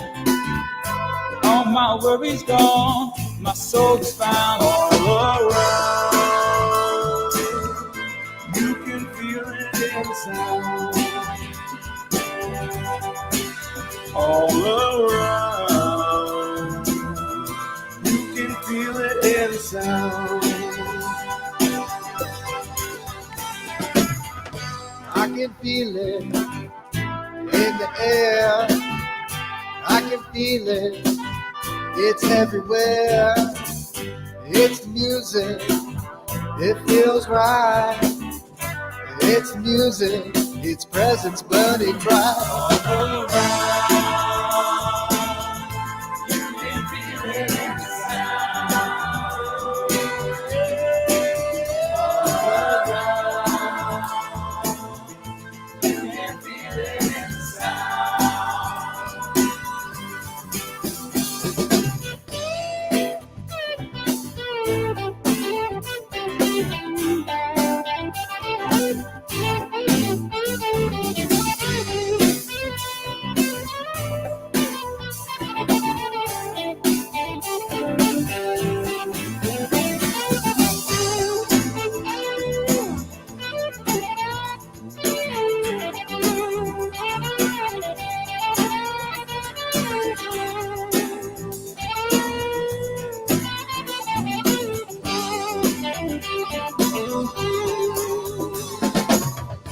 Walk around, we got a clown and a gold prospector jamming up with Mr. Bango Pablo. All his friends, we got family in his faces. Blood where there most water, that beautiful water. All around, you can feel it in the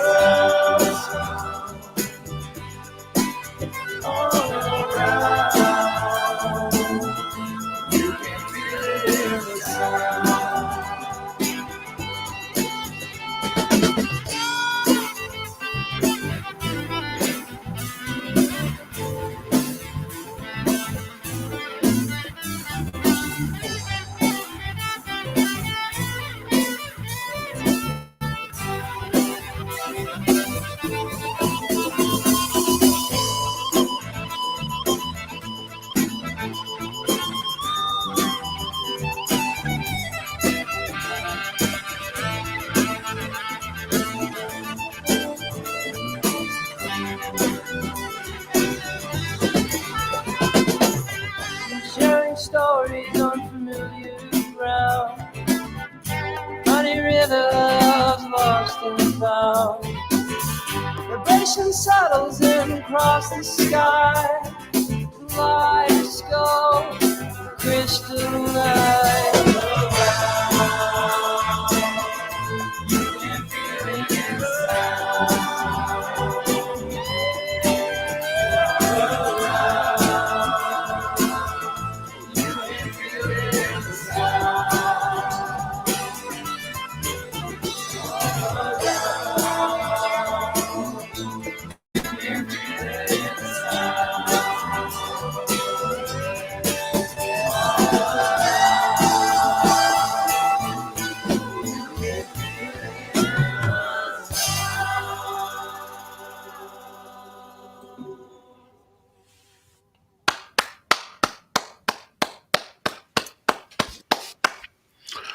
That was awesome.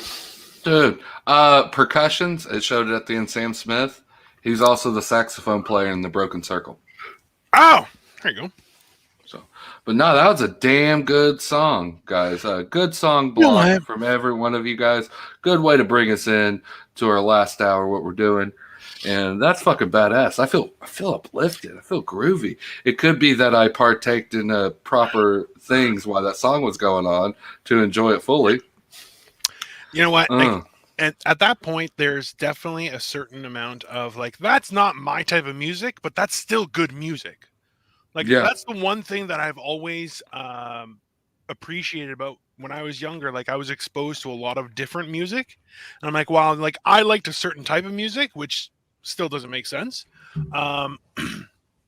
Like, I could appreciate good music, like good country music. Yeah, it's good country music. Is all country good music? No, it's not. Right? But same goes for rock. Same goes for, electronic music, dance music. There's even reggae. You're like, yeah, some of it's awesome. Other dog shit. Okay. Well, I think you're basically saying what their talent shines through barriers. It's not just music that you have to like that genre. Like that just felt good. That felt good. Yeah, that was just a good time. You're like, oh man, yeah, fuck yeah, all right. And it looks like bravo to them for squashing the stereotype of the unwashed hippie, because those guys looked very well kept. They did. Oh, I mean, most of them. I mean, some of them. Come on, if we're grading on a scale, they all hit above 7.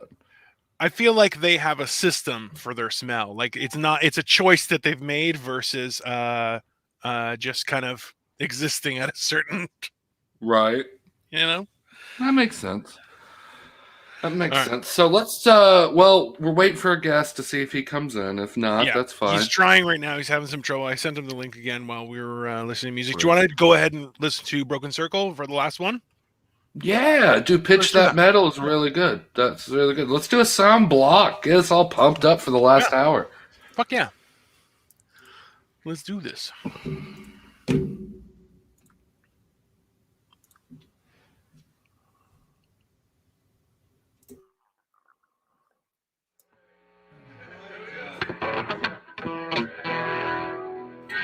This is a picture of the studio from the 360 one. Count to 1, count to 2, count to 3, count to 4, count to 5, count to 6.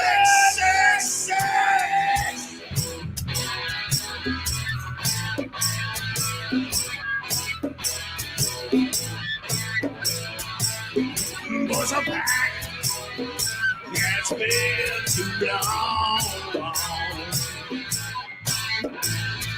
Take this fire for whoever done wrong.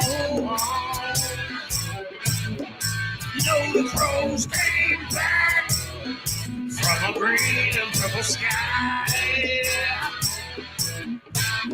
Yeah, all the knees start knocking when the devils get too high.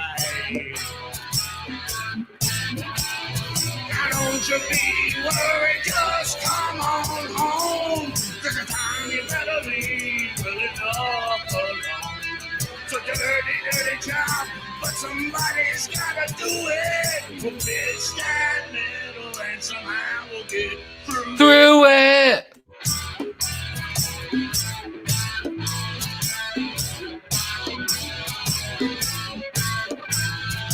People tend to labor, but they do not understand. Where the fears and worries, just like a cattle brand. Back from the grave, with dirt in their teeth. Where they used to have skin, now there's anger underneath. Now don't you be worried, just go on home. There's a time you better leave early enough alone. It's a dirty, dirty job, but somebody's gotta do it. We'll pitch that middle and somehow we'll get through it.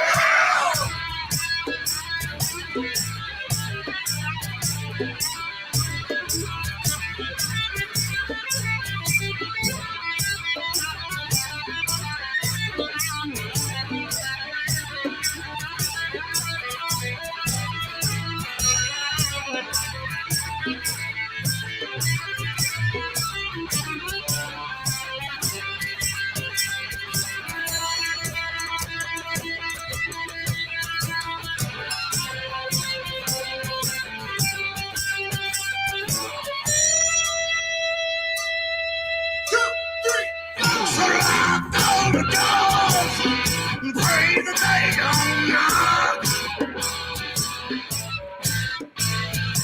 No Stella Boyer, no hammers as they cock. No boots of wood, no shaking on the floor. Don't you know your goddamn opinions don't matter anymore? Don't you be worried, just go on home. There's time to take a leave, burn off alone. It's a dirty, dirty job, but somebody's gotta do it. We'll pitch that middle and somehow we'll get through it. Oh yeah, no right, oh yeah, sweet time. Oh yeah! All right! Oh yeah! Yeah.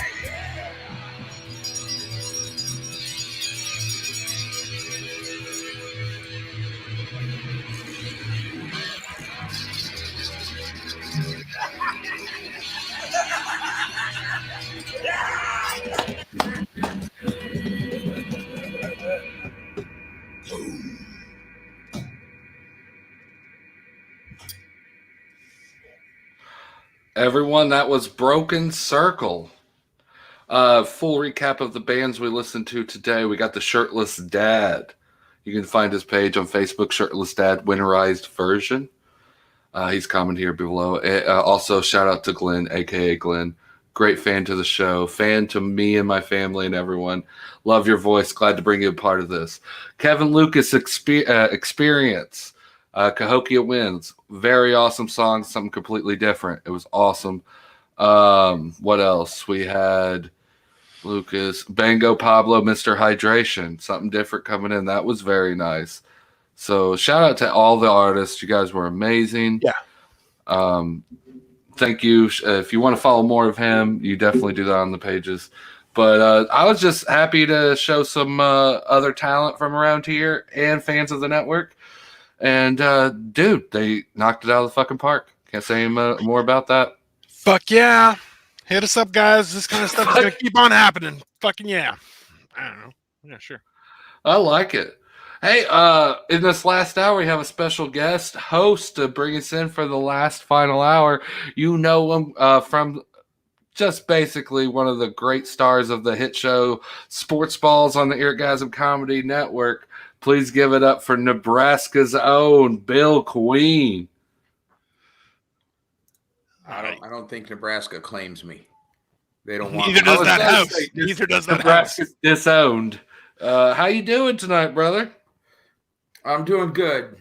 Just got off of work. You know, a busy day of selling diet weed to people. Someone's got to do it. You're it's a just hero like that of the song. people. It's a dirty, dirty job, and someone's got to do it. So you pitch that medal. Yeah, somebody needs to cure these old ladies' arthritis. Rub this CBD on, Barbara. Fucking love it, dude. At least you have respect for people, Bill. Well, we'll let you. We're going to bring nobody in pain. They're too chicken shit to get high, so we got to find them something. Yeah, it makes sense. That's why they put it in topicals and like drinks now and everything. So yeah, I dig it. I gotta get my ID fixed, and then I can go back to going back to the dispensary. But until then, nope. Your ID fixed. Is that it's out of it? Is that an Illinois way of saying it's suspended? No. The Illinois way of saying I'm suspended is you call up your mom and say, "Hey, I need bail money because my license is suspended. I took your car." That's the Illinois way. But no, I mean, I had to get it renewed, and since I moved mailing addresses in between me getting a new ID, they won't mail it to me, so I have to go through that. Ooh. That's fucking normal, dude. Like, I couldn't get married for 2 months because I let my ID lapse for too long. It was a big ordeal. So, like, it's just what happens. Like, you can yell at them, but they don't really change. And they call the cops. Like, it becomes a thing. That sounds like a made-up thing because you probably didn't really want to get married. No, we will. As soon as I get my ID, I promise. No, I did, but the problem was that's what she thought, too. I just let it lapse for a year. I didn't need it because I cashed my check at the job I was at the grocery store. Never really went to bars or needed it. So after a year, it becomes like a big deal. Like I had to prove everything who I was all over again. And kicker, lost my social security card in the process. So it turned into a big ordeal where like I had to talk to like upper management of our DMV, and it took my GED transcripts to give me my ID so I could get married. So it's about the only thing that GED was done good for me. Maybe bad, depending on your hindsight. You got to ask her. But on my end, it was pretty fucking cool. I'm glad it came in useful for something. Yeah. It did its job. It proved you're you. I think that's fair. I felt depressed telling you that story by the end. I was like, shit, I haven't done nothing. I had that with my license. I didn't renew it for, it was like 4 years. And then I went over, I'm like, yeah, I forgot to do this. They're like, yeah, because it's been so long, you actually have to get your license again. We have graduated licensing. So it's like you have to drive with you have to do a writ test, and then you have to drive with someone who has a license. And I'm like, yeah, I'm not doing that. And they're like, shit. Well, it's the law. And I'm like, okay, fine. I go do the test, and then I drive away. And they're like, well, you shouldn't be alone. Okay, yeah, whatever. Eat my ass. And then I got hell, dude. That's a good segue to bring on our next guest. It's really not, but I had to cut you off because we got like 5 other people showing up.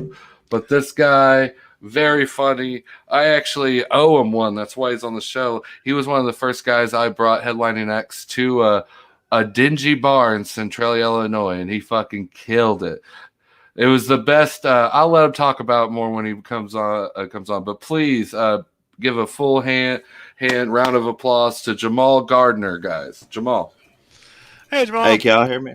Hey, can y'all hear me? Yep. Yeah, you're good. All right, cool. What's up? What's up? Hey, what's up, Tim? I see you. Hey, what's up, man? What's good, baby? What's good? Well, I'm surprised you took my call back after that show. I went back, and after I got to real stages, I mean, bravo for you traveling out of state to that trailer park show with poor lighting. And but there was a decent crowd, and you guys fucking nailed it, man. So I have to give you up to that. Little FYI on that, we did get replaced by a claw machine. So he went more of a family route. But how you been, brother, man? How you doing? Man, it's been a weird 2021, man. It's been a weird 2021. That's fair. Yeah, that's accurate. It's weird. Like like I got a crazy story to tell, like especially since one hosted like a sports show and everything like that. So if y'all ever go on YouTube, y'all watch Inside the NBA? Yes. Yes, we're avid sportsmen. Couldn't you tell? Okay. Yeah, I can tell. All right. Do y'all remember a clip of Charles Barkley like roasting a guy for being a cashier? I don't recall off the bat. Okay. But I've seen I kind of know where you're going with this, so I don't want to spoil it. But I'm familiar with Charles Barkley, so this is gonna be good. Okay, so like in 2017, like I always wanted my tweet to be on the show. So like, but they never put it on. Then I always send out positive stuff, but they never put positive stuff on there. And I was like, let me go ahead. Let's see what's the worst thing I could put on there. So I put like it was a replay that took too long, and I was like, this replay takes longer than Charles Barkley put on a pair of skinny jeans. So, so I put that on there. I got that. That was good. Now, look, my fat ass can't put in a pair of skinny jeans, so I knew like it was coming something for all right. Yeah. Real nose. Little did I know they put it on the air. And Charles Barkley roasted me. Like literally, the first thing, like Ernie read the tweet during the halftime, and then all of a sudden, you just hear Charles say, "Hey, well, first of all, Jamal, you a cashier, so shut the hell up." Hey, man, a dude can't be a cashier. Let me tell you something. That's literally what he said. You can check it out on YouTube.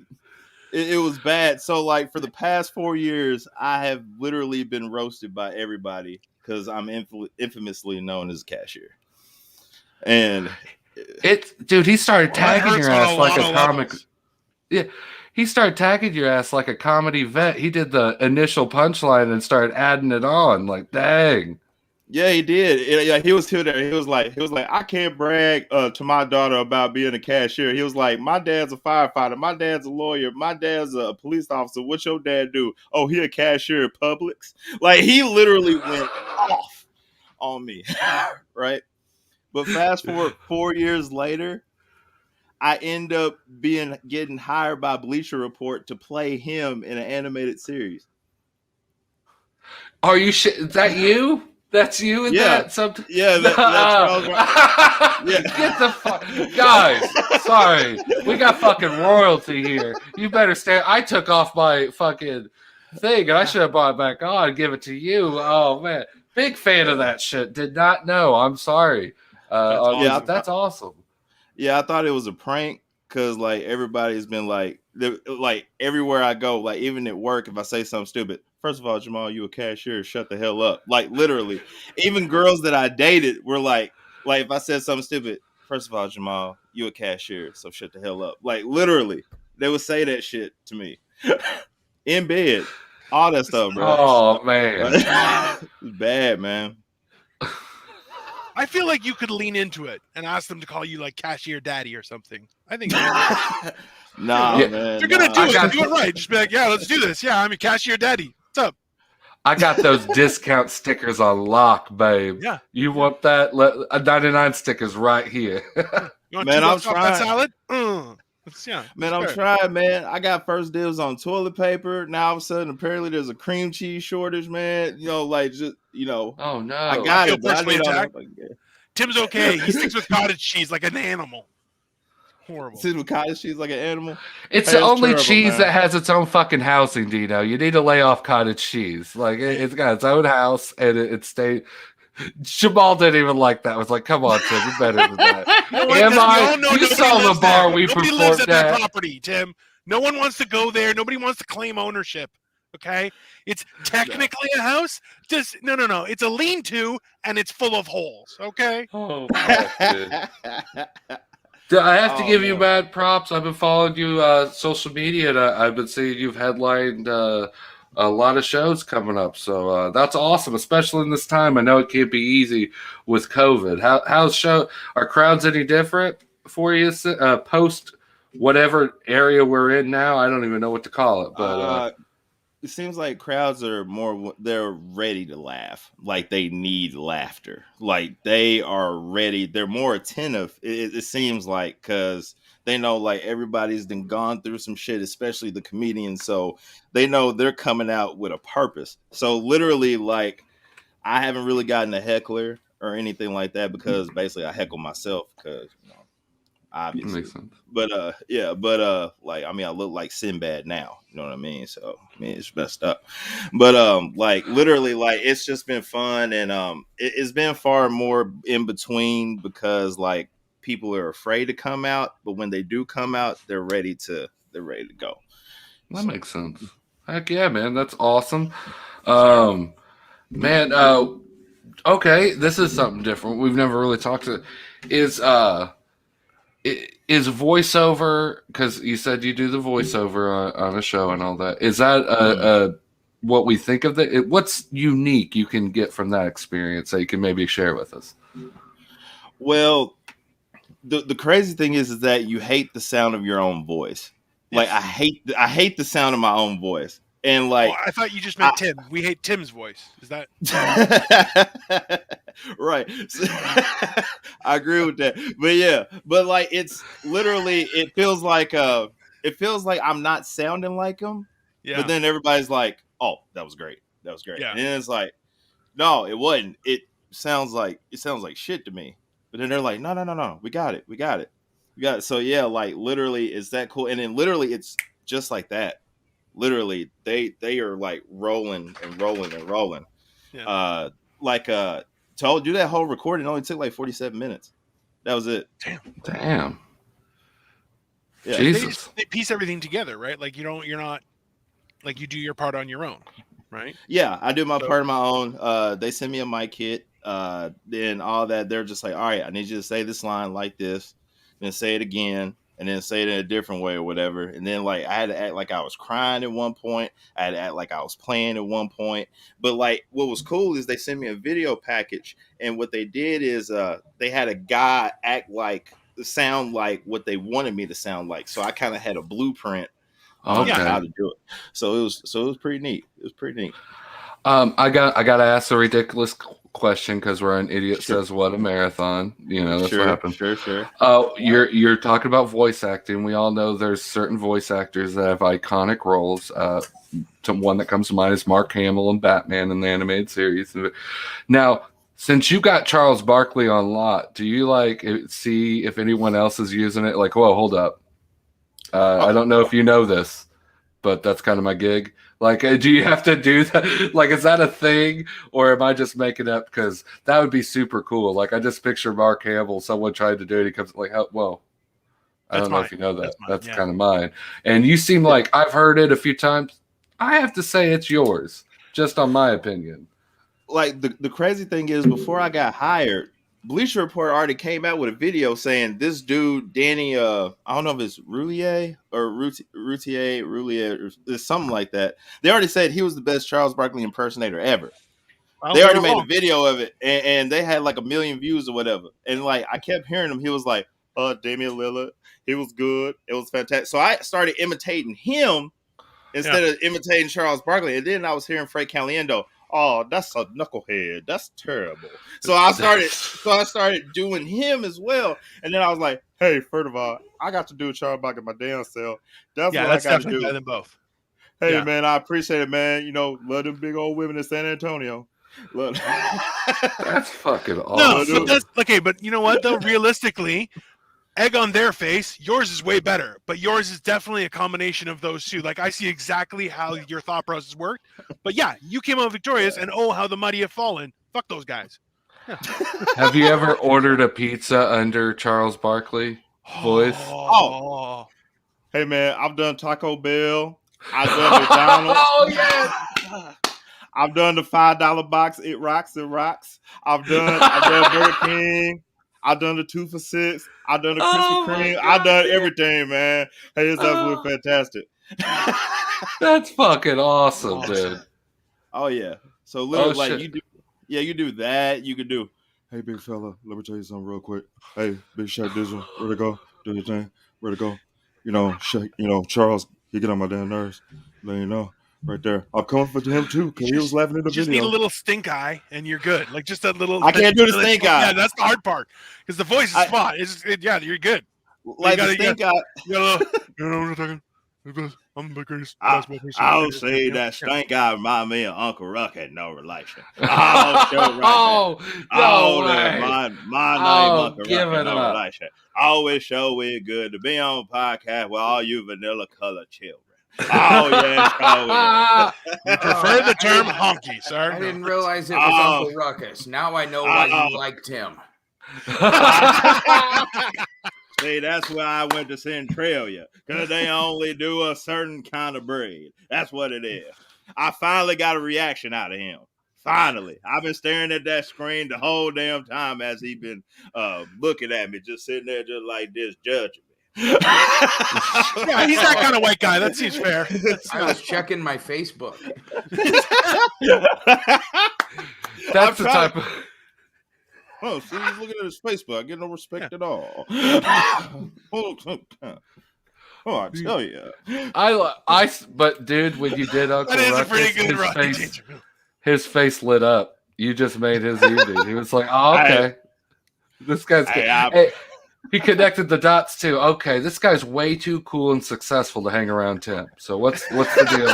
Oh, okay, all right. This starting to make sense. Yeah. I just wanted to make sure I met him before you burned the bridge. Oh, deep cut.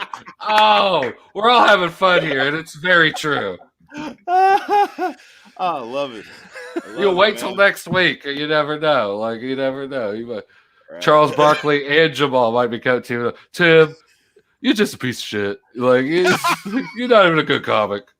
Hey, Tim, don't let them bully you, man. Hey, let me tell you something, man. Hey, for me to trust you in the middle of Centralia, which I ain't never heard, because I remember seeing the sign for Centralia and it said black people underneath, and whenever I went in there, the number went up, and then whenever I left, the number went down. The fuck? It scared the hell out of me, like them Looney Tune cartoons. That's exactly. And actually, here's the thing. He says I killed it. My boys killed it. I actually killed it. Like, I hardly got anything. They introduced me as Sinbad's son. Like, I was awful. I was straight up garbage at night. But everybody did so good that I was linked to them. So, like, Tim thought I was funny for some reason. Now I'm trying to prove myself again. I'll tell you right now, those McGuire's bar shows, I just always say they were good shows regardless. Those were some of the rough, to be honest. It was a rough show. It was a fucking workout. If the crowd wasn't on you, they weren't on you. And they didn't really have the TVs on or anything. They just turn your back on you and just cold, dead silent. And it's not like it's a big giant room. It's like, I see you, Aunt Helen. What the fuck? You're so right true. There. It's so true. You're like, so, and you did get a platform or a light back in the day, maybe a mic that worked, but most of the time it would cut out, and you performed under the light of a Miller Lite sign. That's what was the glow of that, and your dedication, and you just hope that shined through. And if you got people to laugh and get on board, then cool. If not, thank God it was only 7 minutes. Sucks for the next guy. Right. Yeah, but it sucked for me, but everybody else did good. It made me look better. So, like, really, I remember that show. That was one of my, like, that long road trip back. Whoo. Boy, I was doubting myself. But I put the spirit of white Jesus in me. He sure did. I remember that show vividly. It was one of our best. We got Mike, Jorge, all of you guys. I want to Bayless. I get his last name. He was the name I got wrong if I was hosting. I didn't get to host. Jalen Bias. Yeah, yeah. They were all fucking. He's the one that killed it. He killed it. He killed it on that one. Yeah. And thank you you gave me credibility in that trailer park for that month. So that was nice. Because they were starting to doubt me too, but you came in, you're like, this makes sense. This is why the lights are on. This is what's going on. Mm-hmm. Yeah. But dude, any last words for our fans, man? And thank you for coming out. Hey man, it was been a pleasure Hey, all you guys are fantastic. Thanks for having me on. I sure will be following y'all a whole bunch more times and everything like that. Whenever you need an Uncle Ruckus or a prank call or anything like that, don't be afraid to holler at your boy. Oh, dude. We might very well might do that. I think I just got an anniversary present from my wife.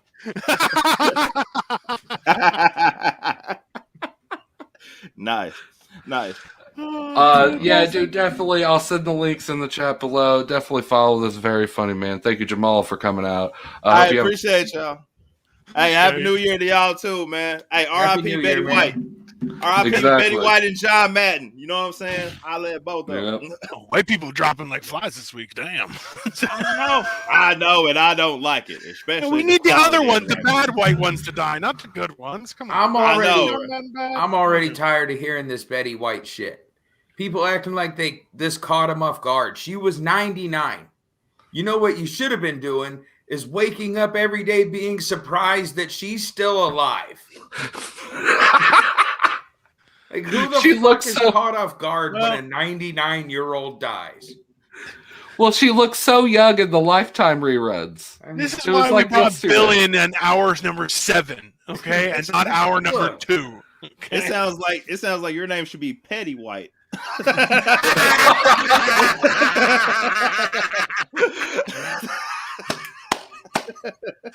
that note, see you later, Jamal.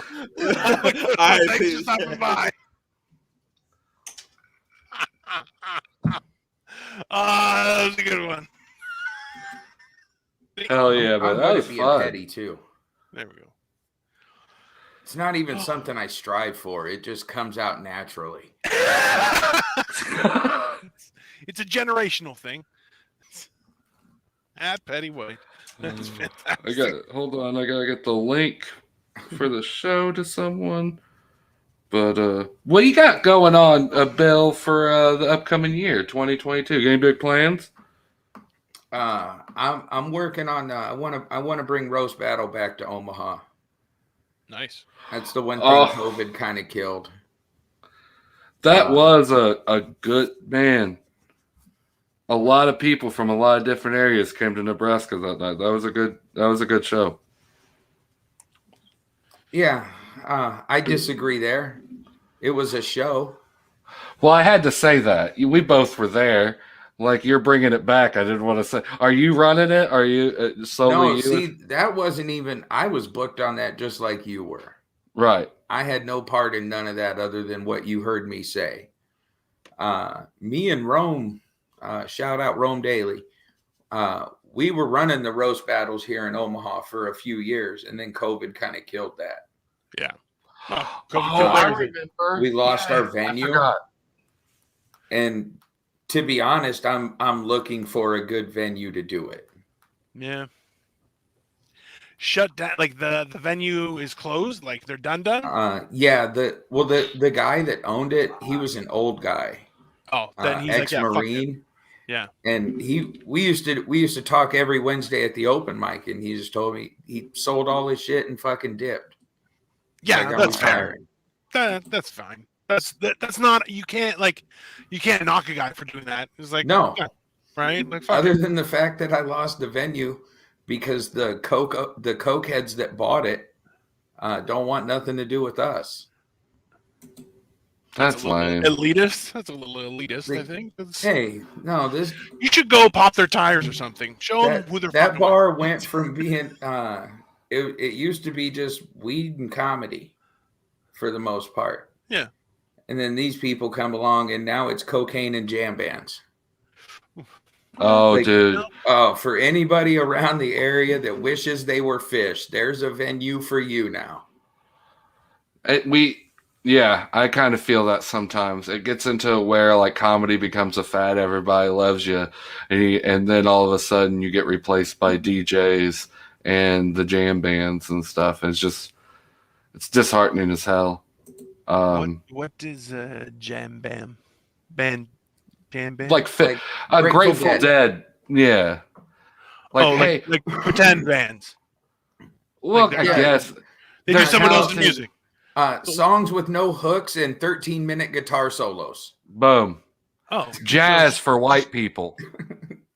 That's not. No. Listen, jazz is bad enough. That's just not jazz. I love jazz, dude. Give me a saxophone all it's day. horrible, but it has its uses, right? Like, makes me feel feelings. Imagine the worst of the hippies reinvented jazz in their image. That's so true. That's a jam band. Well, hell, I looked up, it's all things interesting, weird news for 2021. And the first thing I saw was pack of blue dogs found roaming Russian chemical plant. Oh, and apparently through evolution, these dogs are blue now, which means I think the Russians are onto something. Like they're truly unstoppable now. After that, they got blue dogs. Is there any other country that has more blue animals? Because like a Russian blue is a cat. I have one. I have a Russian blue. Yeah.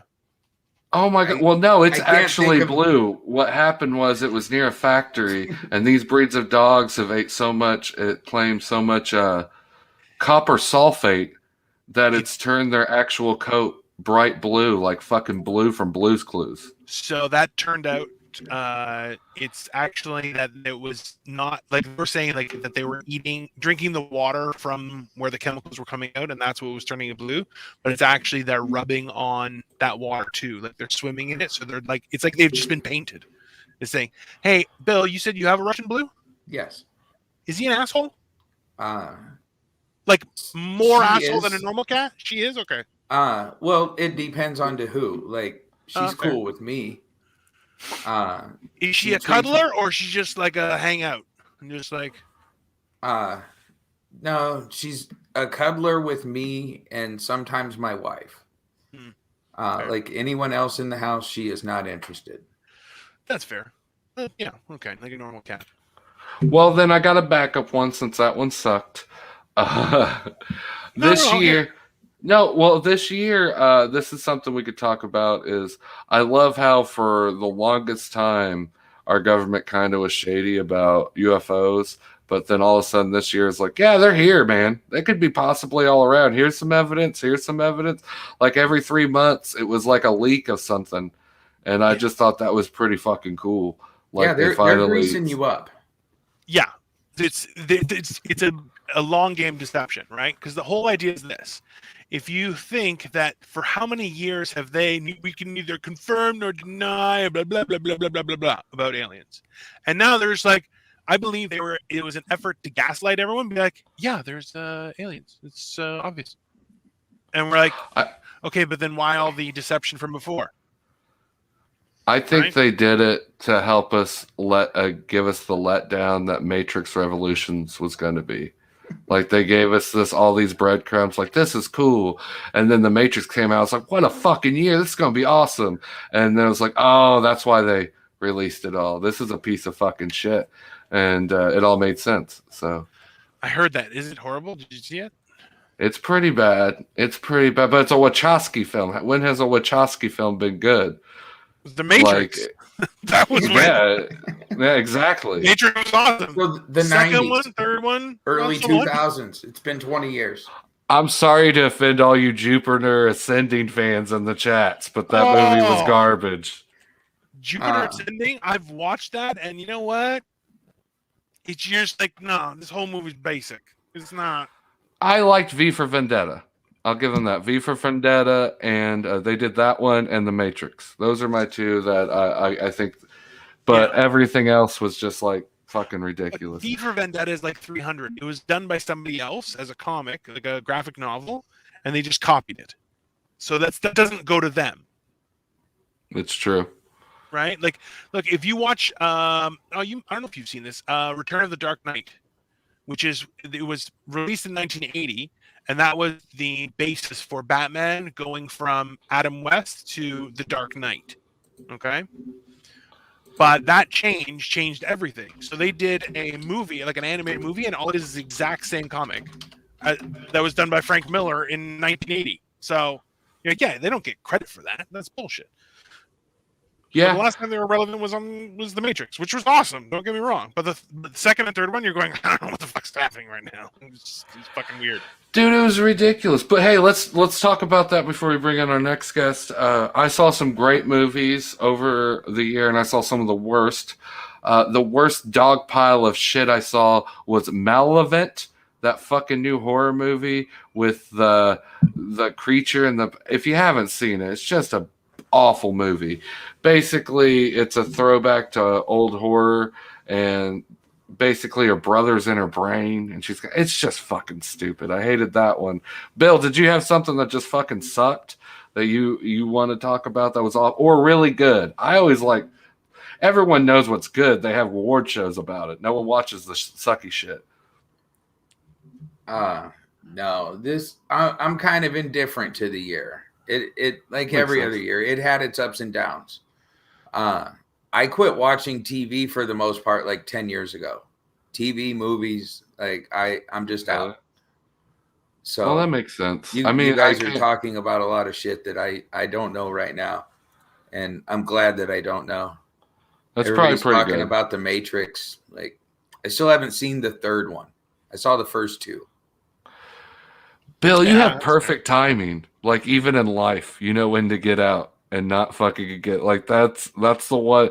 You watch the first two and you go, yeah, fuck the third one. Maybe read a wiki on it. There's no reason to watch that one. That one's a pretty big pile of dog turds. Well, hell, dude, what's your like? I know you. Was there like music maybe that you jammed this year, like a new album that kicked ass, or you just sit alone in your cabin in Nebraska contemplating thoughts for Sunday? Like, yeah, pretty much. My wife thinks I'm weird because I don't play the radio when I'm driving. I just go where I'm going and I try to capture the thoughts in my head. Well, fuck, dude.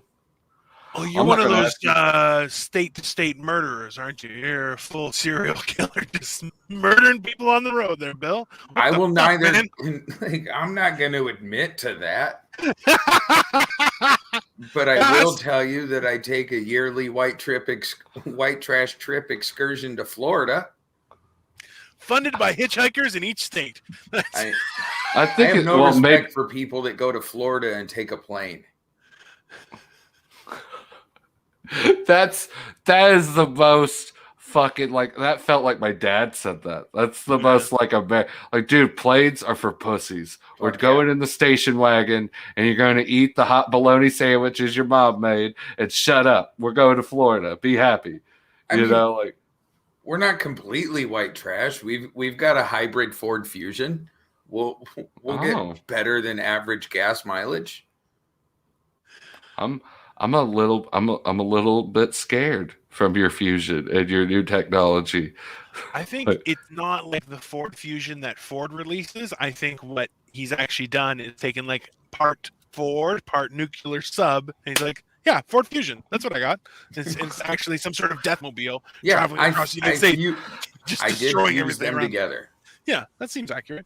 By the way, for Jamal Gardner, I just put in the comments his YouTube channel. Cool. Heck yeah. Well, heck, dude, we're hitting into the final stretch here. And I think we're into the final two guests that we have, rounding out our 8-hour block. We got Jay from Sports Balls and the very funny guest. She was on Idiot Says What, friend of the show, Mary Jane, ready to come on. So let's see what they're up to. Hello. Hello. How you guys doing? Are we coming in all right? What's going on? I wonder if it was okay, or I just blacked out, or everything's there. Is that my Wi-Fi overloaded, or? I have no idea. Maybe it's mine. It's probably Dino's, because that's what happens when you're the Duke of Canada.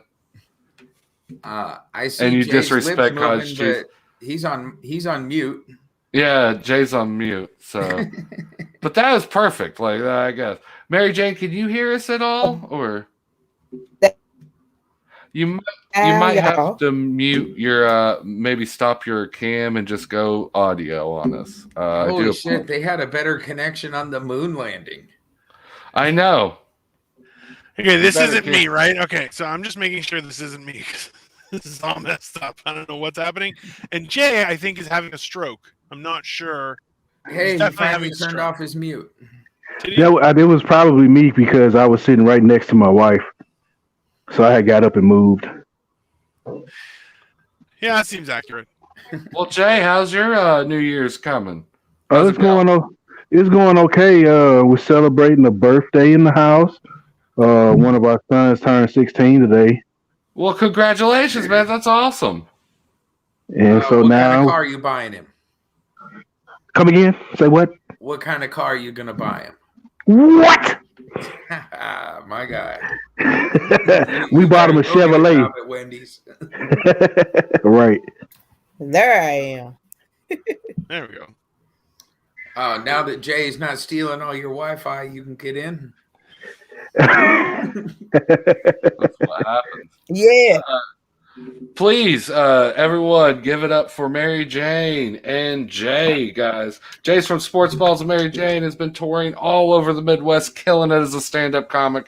Thank you for coming to the Idiot Says What-a-thon. How's your New Year's Eve been so far? And congratulations on the birthday. What? Couldn't hear me? No, I heard you fine. I've done that like 4 So times. far. Jay was the first one to respond. Every time you say idiot says what, I say what. What? Oh, God. See, me not getting it just confirms who the real idiot is. And I think that's... No, we've been on here for 7.5 hours. Fuck you, Bill, okay? We're fucking damaged at this point. That's what's happening, you asshole. That's what she said. Yeah, well, damaged asshole will happen after 7.5 hours, okay? Marathon. Oh, yeah. So I got a question for Tim and Dino. Shoot. So since y'all been on here all day, have y'all been pissing and shitting on yourselves? No, we're not. Well, I haven't. I know that. I can't What vouch for the anyone fuck, else. Dino? I thought we promised in this together. We're going to wear diapers. What the fuck? You don't. I have at least a piss jar, but I've been staying true. What the hell, man? Of Two course low we're snow pissing on toilets. ourselves. I I'll thought be that was honest. the plan. I was happy that I pooped before the show twice, and I'm like, oh, I'm good for the day. No problem. I have no issues with that. And then mostly, I'm like, every time that there's been a break, and I'm like, okay, no problem. We're listening to music. Good. I'm just gonna walk around, go for a pee, and yeah, I'm good. It's been fine. It looks like the fucking aviator I just scene in here. plugged There's just jars of piss everywhere. Yeah, plug it up like a butt. Seems accurate. Damn. Oh shit! Wear one of those bags like the police horses. I should try. There you go. Nice. I have to ask. You guys are killing it. You guys got any big plans coming up in 2022? Mary Jane. Oh yeah, I got about 7 shows so far booked. So all over St. Louis. I'm excited. I want to get some new material out there. And I just want to hit the comedy scene as hard as possible. You know, a lot of Viagra on the comedy scene. Blue chew it up. I like it. So I am actually working. Well, Mary and I are both actually working on putting a college tour together. Sometime this upcoming year, and then I actually just was texting a guy, a comedian from Chicago. His name is Lero. About shows he got coming up and whatnot, and he's going to try to book Mary for March and April up in Chicago. Nice. So Good. That's awesome. You guys need to get out. I'm not saying you guys. I'm glad there's more cities accepting you and reaching out to you and giving you stage time, especially like Chicago markets and stuff like that. You guys definitely just. Last time I saw you, Mary Jane, you killed it. You got a standing O, and it was nervous too because we started the show and they were like, "Hey, why don't you do a PG-13 show? Because that's what we do." And I was like, "Nah, do what we normally do. You gotta like us. like us for who we are, and you definitely killed it. You got a standing O from everyone there. Yeah, I was mad excited. I honestly didn't know that I was going that long. And when you said how much comedy I did, I was very ecstatic. So I appreciate you, allow me to do that time. I do. You did the full hour. The kitchen crew was still cleaning up. They were ready to go home, and they weren't even upset because they were still laughing. That's how you know it was good. It's past closing time, and everyone's still just hanging around, having a good time.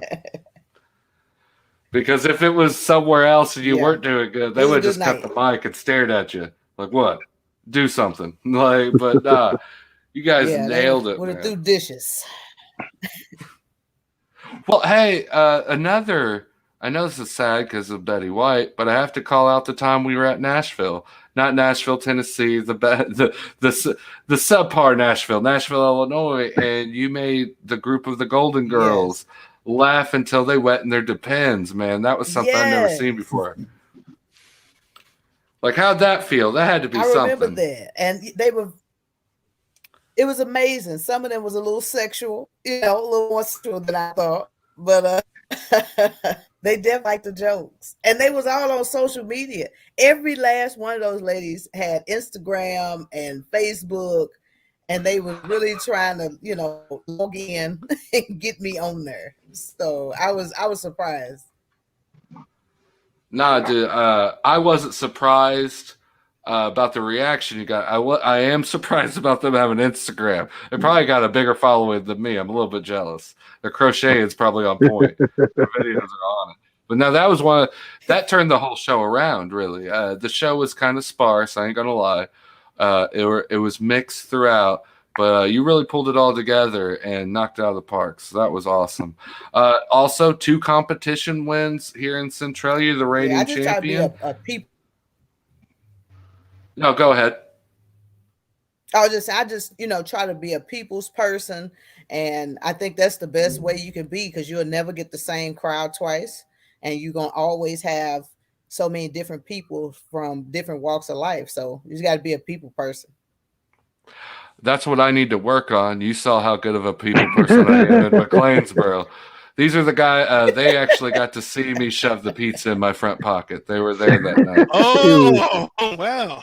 Tim went fucking boss mode on their ass. I was like, no, he's not. No, he's not. He fucking did it. Oh my God.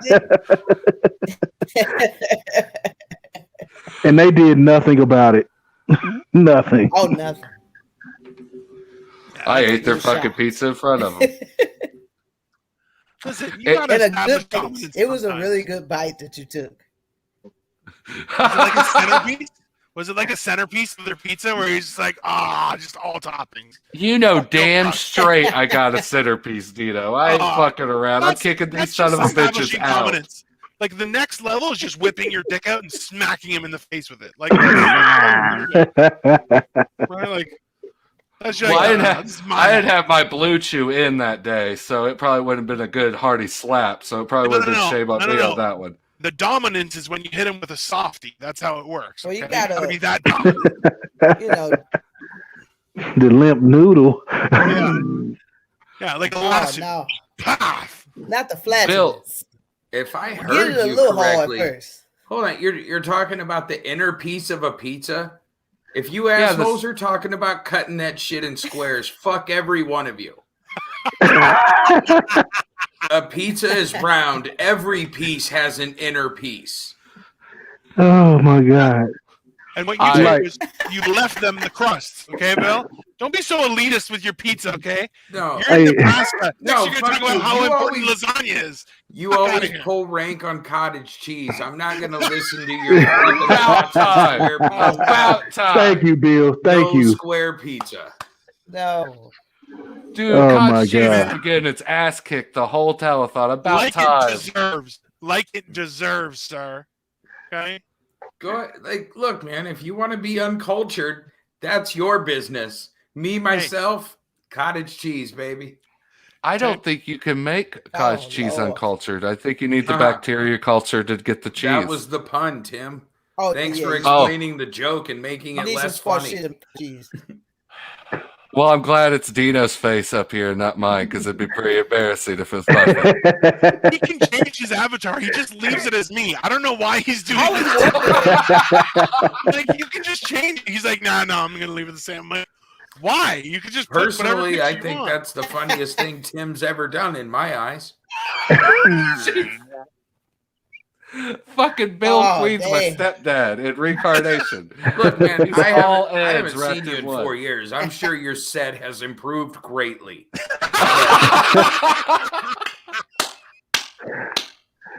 Truth bombs, deep cuts. Oh, like a fucking Holy square shit. pizza. Damn. Oh, this Holy is a shit. good way to end the fucking show. Oh, Lord. Hilarious. So I gotta get back on camera for that. I can't just sit here and let.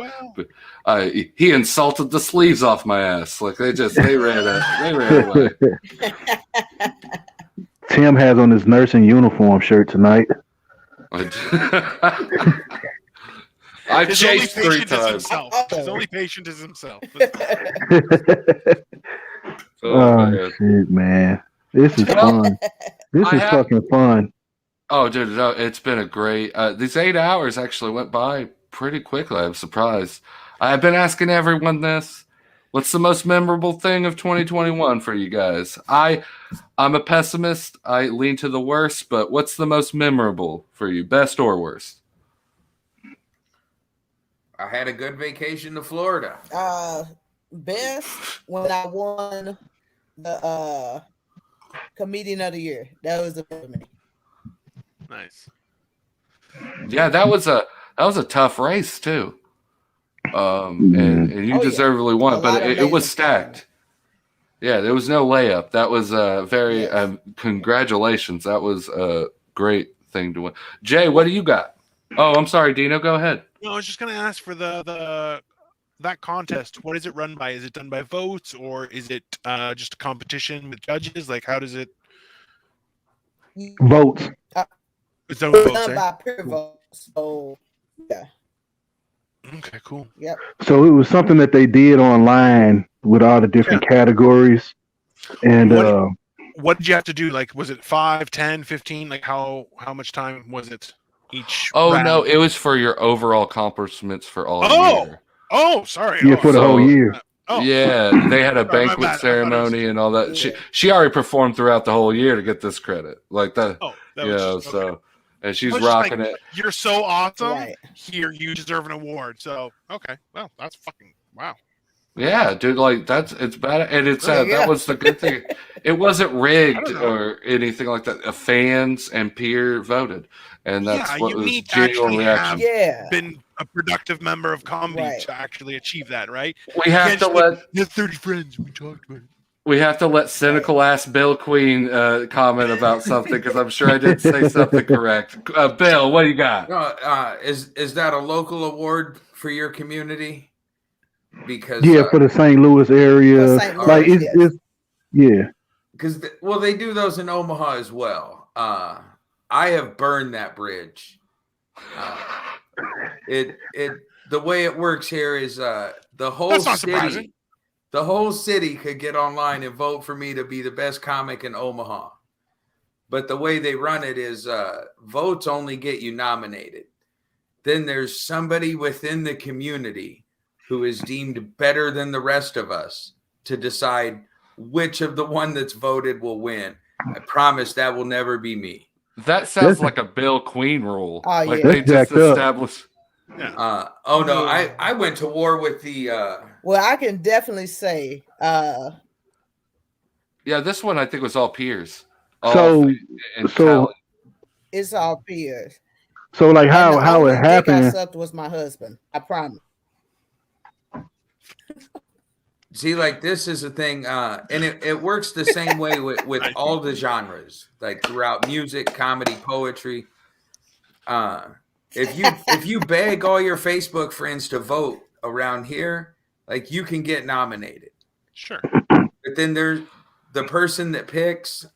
It's not just about art. They'll go through your social media. Bill, she was doing shows with me and still got voted in St. Louis. You can't mention my name without you running out of town to the next county. So, like, if anything, this is the most legit thing. Like, she hung with me the whole year. Like, she's hung with me, and people still like, man, you're really good. You did a Tim Loss show? What? You're still cool. All right, we don't give a fuck. You survived a Tim Loss show. That's exactly you the survived a Tim Loss show. And they're like, wow. See, and the whole thing is that she don't care. Yeah. She don't care what other people think. You know what I'm saying? We ain't got nothing to do with that. If Tim called us and say, hey, you want to come do a show? We don't give a fuck who hating on who. We got Tim back. Tim got our back. And it's just what it is. We, in our eyes, Tim are good people. You know? Did you just murdered? You guys were professional. You showed up before the show. You knew your cues. You killed.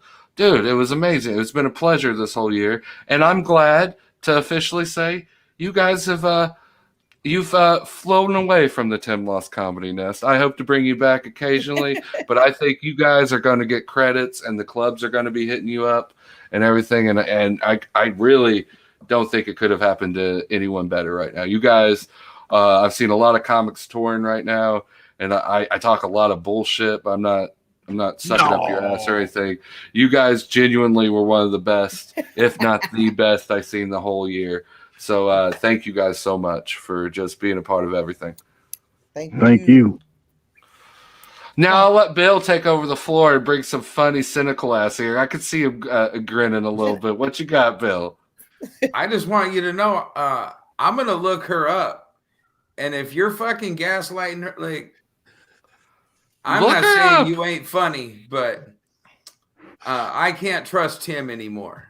Like, I know what you're saying, man. That's fair. I've heard it. I've heard it before, you know. But I just look at it like this: if you want to check me out, you know where to find me. Mary Jane, Jay. Throw it out there because I'm gonna look. Shit, I think you just know 5 minutes ago, man. I'm some different shit. So definitely check me out. I like how Bill talks like I'm not even in the fucking room, and he sees me. He sees me right here. No, you are, and I do see you. See, but that's a good thing. At least he's not a coward and talk about you behind your back. I say the same thing. And you know what? If anyone badmouths somebody, I'm like, I want to see what all the fuss is about. Let's see if he's got the balls to fuck with me, because I'm humongous.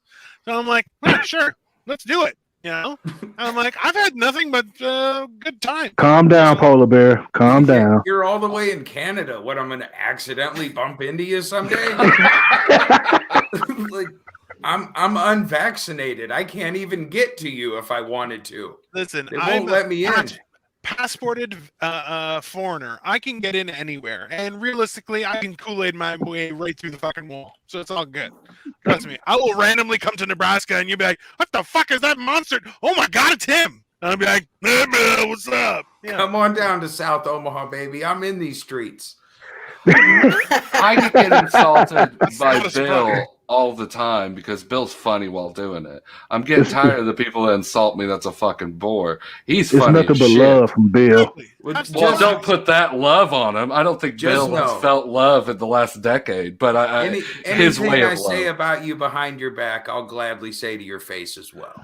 Hey, that's a mantra. That's a mantra to live by. Cha-ching. I'm like, no, I will say whatever I want to your face, behind your back, and up your ass. Fuck you. Like, I'm not. Why would you lie? I'm like, no. If I'm willing to say it to somebody else, I gotta say it to your face. Yes.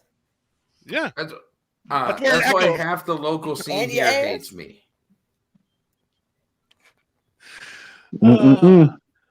Just saying. Up your ass.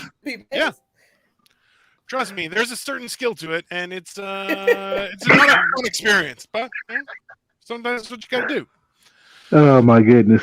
You should apparently the last show I keistered a pizza, so I don't know if that was this idiot says. When did that happen? When did I shove a pizza up my ass on a show? Idiot Do you says know? what? Yeah, it was on You're Tuesday. moving pizza? No, he turned it into a burrito right up his ass. Rolled it up, brother. Welcome to Southern Illinois life. Hashtag committed. What are those burritos you like? Tina's burritos or whatever? Exactly. Tell me, I got everything set up, man. I got, Before like, the American side. I wanted to give you guys, Jay and Mary Jane, one last shout out for you guys. We got in the next 10 minutes, we're going to get shut off regardless. But I wanted to thank you for your time. Thank you for the year. And anything you want to say to our crowd before you guys head out? Oh, yes, most definitely. Thank you. Jay following in line to sports ball's tradition and not saying anything. I appreciate it. That's the way to follow in line. Sports balls for life. Sports balls for life. I like that. You're like, these nuts. Follow Mary Jane. Tell Bill how fucking funny she is, because he's not going to believe me, but find out for yourself. Very funny. Hilarious. Have you in stitches. You could catch Jay every Sunday here at Eargasm. He is the leader of the mainstream sports of sports balls. And I'd like to thank you both for coming out. Thank you guys so much. Hey, thank you for having us, Tim. It's always a pleasure. Tim, Bill, Dino. See you guys later. And you guys enjoy your new year. And, yeah, man. You know, many blessings for new beginnings. Thank you. You too, bro. All right. See ya. Yeah. And for the record, anybody listening, I am right here. You see the name right there. Come tell me how funny she is. That's exactly what I was going to say. I can't bring you anywhere, Bill. God, I try to be new friends. Reminder, because I'm definitely not going to remember to look it up later. You know what? I'm going to send you something, and I'm going to use a dummy account that ain't even mine, so you don't even know it's from me. Because I know if I send you, you ain't going to watch that shit. It's a dummy account. It's going to be a dick pic. It's going to be a dick pic. It's going to be a dick pic, 100%. Or wait, what's the picture? It's going to be this pic right here. That's what it's going to send you. It's going to be that. Oh, a picture of you. Yeah. God damn it. You made the teeth too accurate, Dino. I told you many times. You can't fucking do that. This is his alter ego right here. I literally took the hair off of his face from a different picture and then pieced it back together so it would fit on that picture. It's shameful how fucking accurate it is, and I'm pissed off. Oh, there's this one. My wife confirmed it so quickly too. I just want to point out that is a legit Iron Throne. Don't you quick that? Yeah, leave that up there for Bill. Bill, check this shit out. The points. He's not in the middle. He is way closer to Momoa than Ted Cruz, and I am pissed off about it. Like cottage cheese mad. I'm also in the Iron Throne. I'm pretty sure that gives me an extra dot.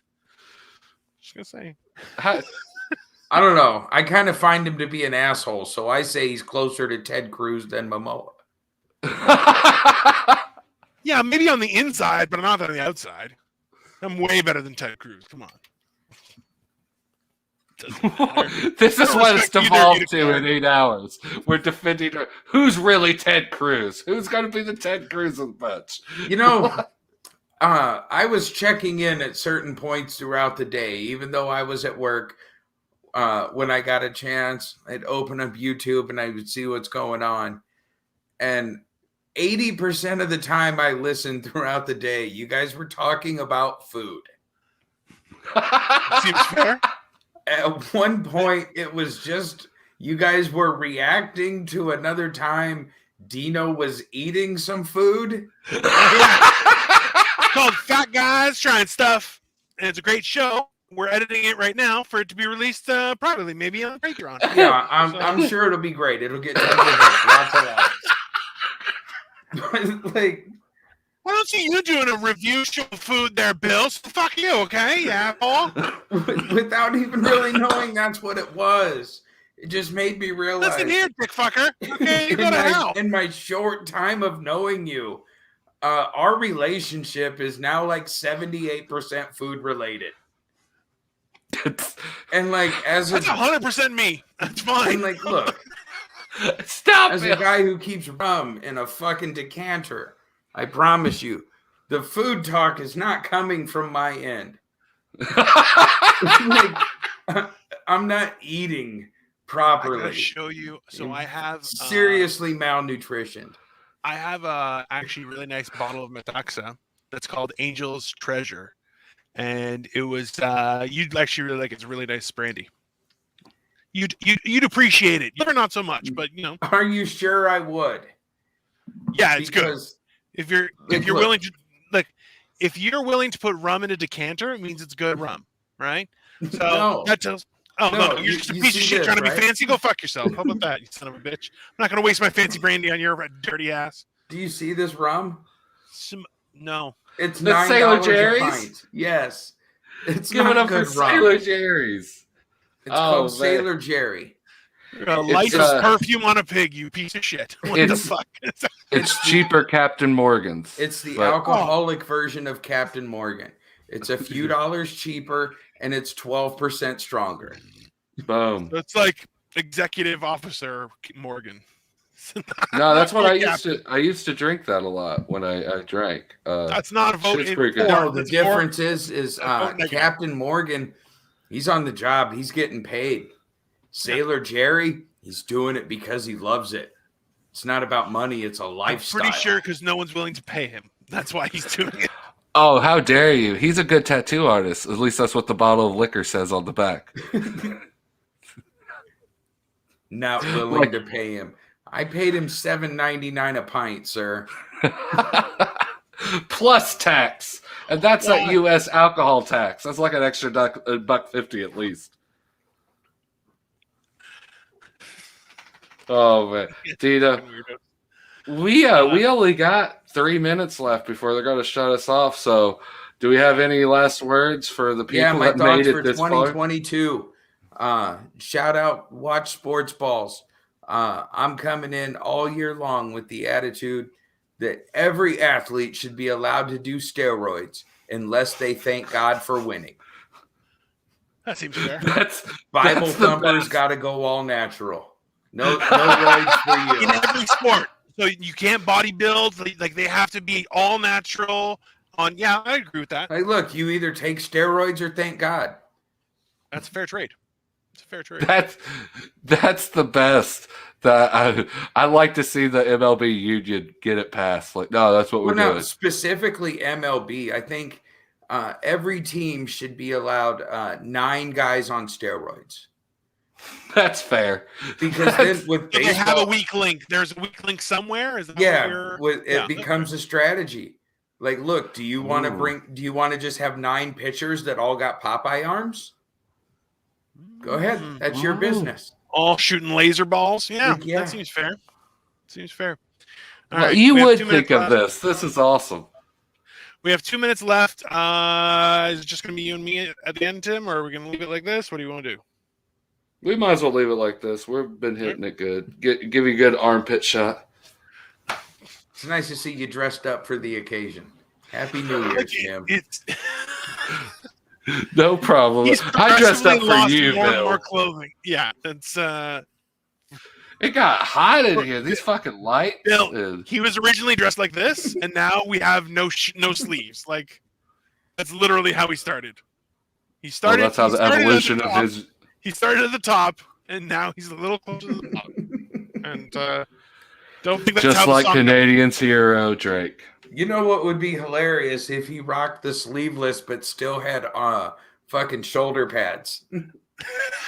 Oh, dude, like some sort of character off Mortal Kombat. He's like puffy shoulders, no sleeves. There's don't tip me with a good time, Bill. Tim. I'll do it. Don't tip me with a good time. I'll do it.